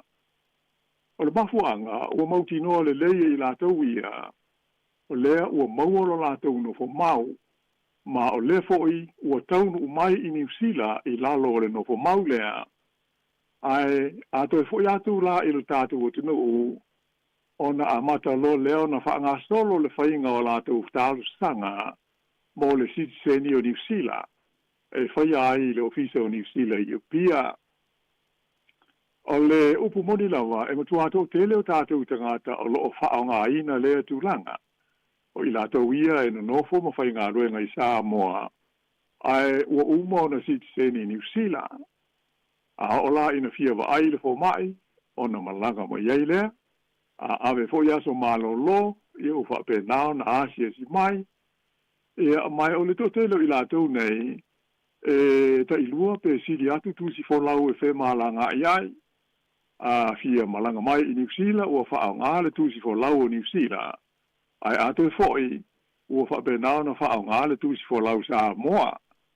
A ua pe ia o na sila fia, e le sa le tūlanga. O tātou Sāmoa, e tanga o na lua ia tangata nuu, le e ta ua o le dual citizenship, e le whaasaina e te tala po o loo whaatanga i le tūla whono. Te le fo i lao ngā o le whainga i le taunga tāo pāse se le nei vai taimi o wai ma whai o na su e pāse se pa u, mo te tongi ai le one way pe ana o le alu. A o fo la in toi sau, ia o na maa ai fo la leo se si pāse se tau whelolo, e wha pe nao na toi ta liu mo iai. Ia pe ua uta ua ia vaenga i le nei wha ua ponga le porkalame ana, ia o na o tūlanga ia pe o na tātou mai tau watu iai, e o in whainga tā, o na maua le awanoa e pālota ai, pei o le mātou tala noa so atu i le neipolo kalame, a vai se pe a o i taimi o whainga pālota, ta una tātou whātāua, ia le awanoa e maua e pālota ai, e a mai se, o le to te lea o tātou e whape nā winga o lo o iai, le mai tau iai, e to tele e le mana o e whai le kus whalau New Zealand, pe le mana o e sitiseni, e a le la pe o na whaafonga mai. E le whape o se mea ua pāsi pe o le a vea matu la whono. Ai e ono o iai pe a whai e toi sao whanga awa o wasa mānaia, male New Zealand first, i le tonu o seisi whai ngā mālo e so hai pe a umare pālota i ano. Vema, e o nuinga la, i nei taimi a o le tupu se mea, i mātou whautuanga o nsa i whai el tātou pālota, e whaonga ai o tātou waia te tau, ia pei o nā ia ma tātou maua i lalo o whaatangana SS e pei o nā tātou nofo mauai i te tonu o New Zealand nei. Ia ai usi mai pēle whaafonga se i vai hoi foe, ia o nā toi whaau wawa toi leo tātou tala.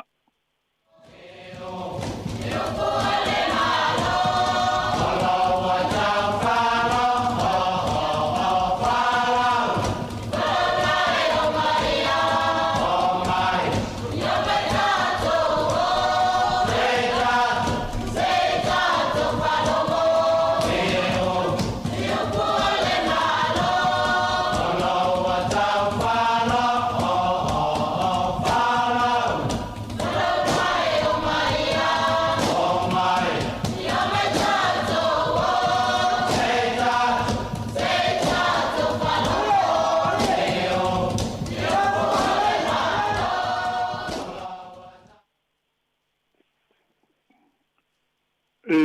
toi so i tātou la o le tātou tala, o whenga iai ia matapendanga o le whainga palota, e pe ona o ta ua mumua ia le tulanga o meo polisi, ia o whainga whaatosina a lea pāti, ma lea pāti. Ai, ua maita wina le nei vai aso, pe foi ona ta ua i le porkalame ua ma vai, i le vai aso telu wai.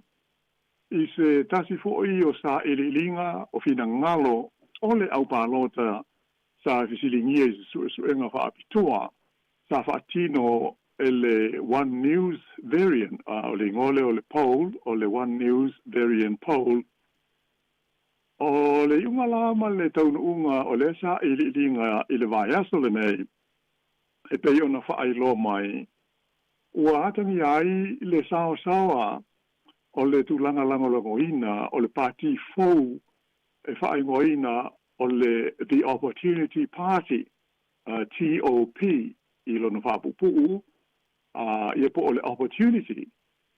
O le pesa uta ua le vasa taluai, sa tula mai i le pol na iai le navai aso ua mawai, i le wha tesi ono pasene, ia le tūlanga langolangoina o le pāti fou le nei, e le mamadu o le au pānota.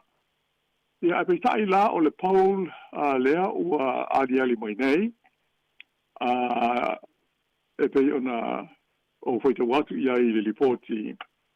O lea ua o ia le fua o le langolango po le maualunga o le langolangoina o le Opportunity Party i le ono tesi ma le 5%, ono ma le 0.5%.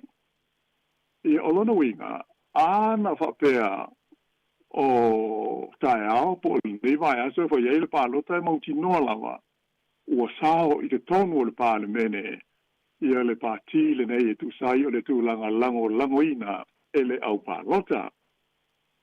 Ia e pei ua ta ua whaapitoa le vaenga ona o le tāua o se pāti fou ia ai whapefoi o na tāua le maitauina o le tele vave na ua o le langolangoina e le au pālota ia pe afua i pāti te tele ia ua lewa foi talu ona iai ia le ua o i le ono ma le 0.5% ia le tūlanga o le langolangoina o le pāti le nei o le Opportunity Party.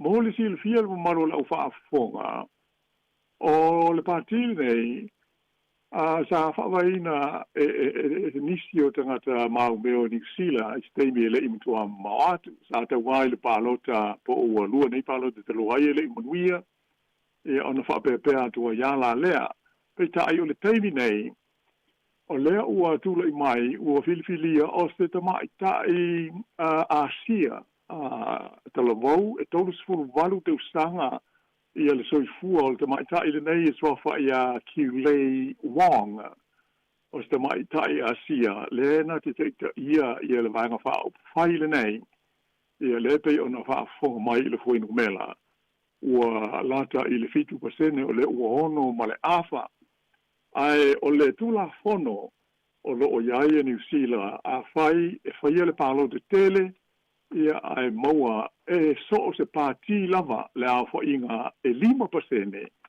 o le au whai ato o pālo te whaia ia ona whapena leo na sao fia pe sao le nā pāti i le tonu o le maota e maua o la tau na fuha i le pāle mene.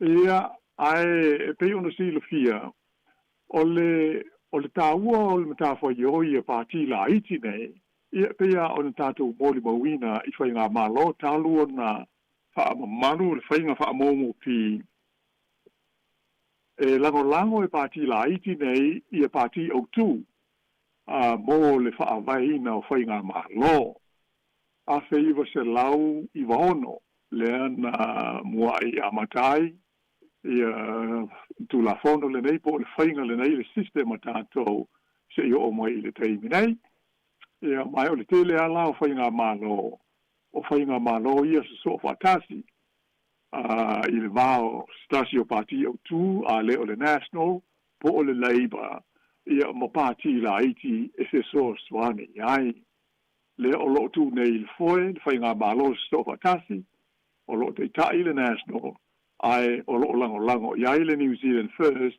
ia fa pe ai male act ia mai o la o mai te watu ile tu langa le o ye nei e ono ia se swinga io o meo o parti fo ile nei tu le mai e avea ma kingmaker ia po o le parti o tu ia ile filifilia o se fainga malo fo e pe ono silo fia e pe o le mata fo yoil na o leva o na fe ngai ma wa sa mana ia ma le New Zealand first e pe fa lango ia la to le tu mai ile taita ingo se malo a talu nei o na mo pi system ma New Zealand ia le la pe o na ali mai ia mai to watu ia ele mai loa e tātou pe saol pati fōle nei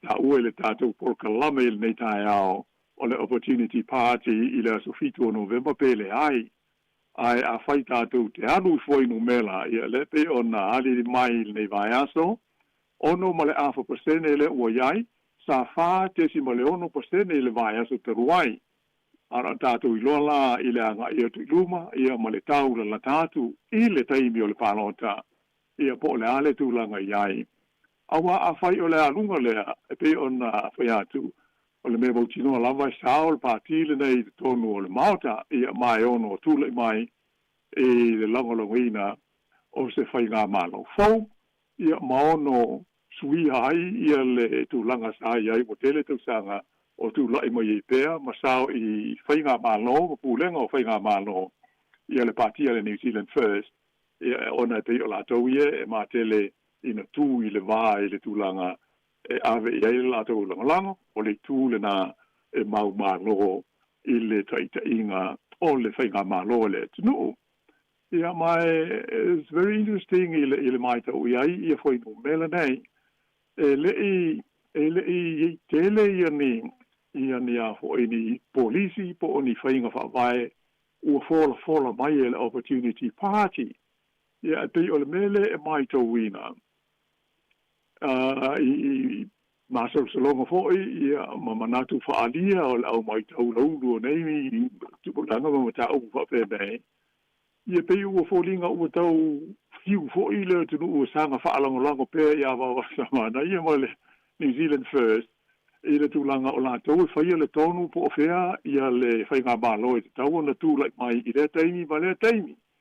Ia le o mai tawina la, i le tūlai mai o le pātile nei, e wholinga mamafa i le tūpulanga talavou, po o le youth, e a ngai iai, ia le lātou tūlanga lango, o umana whaai loa le tai, ia kilei wang, e le ai se pāti au tū e ave i aile lātou langolango, e fia lātou po ai ale, le a fo i le pāti e ave i aile lātou langolango, o luinga e le omanino, pe tū i le National, pe tū i le Labour, wa e pe o tātou vaenga whai au tū i e lua o lo o iai, le la e le i au lo o whaare tonu e le i whaai loa, e le tai o le opportunity i a po ai o seisi le National, ma le Labour e lātou te langolango ina, ai o le whaapunga lea ua umona au mai fia la tau e lango so se pati i tūlai mai i le whaawai ina o se whainga mālo i le rumanai. Ia, e le mai loe pe ona au taua o tūlanga nā ia nā au whainu mela ia tātou te tala noa iai ia ma whaali māhu whaunga iai. Ia ai o le ai lo lava e pe ona whai mai nisi fo i o le au mātua ia e whaato ai lo lava i le le aso le pālota le tō msao. Ia ai pangalea e pei o New Zealand nei e tele lava ina sao le lei ia māloanga ia po o māsalo salonga ia po o la lava ia manatu whaalia o polls nei e pei fua iai ia langona ia male manatu o le mamano le au pālota visiting ia ma i le taimi ia a o sao niuni mata pena ai le tātou tunu i le aso o le pānota. E atonu mo le tau whaaiunga o le polkalame le nei vai aso ana o te ia na ona mātou to e wha manatuatu o le lama ale teimi. Tātou tāwha ioi masani o tangata pālota ia o le siaki le lei ia po o le stala lo swafa a fai ua sifi pe o se ese mai le fale sa ia i le palota ua uma e mo tino ai mo bio na to le stala o e le tu malo mo le nu ma le ai le na ua e ala ai ina ia e anga va e te palota au ai le sia nga pe o le va na uma no le stala ia sa ia e fu pe a fe su ai io tato no fanga e fa pe na no mo bio de tau ona fa fol tato le stala i le tu malo palota ua tato no nofo ai ia au isi tūlanga ia foi fa amanatu o le komisi po o le vaenga o palota ia e meli e tūlava ia ona silsila le ia o lea o lo o lamba le teimi ia pe a fai mo mia lea vaenga mo tātou ele i lewa ona taungu mai ia pe ona mātou talano atu o tātou ia mai Sāmoa a malanga mai ua maua le nofo mau ia o lana winga ua maua po o tātou wanga maa e palota pau wale me taun fai o le stala o lo swafa e le ofisa ia po le komisio palota e le ngata ina vanoa a ilungo le online ia le ngaloenga ai e meli atua i le meli ia wha amanatu ia po le fesili fo iso o se whaletusi ia pe wha awhena e le stala ia lo swafa pe a whai le lewa na taunu mai ia pe e te le i le stala lava tanua na o mai manofo mau ai i New Zealand hei e a tonu o le tātou po le kalame na o whai o na tu whaatisi fōi ma wha maa pōpō ia wale nei wha apōpōnga o le upwhai o maa loi le nei aso ai whaatei ana le so mai ia whaatei fōi le manu le tātou tunu ia se i to e wheilo i fōi le nawai aso o mua ai mo le teimi nei ia se i bang nai i se meo e fia sauno mai ei ana Le whaftai lava lau fionga la wana mo le tātou por kalame o le te saunoa lava i le suinga fo ilea pe a whapele i ristala pe sui fo i wha maunga a le wau leo te tango atu le i se fo le address le i ristala ia ulpa lota ai whaftai mo whamanatu leo le a tamwhai e sui o se whamanatu tā ua tele whaftai lava mo le tapinanga o tātou por kalame la wano atono vea sa foto e se e mai fo e lau ia mari e so lua por kalame malo le fa tai e pe o le nganga na o le ho ina tau lo fo i fa mana tuatu ai se manu o le ia i tatu taimi ia ele o la sofitu ia le aso o le palonta ai le ia le mau i be le i le sia pea ai o manatu ia o le a fa pa mo i nei fa o ponga o fai o malo i le aso se ia le fo i taimi la nei le vai aso o mua ia ai mātou whatofa so i fuatu i lo maru o le tātou tino o male au whafonga. Wow.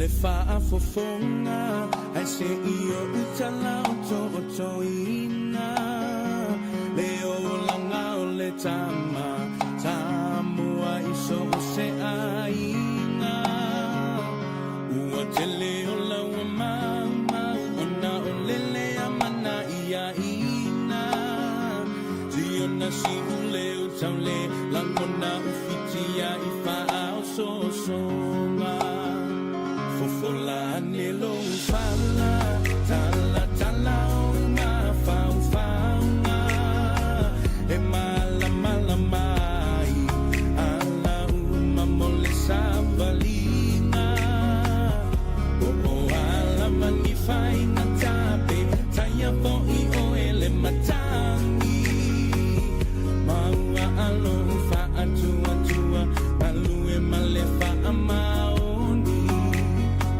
Tama Sāmoa mai o tātou o whaatasi lo tā pau pau o le wholo mai le whai ato atasi awa o le atua lava le tau tai alo la ia i o whai watu whili ma le tau tuaina o ainga mai ka le si aua ne i whaangaloina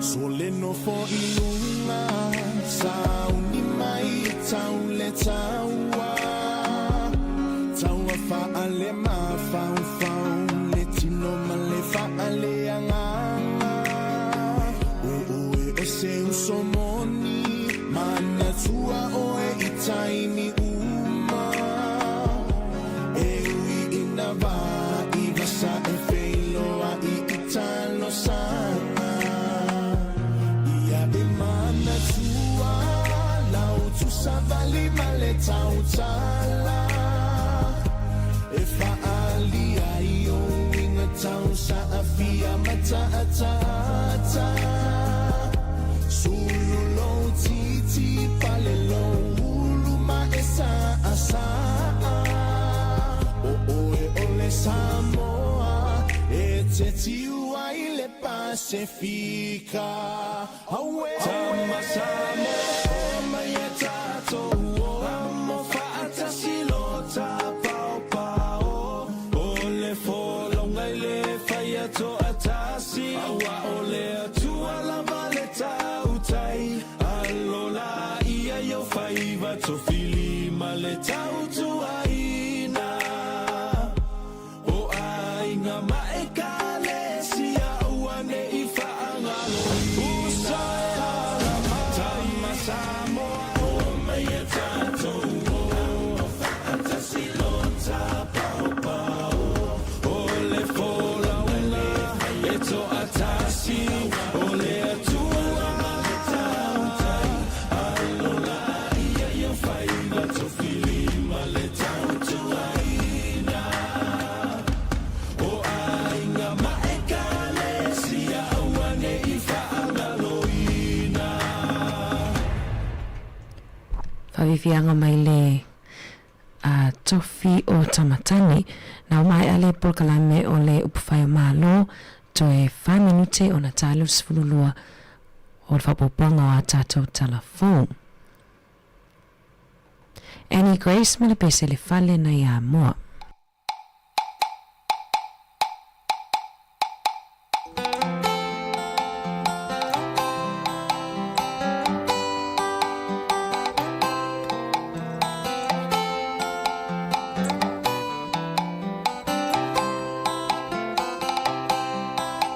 Le vale la ia moa lau i ula e po i toa fale o le atua Pong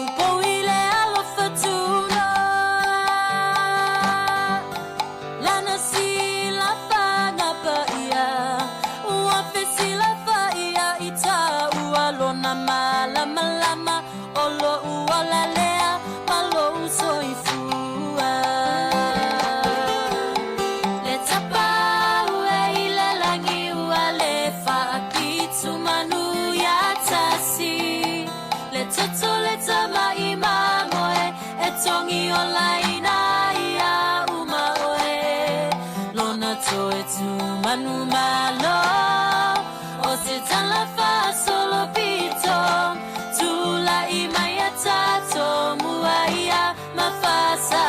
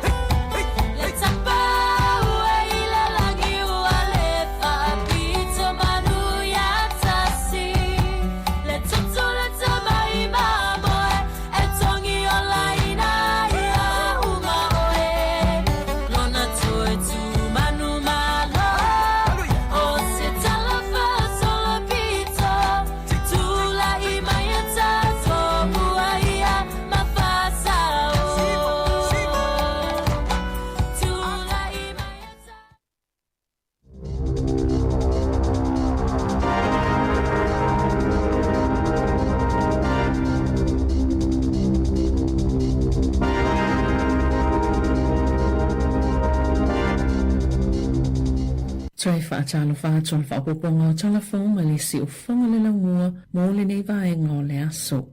O lo whaawa beona i le polo inga mo whaalawlawe whaafo se i kai kora ma Waitaki. Ma ua tāpunia umala lau papa i le anga i atu i Martin Barrow ona o le si isi o le mawalunga o le suawai i Waitafe. O suia fo i lapata inga le ofisa wa ai tau mo wairo rapa. E au fiele Tararoa Range ma le itu maunga i sa sa e Wellingtone. O lo mata i tu bea savili malolosi mo Wellingtone, Kapiti Coast ma Taranaki. O tāpunia fo inisio a walapo State Highways i le o ngā tatonu ma le vaenga pito i lalo o le moto i sauti wa whaasila sila ina fo i se whaalinga ina ia whaapuna le suawai mo le itu malo o Kaikoura o na lutu langa lolo wa o le tau o lo oa awhiaia vaenga o le moto i sauti.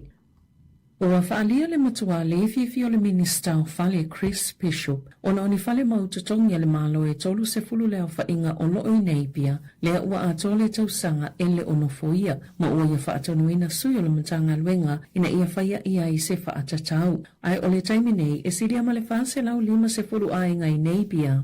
O lo i le lisi whaatalitali moni whale ngā whatia o na tutongi, ai ua whaalia fo ia whaala putuputonga, o lo whaatino ina le ngā luenga whisanga i matangata, ua whaopopo ina lava leo whaingo tangata ili ini whale mo moe ai, ma ua ave iai le maloni tupe whaopopo i au nanga whisosani, ina ia mawhai o na lango ai ia tangata, e pe o na ta ua ele Radio New Zealand, o le whale faulea e Wellesley Road, na whaatau mai se tangata i inivesi i whale, i lalo le whainga malo talo ai le Labour, sa tau mawhai le M-Cert, polo matanga luenga mo ai, se o se o manga i tō malo mawhala ua inga, i whaatau ina atu i se whaala potopotonga, e wa aia whale mo tangata 5 vai, peitai, i o mai le taiminei, ele i tau lia, na Sauno Bishop i lona le fifia tele, ona o le ufai tau maasina, e le i lava nisi ono no fuai, ai o le tele tangata le ini whale, i lea vaenga o le atu nuu. Na whaalia le M-Search sa whaia whiutanga inga manisi o whaala potopotonga e whaatatau le whaataunga le whale mai le o mawhaio na whaailoa au ili ilinga se ia mai ale leo na whaatulanga ni malili e ngaulo o whaia.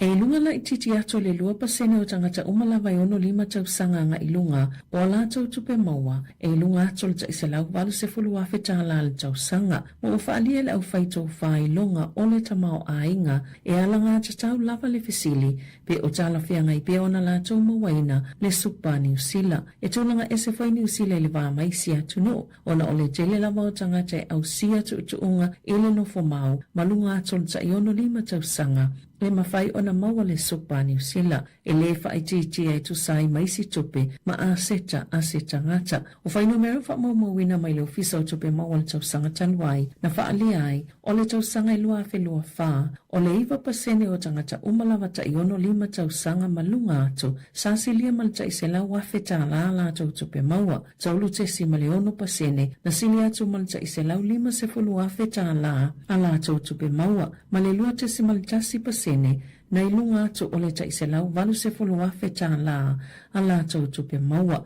e mawhai o na la tau anga waa umalawa e le tupe atu ai anga waa iai i le New Zealand Super ai mo tangata o lo mo le benefiti su e ngā alwenga mo le whaata ita inga e o atu i le se lau mono se fulu tala i le vaiaso le tupe e maua le a inga a o le i amata o na toi whaai tihitia. Na sauno le whaululunga lau whaito whaal tamau ainga le whaitupe le Westpac o kia le Egghold o le suenga ma le iluilonga le tūlanga o tupe maua le tangata o le means testing o se tasi leo whaingai whaasau ina i tupe mai mawhai o na whaonga i le supa a New Zealand. Sala ngai le mtanga luenga o tupe ni atunga lunga e whaatatau i le mawhai o na whaawau tūmau pia o le polkalame o lo whaanga solo ai le tuwhatufanga o le supa tangata mātutua taluai o na o le apa uma wa lalo i le tele o tausanga o lumanai le numero tangata whainga aluenga fua ngai i leo whainga o tangata New Zealand e maua le supa. O le supa ani weta New Zealand o lo whaatupe ina mai tupe maua i la fonga i tutongi tangata whainga aluenga i le taimine. Na whaasalaina le whaamasinonga i le asongafua le whaatonu sili o le company Palmerston North o le Computer Express 24 Care Limited. Ina o whaamaoni alo na whaatonu ina o tangata whainga aluenga mai fafo e tu uatu le whaita wafi o ni tupe a o whainga aluenga ai. O se suenga lo fisa o whemalanga i ngā New Zealand lea sa mawhaiona maua lea whainga whaasolto la fono wa whaasalaina Dodam Wallach, Kalani Heli Kumari, Cheya Wat Hana i tau sanga e lua i le whalipuipui beitai o le atuli lo na ainga lo na whaasalanga e whaanofo wa ai mo maasina i se fulu malelua. Na whaatonu ina fo il whaamasinonga ina ia tutongi le 5 i wafe ono se lau 5 fitu tā la ono walusene o se ai tā la fu e ala ili tutongi o lea tangata whainga luenga whaapea sao whanga ile ofisa o la fonga whaatase ma le 15 afe tā la o se tupe na whaatonu ina whaamalosi e Kalani lea tangata nu Sri Lanka ina ia tutongi na atu ia te ia. Na whaalia Jason Perry o le pule mo suenga le ofisa whemalanga inga lea tunu o le mata upule nei o se whaata ita inga o ngaonga o le whaia se pule o se tūlanga le tāla whea ngai i se tangata whainga luenga mai fafo ina ia mawai ni ana tupe. E nā o le ono se 10% o ainga ia na whaapea e anga wa ele whaamanianga mō tupe o le penisini i le vaiaso e whaapea na mawhaio na tauli maina lea whaamama avenga e o mai i le taiminei. Taluai ono le siitia o le tau o le penisini i le taimi o le tau e sa sae tutonu na whaasilisina i le malo e le masina o mati e se lau 5 se fitu afe lea whainga o ainga o le amawaina le fisosani vaiaso taitasi i se umi e o atu i le tau sanga a toa a le o le nā se ipa ule tau o le penisini iwa tasi lalo i fo le tolu tā la i le lita mo vaiaso soso o e wha. Mai leo whainga se lau 5 fitu afe lena fola e to samana se lau wha se tolu afe a inga e mawale ta i 5 se tā la i le vaiaso ai se wha afe a inga e la i titi fo se whainga tupe e maua ai wha awala atu i tupe mo a inga i ta mai te mawala lalo tupe maua. Peita ai na whaalia i wha maumau alo ofisa o tupe maua. Peto samale iwa se 5 fe a inga na mawale whaamanianga iwa yaso taitasi a mata mai lea somo mua a perila ai se lau maleono afe se lau 2 a inga na ole whaatasi o na maua lea whaamama a venga o nisi o a inga na Yesu inga lea na le mawhai o na anga waa isi wa yaso mulimuliane. Peita ai O le taimina whaasila-sila ai le Minista o tupe Nicola Willis lea whaamama awenga na ia saunoai e whaamania ina ai ngai vai aso taitasi pe ona whaalia i lipoti ale Radio New Zealand. Pe ita ina sauno si so upo le Minista o le tele o ainga e manuia le tausanga atoa e nisi ainga e pupu upili o tae mawaile tupe pe awhai e yei suinga yo lato ainga ma lato si o manga. E se lea malelima se fuluni mata upo i whaatatawi ni whaasea moli puipuinga o ni whana witi whaapema ni mata upo i sawanga matanga o toe tatala ina nei suenga a o whaaleo ini atunga lunga i whaatatau ile awala na pūlea mawa ai e se leo sinia suenga o ia mata upo. Na whaia se ilo ilonga whaanati ni whaila se afe e whaapena i lalo ba inga leo sinia a o ngalue ni no whanga ese i totono se pili o tai tolu tausanga a mata maile masina o me lua whelua tolu na mawhona alia ia mata upo ina oto ilo i leo se mata upo ua leva ila masina o me li tausanga nei o filfilia leo ni au su e whaapitoa le puipuinga o whana witi masawanga matanga e toe ilo ina ia mata upo e siria malelima se fulu ma ua whaafso ta i fo i tangata o lo oa a fiai. Wa whaanga solo nei fo i tau walumanga tau ngā luenga i whaatatau i leo sinia ma tu ina tu fo i leo le mata upo i le Independence Police Conduct Authority. Po o le whaala potopotonga tuto tasi wa aia mionga ma whainga leo mo se su enga peo na ta uai e le Radio New Zealand. Wa whaalia le malo o Saina, o le whaata ita inga wana mea tau whana mamao i totono le Vasa Pasifika i saute, o se whaatulanganga maa sani, Maulo o tau sisia lava tu la fono whaavao malo. Na sauno le so upo le vai whafo Saina, e elo lancho whaamoemoenga, o le ale so ona whaawinga ina pe whaate le fo ia tunuu, o lo o yailo lancho so tanga, le winga o le nei mata upo. Ai na sauno wawa samana ia Winston Peters, le Minister o le vai whafo New Zealand, o se ngai o ingai fete inai, ma le anganga ma le whaamoemoe autu o le Pasifika, na whaalia mao ning le so upo le vai whafo Saina. I se tala noanga matus tala i Beijing, o le whaata ita inga lea na whaia, o se whainga po o se whaatulanga nga masani, i le polkalame o onga le militeli i le tausanga, ma ele o whaatu tonu pe whaapito mo se atunu, ai o lo o ngatasi lava matu maanga o le tula fono whaavao malo, ele i lewa o na mai asaini le malilinga fomo le puipuinga, ele wao Australia mawhiti, ai whana loa le mea tau whaatontonu mamao Saina, ile Vasa Pasifika, mai se tasi o ana waa maulu. Na whaiti o ine whenga malo o New Zealand whaapea ma Australia, le whananga o mea tau whaatontonu mamao Saina, na tele lava ina ngungu whenga malo le Pasifika. Pei o na lipotia le Radio New Zealand, e o ina sauno le pale mi o Papua New Guinea James Marape, e ao ia tātou o Saina, o na avea lala tau whaataita inga lea na whaia, o se taimi mulimuli e whaatino ai i totono o ngā Samuel Pasifika, pei tae elena o Saina, ai whaapea fo i le United States, Falani, Japani, Britania tele, mātunu uma e ia lato militeli, na sauno Marape ia tunu a whai lato te whaalolongia ina le Pasifika ma ona tangata, whaamulimole i a whaapea foi o na whaia i ona o ngā Sami. Ita alonga, na whaatanga ona ta alo se tama onga o kilani le aula kapia se tasi a onga ina ua le whaatasi pe whaalua foi o na le whaata alo ina e whaia onga o le au alana onga wali ipotia le Radio New Zealand e to anga le tama onga i to le ninga le aula kapia lana onga to e mamao malae momoli ia i ona mātua moana ta alonga pe tai e na o le lua se fulu minute le au whainga ato le teimina ta alo ai i ta alonga o whaia se fulu maletasi o le polise le uni la kapia New Zealand e te taona afa le ta alonga tamaiti la kapi uma e le o ta alo i le first 15 na iu ina avele a tamas fulfata o sanga le matua ma wha ta alo i se tasi a onga e le tauwanga po le ta amiru sanga lava e tasi. Na whaalielo na tamailunga le Morning Report e te le tau mawhainga sa whai ina ia mauti noa e a wailo na tali i tole ninga i aso i whao le vai aso ai alu atu lava tu i tu alu malai ai talo na ta alu i le awa se tasi a onga wa lua na ta alonga ato atoa o la na ta alonga lona lua foi na vei matamata alo le ta alonga na whaaliele Radio New Zealand. Na tamo whai atu mo se whaatala noanga ma le pule a onga o le a onga lea e ele tamaititi pe tai ele o tali atu i emaili o le text ma le telefoni pe a wala a watu i ai. Tala whawia marisi ufonga le lau mua mo le nei vaenga o le a wauli.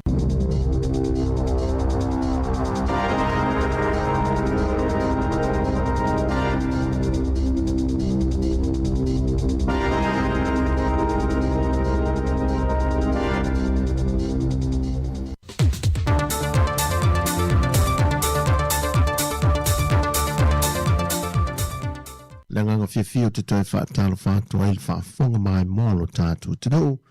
I risa fwoi whaopopongo tala fau mai Sāmoa o se mai ero whaafonga. Ua whaeloa le sui o le mtanga renga o leo leo.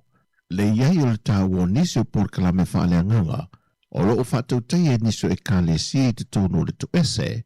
Ma ua whaamawina fo inisi ua tu ua lea no whanga. Ai ua whaawau lava o na nga inisi o onga whaatu sipa ia. Ma ua avele o se ai o porkalame o lo whaatino te tono le tu ese. A tu ai malea awa o ino nisi o matata ese. E sa idi ai se lumana i mo ilantou. Pe a whai ete fo ia tu ia inga. Pādi e le sui o mtanga renga le porkalame ma le TV tasi. O le lalo tatou au nanga whawhalpui ia olo iei po kalame ia whaatuspa ia o le manu lau tio nei po kalame ia au wae mātou te ilua e iei nisi o tu ina atu to ese ona o whala au whasaina ia po nisi fo imoliang ia ua tau le maua ia le taimeanga ia whalisa ia ai ua tele taimea alu e whaatino mea ne ia ai pe ua tau le maua taimeanga ia e whaalongolongo le upu mai lea li ia o le alana ia le ona mato whaatino ina ia tato po kalame ia whaatuspa ia tele ia po kalame wanga iatu ia ua mato wa ia fo ia fia ia tangata e anga ia fo i nei po kalame ma ua ia fo ia suinga ia ua ia fo inisi wa lato fo i mai tua marto esi ia ua anga i lato i Bible studies ia pe o le rima ia awa o le rima o lo whaatino lato Bible study a mato ia o lo ia fo i male au nanga le whakasa ia e whapea fo i le sunga ia Clara se tasi leo por kalame o tele lo lato sao ia ele whaatino ino o lato por kalame whaatuspa ia mo tato atunu ufo i o lo anga ia tu ile to ese o le whaalau wilo whaawawam tanga rengo leo le te atu le whala au whaasaina e te penai au tua masina te itasi e lima te ita inai ia fuafonga mga aruenga whaatino ina ia au sia lava le manu lau tio lo tuli o le porkalame. Ma ua whaingo inai le masina na nei o iulai o le te ita ina le anganga e pia matu e le whaamoe moe o le usunga fono le ka le sia metutisi o lo usuia ile nei masina. O le so le palota mua mo le palota le tite le tu malo sa fata numere lua ai ole asa wharele e whātaunu inai le palota au tū. E tō valu se whamaleono na whamawena na restala e whātino na nātou palota mua le so. Ma o le atatala whare palota le tula iwa le tai au ai te puni i le whae le a fiafi. Ai ole asa wharele o le atalai whai te tō o mai le tula e valu anga i le tula whae le a fiafi. E tō awhi iwa se lau lua se funu le au whae o i lanto ua mai o na restala e anga wa e palota mo sa fata lua e le whainga palota lai titile nei. Wa si el whala papitonga au ongoranga ngana Sāmoa i Aotearoa i ale Universitea o Sāmoa e le ngata i le wha malo si o le au onga o le ngana ai wa wha manatu i nei fo le atoanga o le tolu se fuma le whātau sanga i le sini au tū e a fua mai maunga te tele le manui o le nuo. O le fionga na sui pāre mia mo li pola ana rosa are mo li o. Na sau noanga au tue whai masui o le tātou o tino, e whaafeiloa i nai le au malanga, ma whaailoa i le tāua tele o le porkalame ua whaata oto. O le manu lau ti al whangasa, ia whawhai lele, matapue le ngangana Sāmoa, ia ola i Aotearoa.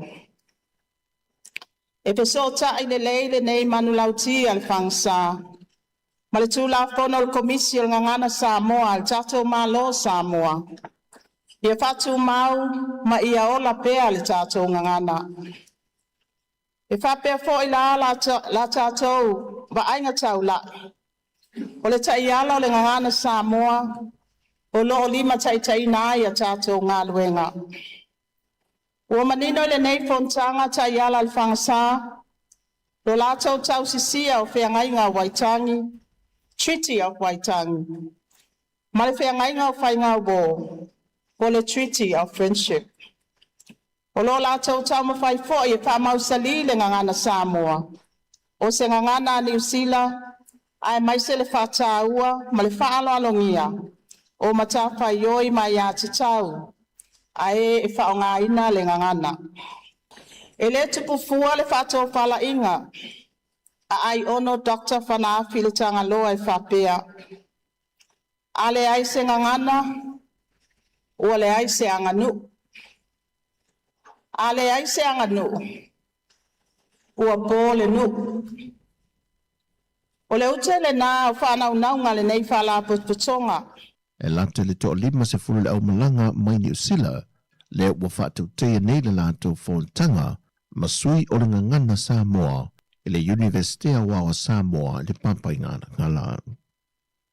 Au whāua waiso esu e ngantanga rengo le leo, i le maliwa i le tamā lima se fulu le tolto sanga na malanga mai a Amerika, ma au maulan ai ngai mua taa, e na umalonola i na ua o lima iei nisi mai i le pā ma le whale enga a le tau mea sina highway, ma o le ua wha maunia mai le mtanga rengo leo le tau fia i o nisi se to tolu, o loo tua ia na whaatino ina le sori ngātu la whono. Pei tai o le atuli lo pē au telefou le vai aso le nei, nisi o mōle mau po le ainga na wāla au mai au telefou, na iei ma le tamalea i le pō na tupuai le whaana vilave. Ma na whailoa mai e le tausonga o le ua maliu au telefou. E iei vaenga e le o sa o ei whaamtalanga o loo tu ina mai le mtanga rengo leo, mai o loo tau fia fo i ata no lātou po ino le whaana vilave na tupu, ina ia aua nei tu ina i lunga o pengta whae langi, pei ta i leo talia ina le ainga, i le mafua anga o loo whae lo mai i le to tele o tustala, na fuai o na tula i le whaana vilave. Pei ta i o le mata aupu le whaama sinonga o le avala awina le asoluse fulmaltasi o le maasina le nei, mo le teimi mo mua. O talafowia, anu e tele ni yasu si o tātou tano, fasoi foia.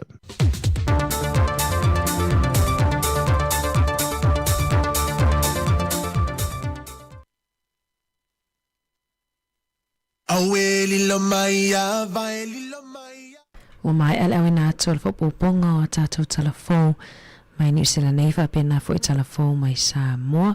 Ia toi whamalo atu tātou au whafonga masani, ia le nei aso, ua le wa matau na wai whaamanu malu mai, ia wa tea fo i le timu, ia ai le wa ai atu pe wata ata mai ia tamai ave lava la. Ia tātou nā pere saunga le munu wala la tele leo lo masi se. Au ina atu whawhiwhianga sui whiwhiloi, wale ni vaenga o le awa uli.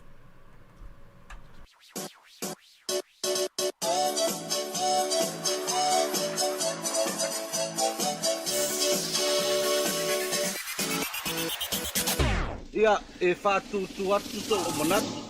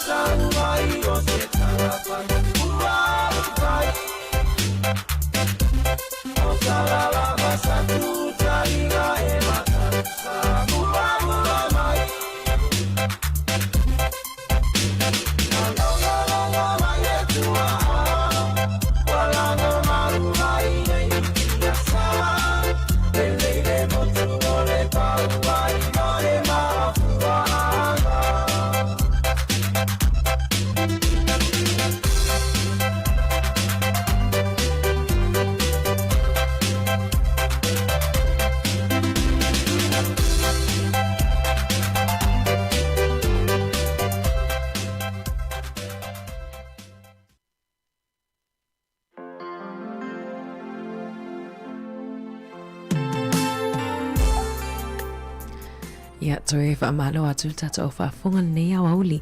O le na watu nei I le whaaponga o talafo Savelina le sfululua. Ia le enum taupu le whaapea e whaatatawi nei tatou matua matutua ta I ono sfululima tau sanganga ilunga. Le maua le super po le New Zealand super. O le whaapea e nunga lai titia tu lava le 2% o tangata umalava ta iono sfulima tau sanganga ilunga. O ala tupe maua o ala tupe maua o lo ilunga atu le tai se lau valu sfulu afe ta la ile tau sanga. Le o faalia e lau faitofa ilonga e langa te tau lava le fesile whapea pe o tala whea ngai pe ona maua e la tau ia po mat tangata iu ta iono 5 tau sanganga ilunga pe o alanga te tau pe ona maua ia le super ia o mau ese lama fo ia tangata le mata upu awa e le peini usila o isi atunu e fualau e fuale le lau super e maua pe fualau whamanianga e maua ia o aseta mau tupe maua ia o te lo sem ta upu te le foi o le a lafa manatu ia tangata e winga le fa fesili pe alanga te tau pe ona maua e tangata ta iono 5 tau sanganga ilunga le super pe afa pe sili atu ma se lau valu sulu a fetala ile tau sanga utu pe maua pa fifianga su ife filoi ile nei au auli sa tau tua si ufonga lau mua.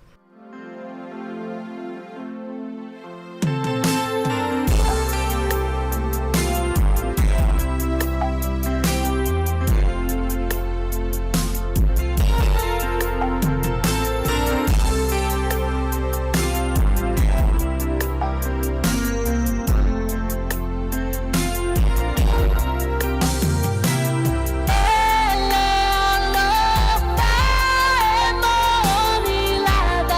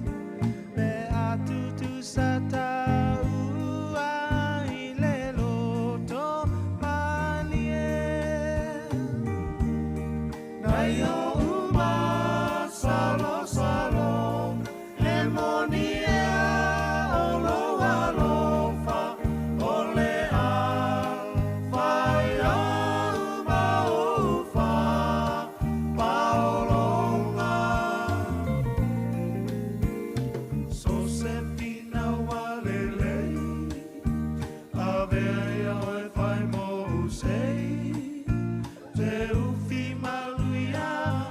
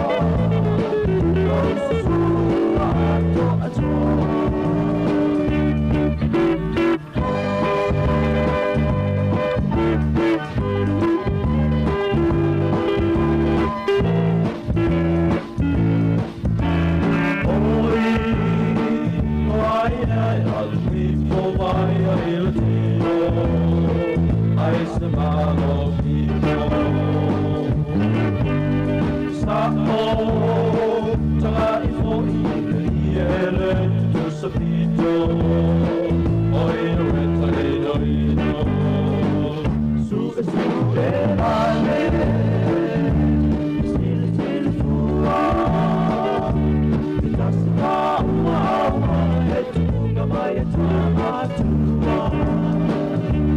se ia lo fa amutaia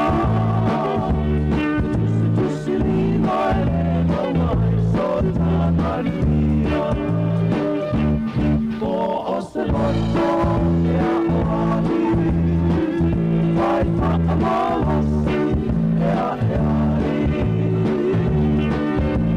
talo le e fai lo e on Sāmoa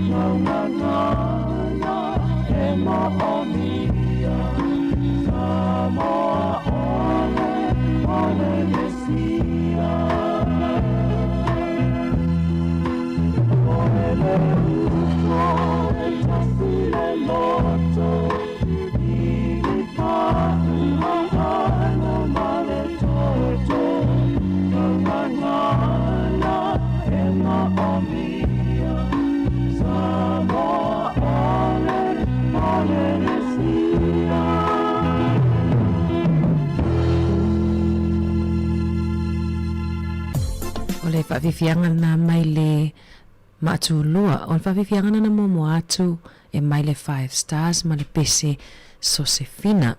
Toi sfu 5 minute ta le tasi wha mai a fwoi leo tato tautua e lunga o le tato wala leo tasi ono te si mal tasi wha mo.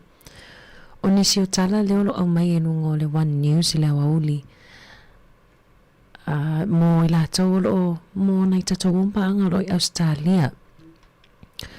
O le na lipotia le tai awana leila i le motusia i ofiso ta inga ia ale tastra ia po na o motusia i le atunu atoa wa afia i la masini tutongi whaatau if pos transactions ia o tu stupe o whainga fesue inga o tupe nungol internet ia le ngatai lea o regional trains ia pono foafi mai lea stete o line na telefoni e o lawe le telefoni mo whaalave whafosei emergency calls ia le o afia fo ia le o mawhaiona o lo afia i le taimili nei ia ona o motusia e o fisota inga pe motusia ia fisota inga a le Telstra luas pea ma le 2.5 miliona ia au nanga telefoni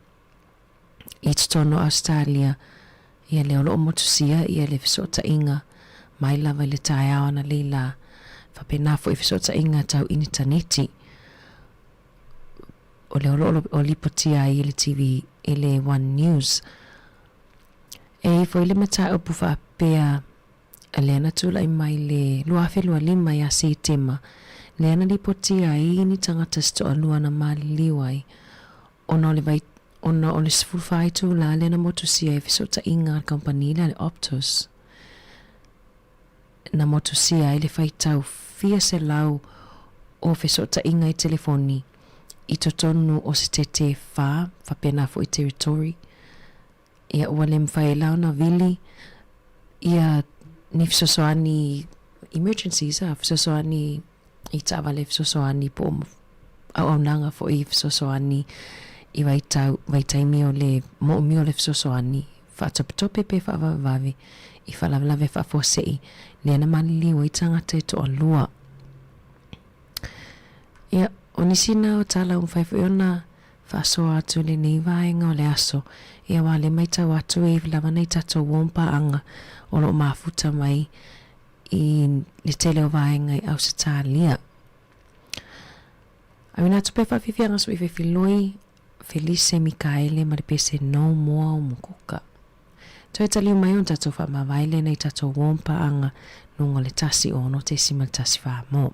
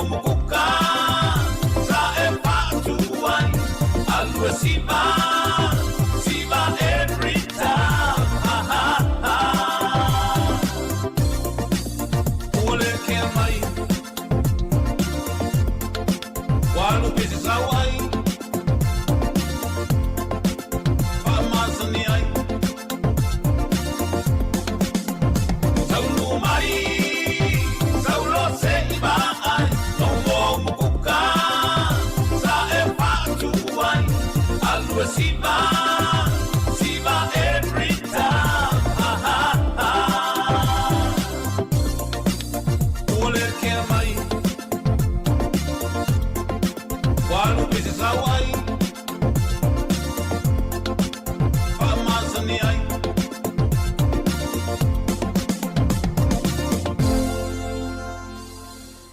Whawhiwhianga ni vaenga o lea wauli toi 5 minute tali tu lai tasi.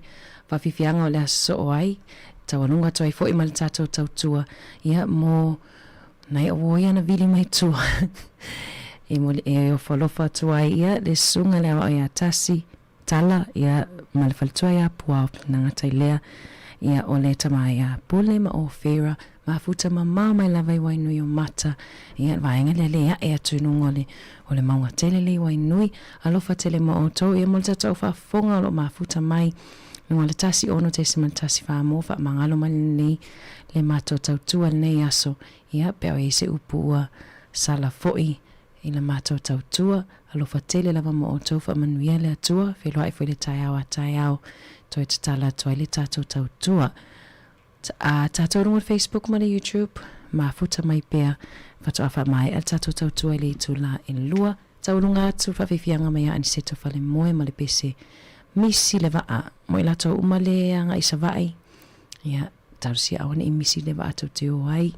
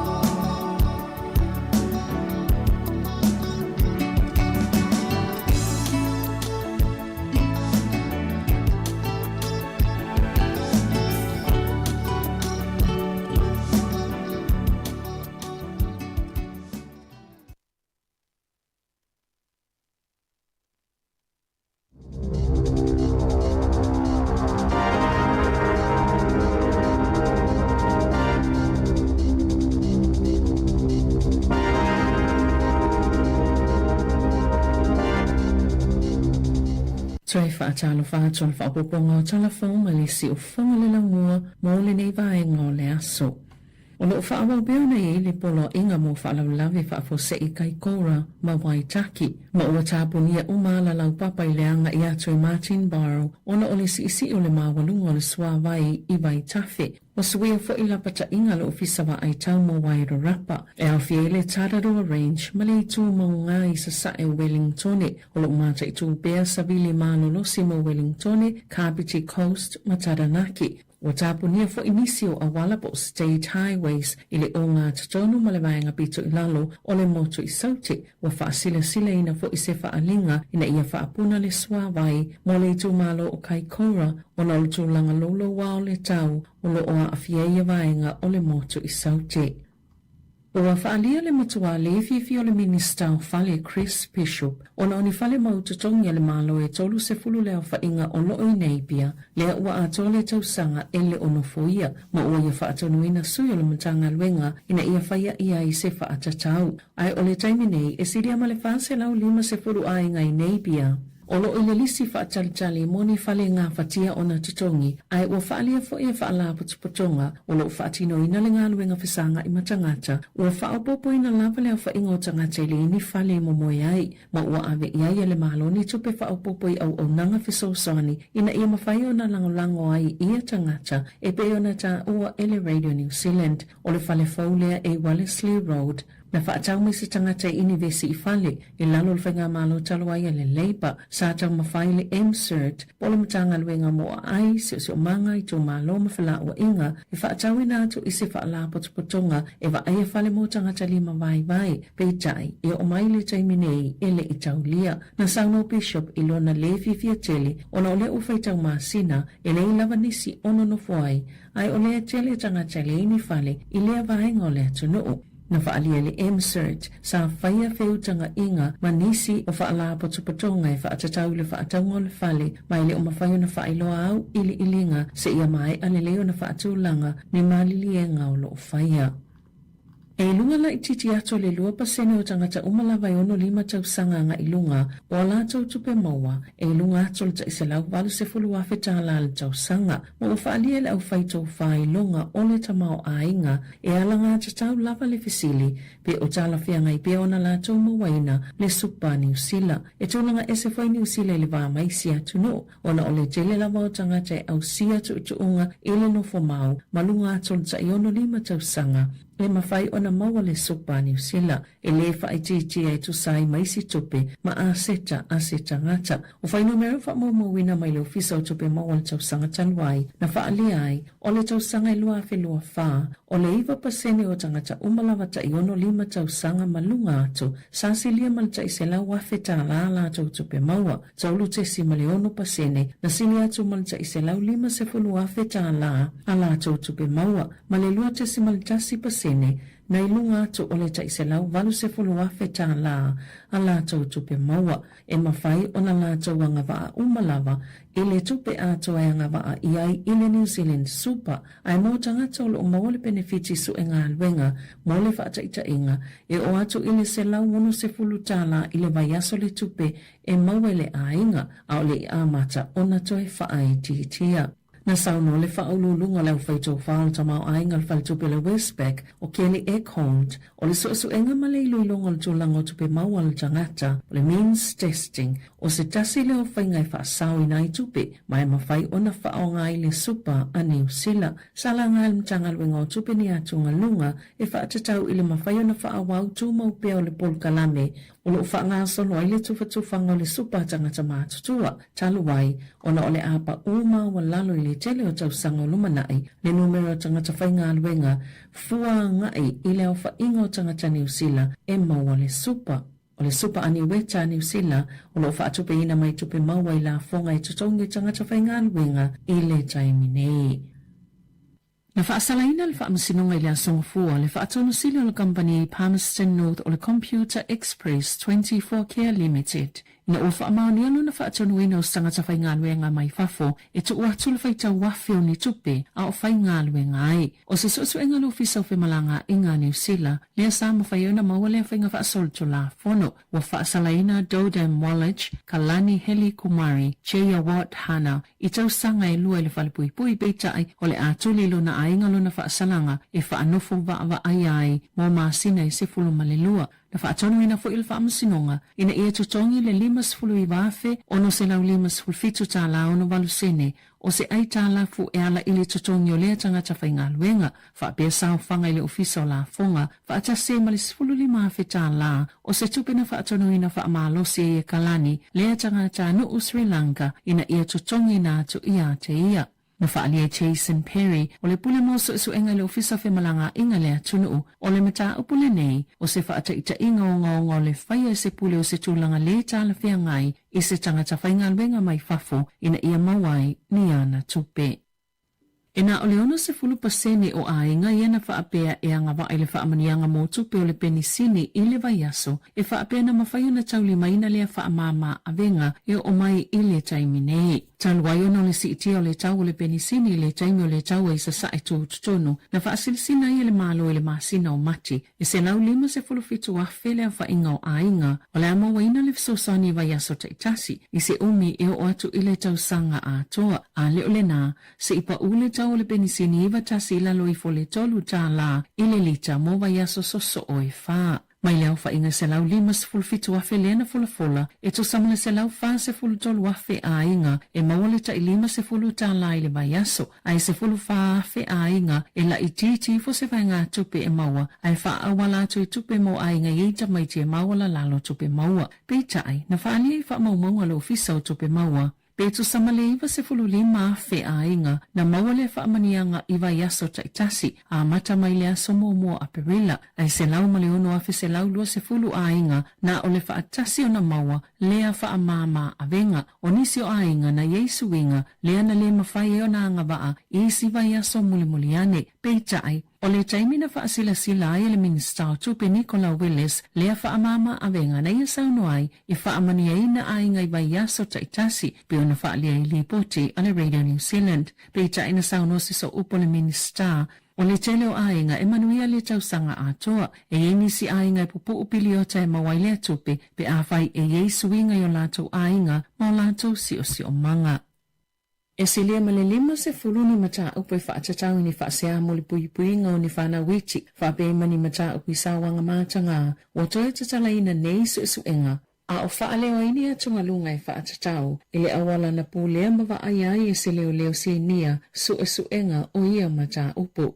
Na whaia se ilo ilonga whaanati ni whaila se afe e whapena i lano wa inga leo sinia a o ngalue ni no whanga ese i totono se pili o tai tolu tau sanga a mata mai le masina o me lua whelua tolu na mafuona alia e ia mata upo ina oto ilo leo sa mata upo ua leva ila masina o me le tau sanga nei. O filfilia leo ni au su e whaapitoa le puipuinga o whana witi masawanga matanga e toe ilo ina ia mata upo e siria male 5 ma ua whaafso tai fo'i tangata o lo oa a whiahai. Wa whaanga solo nei fo'i tau walumanga tau ngā luengai whaatatau i lea leo sinia ma tu inatu fo'i leo le mata upo i le Independence Police Conduct Authority. Po ole whaala potupotunga tuto tasi e wa aia mionga mawhainga leo mo se su enga peo na ta uai e le Radio New Zealand.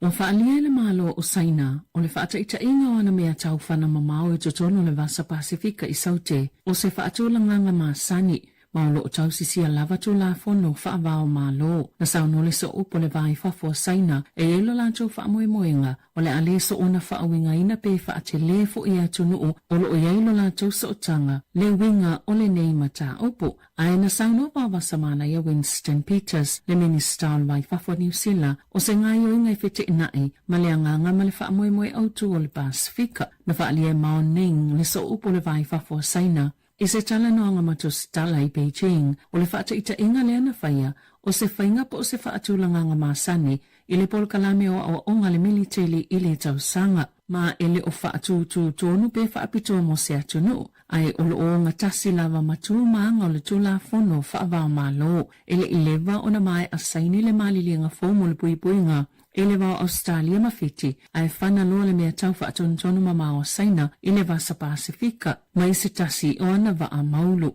Na whaiti o ine whenga malo o ma New Zealand whaapea ma Australia le whananga o mea tau whaatonu ma mao saina na tele lava ina ngungu whenga malo le Pasifika. Pei o na lipotia le Radio New Zealand e o ina sauno le pale mi o Papua New Guinea James Marape e ao i a tātou o saina o na avea lala tau whaataita inganea na whaia o se taimi muli e whaatino ai i totono o ngā Samuel Pasifika. Pei ta elena o saina ai whaapea fo i le United States, Falani, Japani, Britania tele, mātunu uma e ia lato meli tele, na sauno Marape i atunu u, a whai lato te whaalolongia ina le Pasifika ma ona tangata, whaamole i a whaapea fo i ona whaia i ona o ngā Sami. I ta alonga, na whaatanga ona ta alo se tama onga o kilani le au lakapia se tasi a onga ina ua le whaatasi pe whaalua foi ona le whaata alo ina e whaia onga o le au alana onga wali ipotia le Radio New Zealand e to anga le tama onga i to le ninga le au lakapia lana onga to e mamao malae momoli ia i ona mātua moana ta alonga pe tai e na o le lua se fulu minute le au whainga ato le taimina ta alo ai i ta alonga o whai e se fulu male tasi o le polisi le uni lakapia New Zealand e te tauna afa le ta alonga tamaiti la kapi uma e le o ta alo i le first 15 na iu ina avele a tamas fulfata usanga le matua ma wha ta alo i se tasi a onga e le tauwanga po le ta amilu sanga lava e tasi. Na whaalielo na tamailunga le Morning Report e te le tau mawhainga sa whai ina ia mautinoa e a wailo na tali i tole ninga i aso i whao le vai aso ai alu atu lava tu i tua le malai ai talo na ta alu i le awa se tasi a onga wa lua na ta alonga ato atoa o la na ta alonga lona lua foi na vei matamata alo le ta alonga na whaaliele Radio New Zealand. Na tamo whai atu mo se whaatala noanga ma le pule a onga o le a onga lea e ele tamai titi pe tai e le o tali atu i emaili o le text ma le telefoni pe a wala a watu i ai. Tala whawia marisi ufonga le lau mua mo le nei vaenga o le a wauli.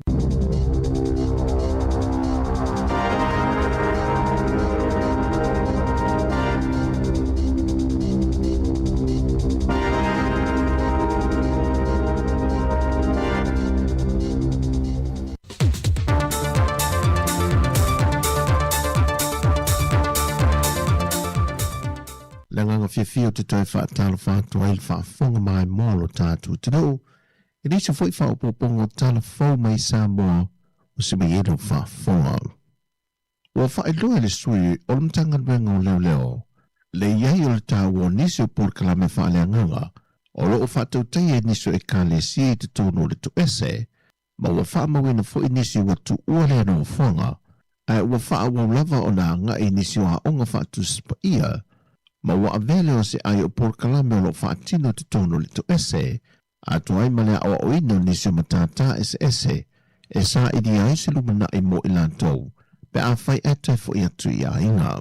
Whaadi ele sui o mtanga renga le porkalame ma le TV tasi. O le lalo tatu au nanga whawhalpui ia olo i eipo kalame ia whaatuspa ia o le manu lau tio nei po kalame ia wai mātou te ilua e iai nisi o tu ina atul to ese ona o whala au whasaina ia po nisi fo imoliang ia ua tau le maua ia le teimeanga ia whalisa ia ai ua tele teimea alu e whaatino mea ne ia ai pe ua tau le maua teimeanga ia e whaalongolongo le upu mai lea li ia o le alana ia le ona mātou whaatino ina ia tātou po kalame ia whaatuspa ia e tele ia por kalame wanga iatu ia ua matu wa ia fo ia fia ia tangata e anga e fo i nei por kalame ma ua ia fo ia suinga ia ua ia fo inisi wa lato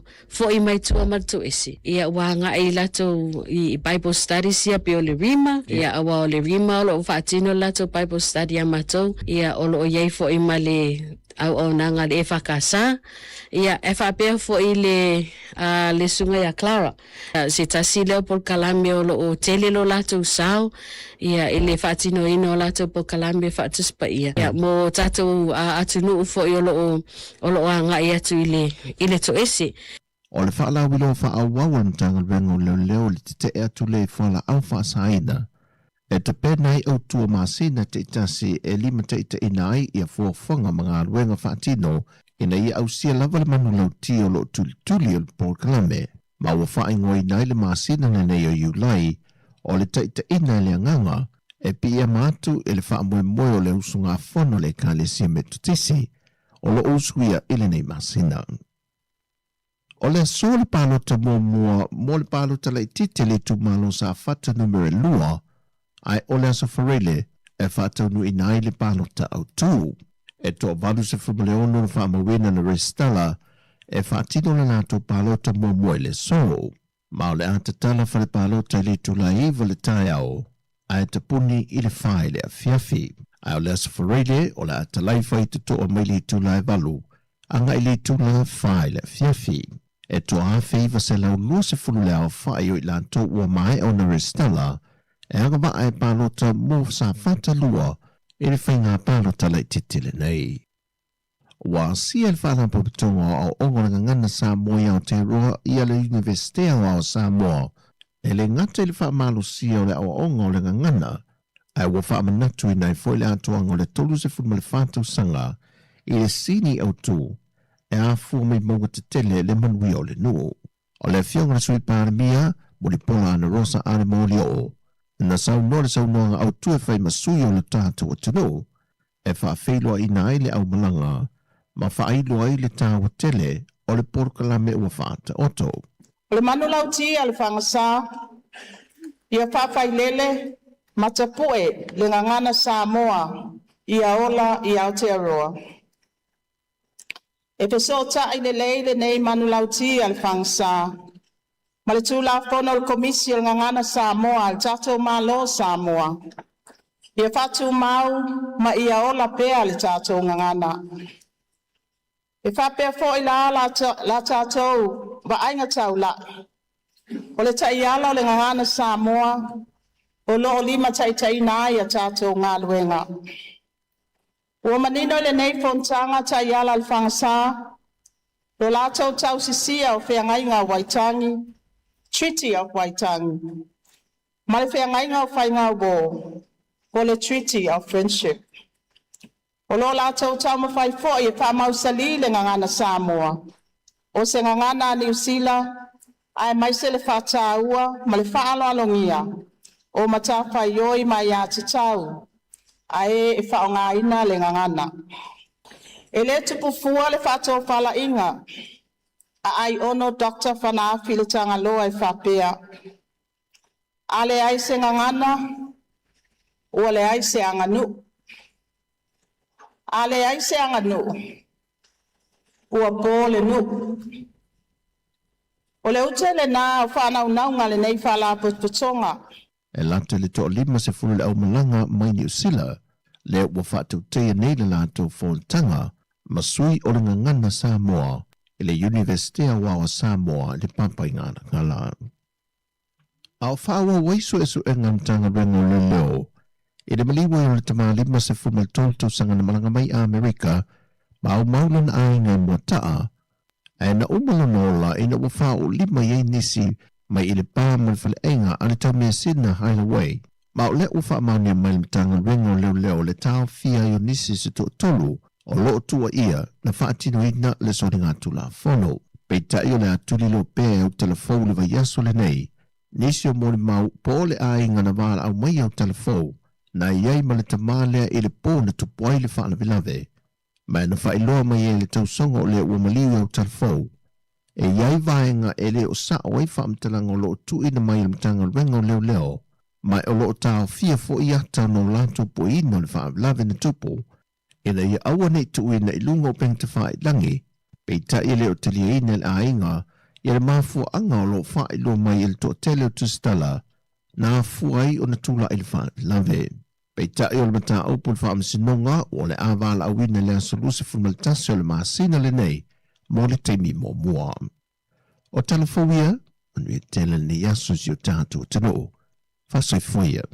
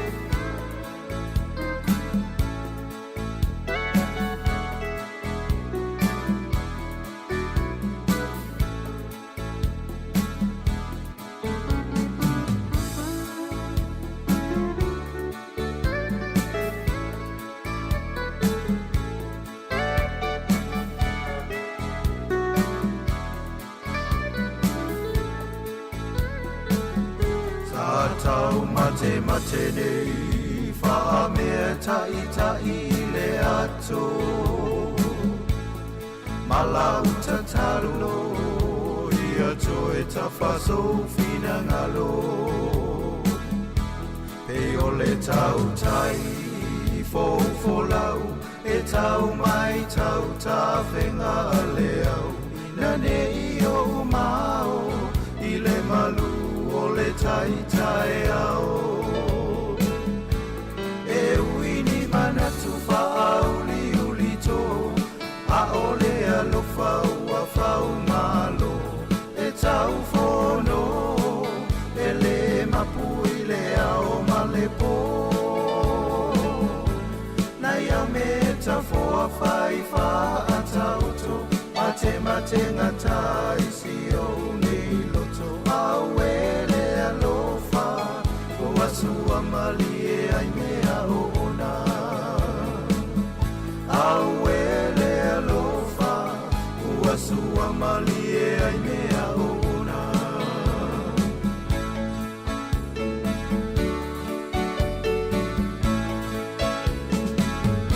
O te le wha atau matatau ina funau so manatu O polene i lape o ua whatia i le papau Ai o te ai uli pea ma o no sai E ai o se aso au mai o se tani So alo whaanga a vea ma o asilo ua nganga E uini manatu whaau li uli tō A ole alo whau a whau malo E tau whono E le mapui le ao male pō Nai au me ta whoa whai wha a tauto Mate ngatai si o nei loto Au e le polonga A tawhia mapui so alofa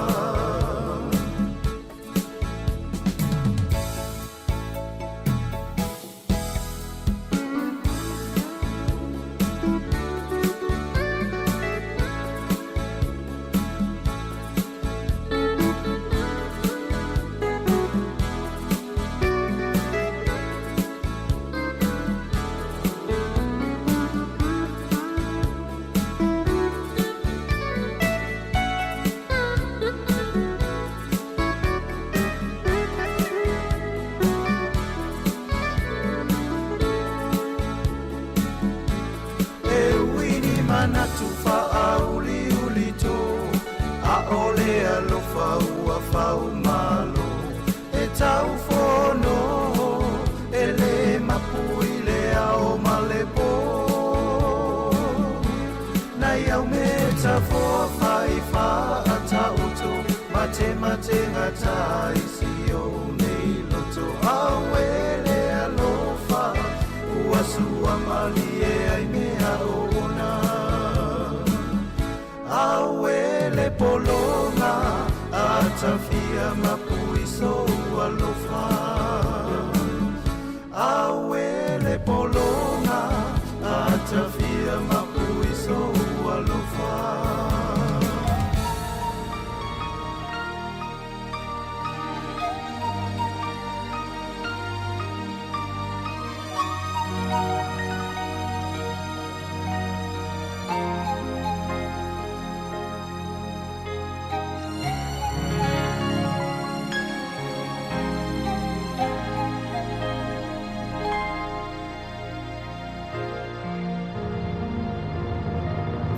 E te le I tawi maina e awhisi I te nei Ma e sa mai Nang ngalo mea maule ne lanu langi Ai o lo vai vai Sa o sa ili se e lo famoni E le I tali mai Noi mata malingi le mafutanga se malonganga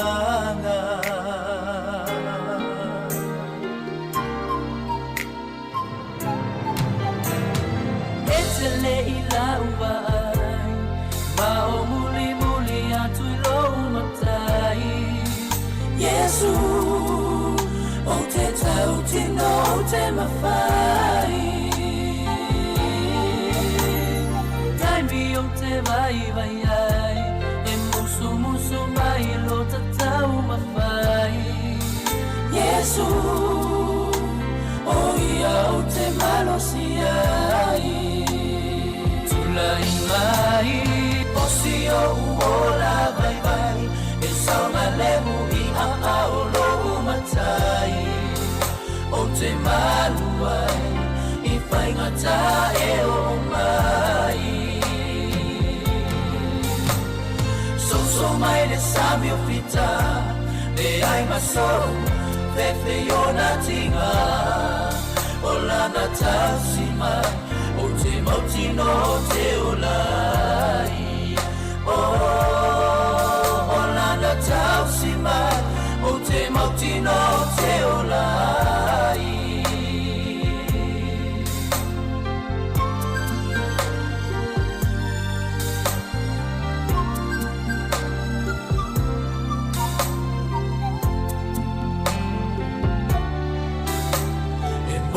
La vai fai ngata le ola na nei ma ona bua puna ai o te tu ma apa tu ya Yesu be angi mai afa o le nei la lo langi ma ona tinga Yesu o te maua le file mu Imai o sia uola mai mai e saunga lehu i a o lo matai o te malu ai i whaingata e o mai so mai le sami o fita le ai masou fefe yona tinga o lana tausi mai Mauti no te olai O sia uola vai vai E saunga lehu i a o lau matai O te malu ai I whaingata e o mai So mai le sami o fita Le ai masou Fefe yona tinga O lana tausi mai O te mauti no te olai O lana tausi mai O te mauti no te olai O lana tausi mai O te mauti no te olai Sāmoa Tona o loufa avae o na oia e tali mai o puapuanga uanga oia e tali mai o whaingata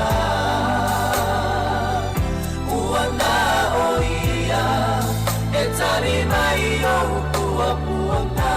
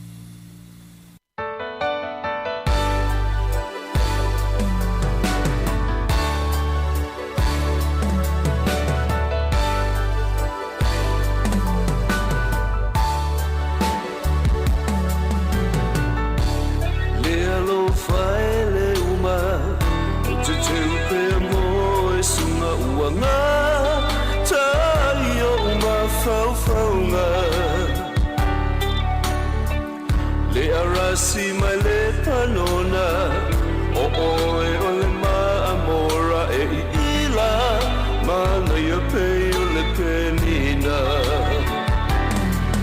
ta ta la maia le fai ta ta fia lo su ngai so wa lo fa a toa wa pei ta o se palonga fia lo su ngai so wa lo fa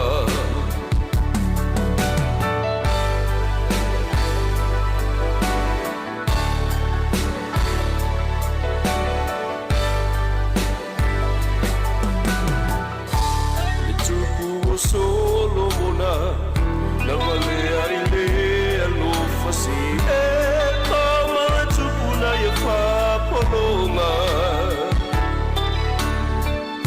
isina o me atawa ia mana tua e itawa i fa mai ile lo fa mai le atua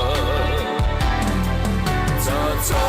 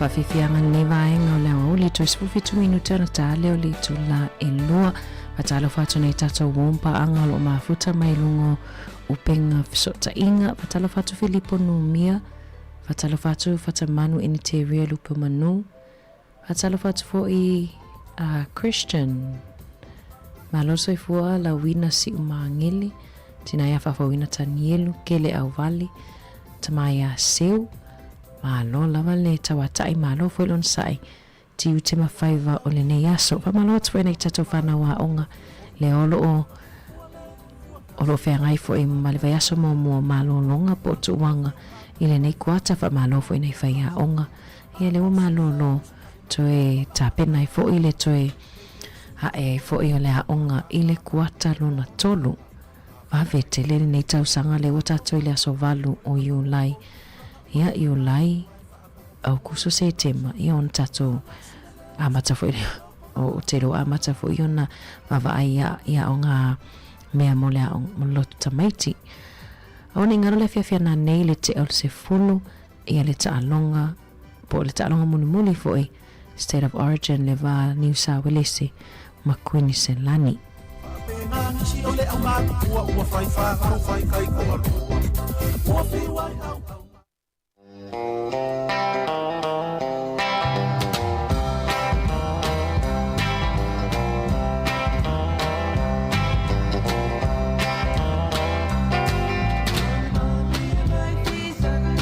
Time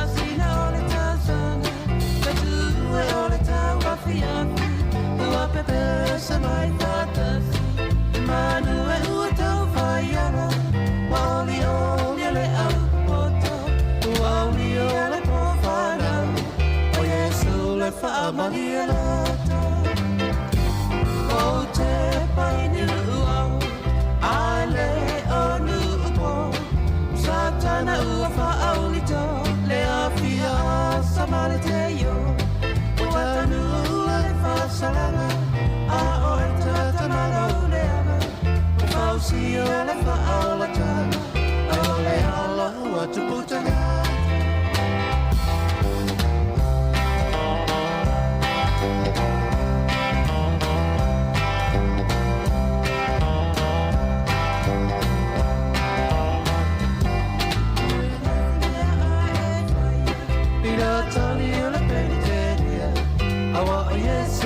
Manana loto, e mama e Maria.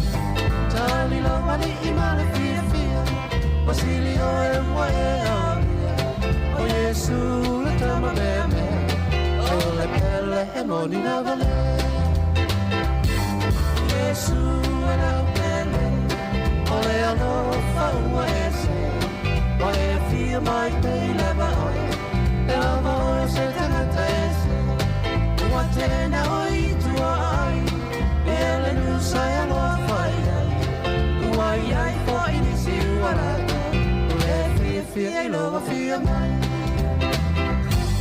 Yesu o te tau arei fo, o lau tali na la whātona. E tu baba mama, o whiri leanga o le neona. Mari ai le tina paia, talo si au le Yesu Mesia. Sanata Yosef foi tarsia, e o tia o Yesu mamãe.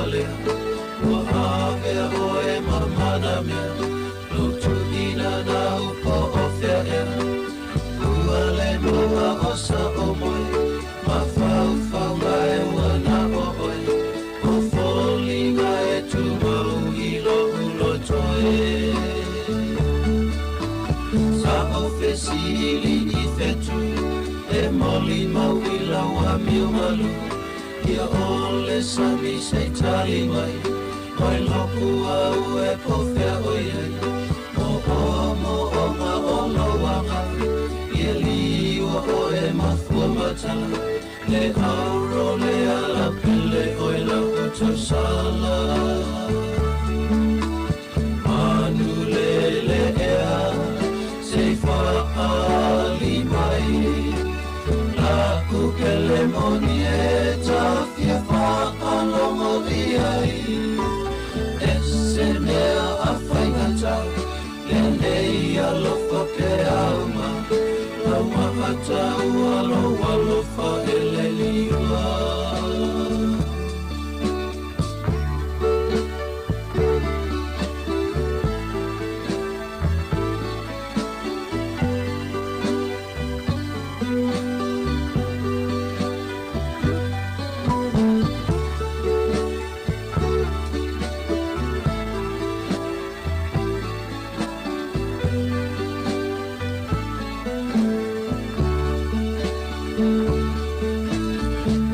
Sia ita yo mafafa, lo fa'avalea I a waifuna.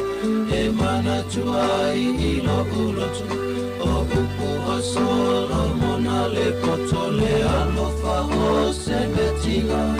Malingi ai o loimata, o hula tifa o oe o la upenina. Awetangi e lo mafafa, wata e la wipule tuinana. Omo oma I a soa, Tafia fatasima ole rosa. La mama lea o te te wina, o leva inga I a folina.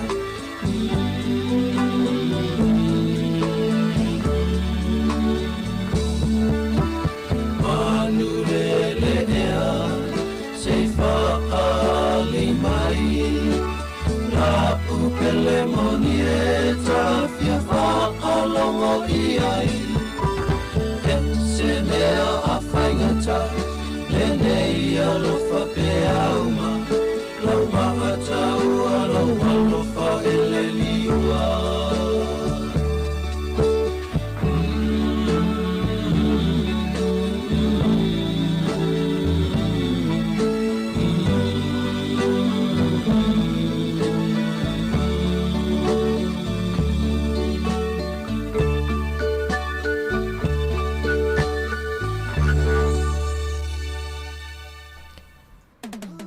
Ia ua toe 1 minute le tula e lua o taulunga i fo email tato tautua.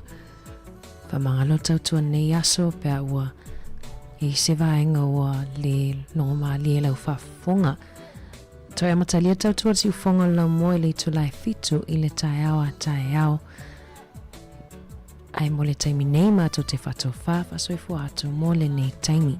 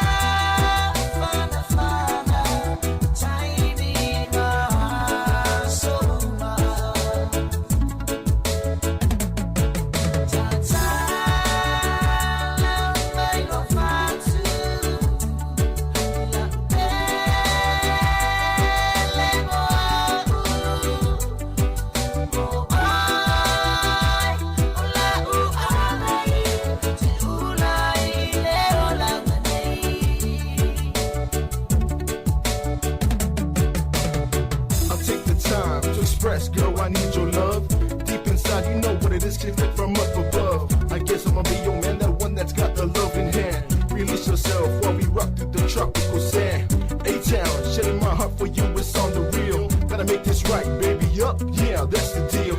I wanna hold you close, hold you tight, make you mine. Take you to a better place, drinking beer and sipping wine. Chilling too, this love song from Long Ipule. Come on down with me, baby, you and me, let's go cruising. Come on down, take me to a better place where we can sit and chill as I look at your pretty face, girl. Relax and chill back while I get this reggae movement to sway to your sexy body. I know that you're the one, it's that reggae and the music from Taito.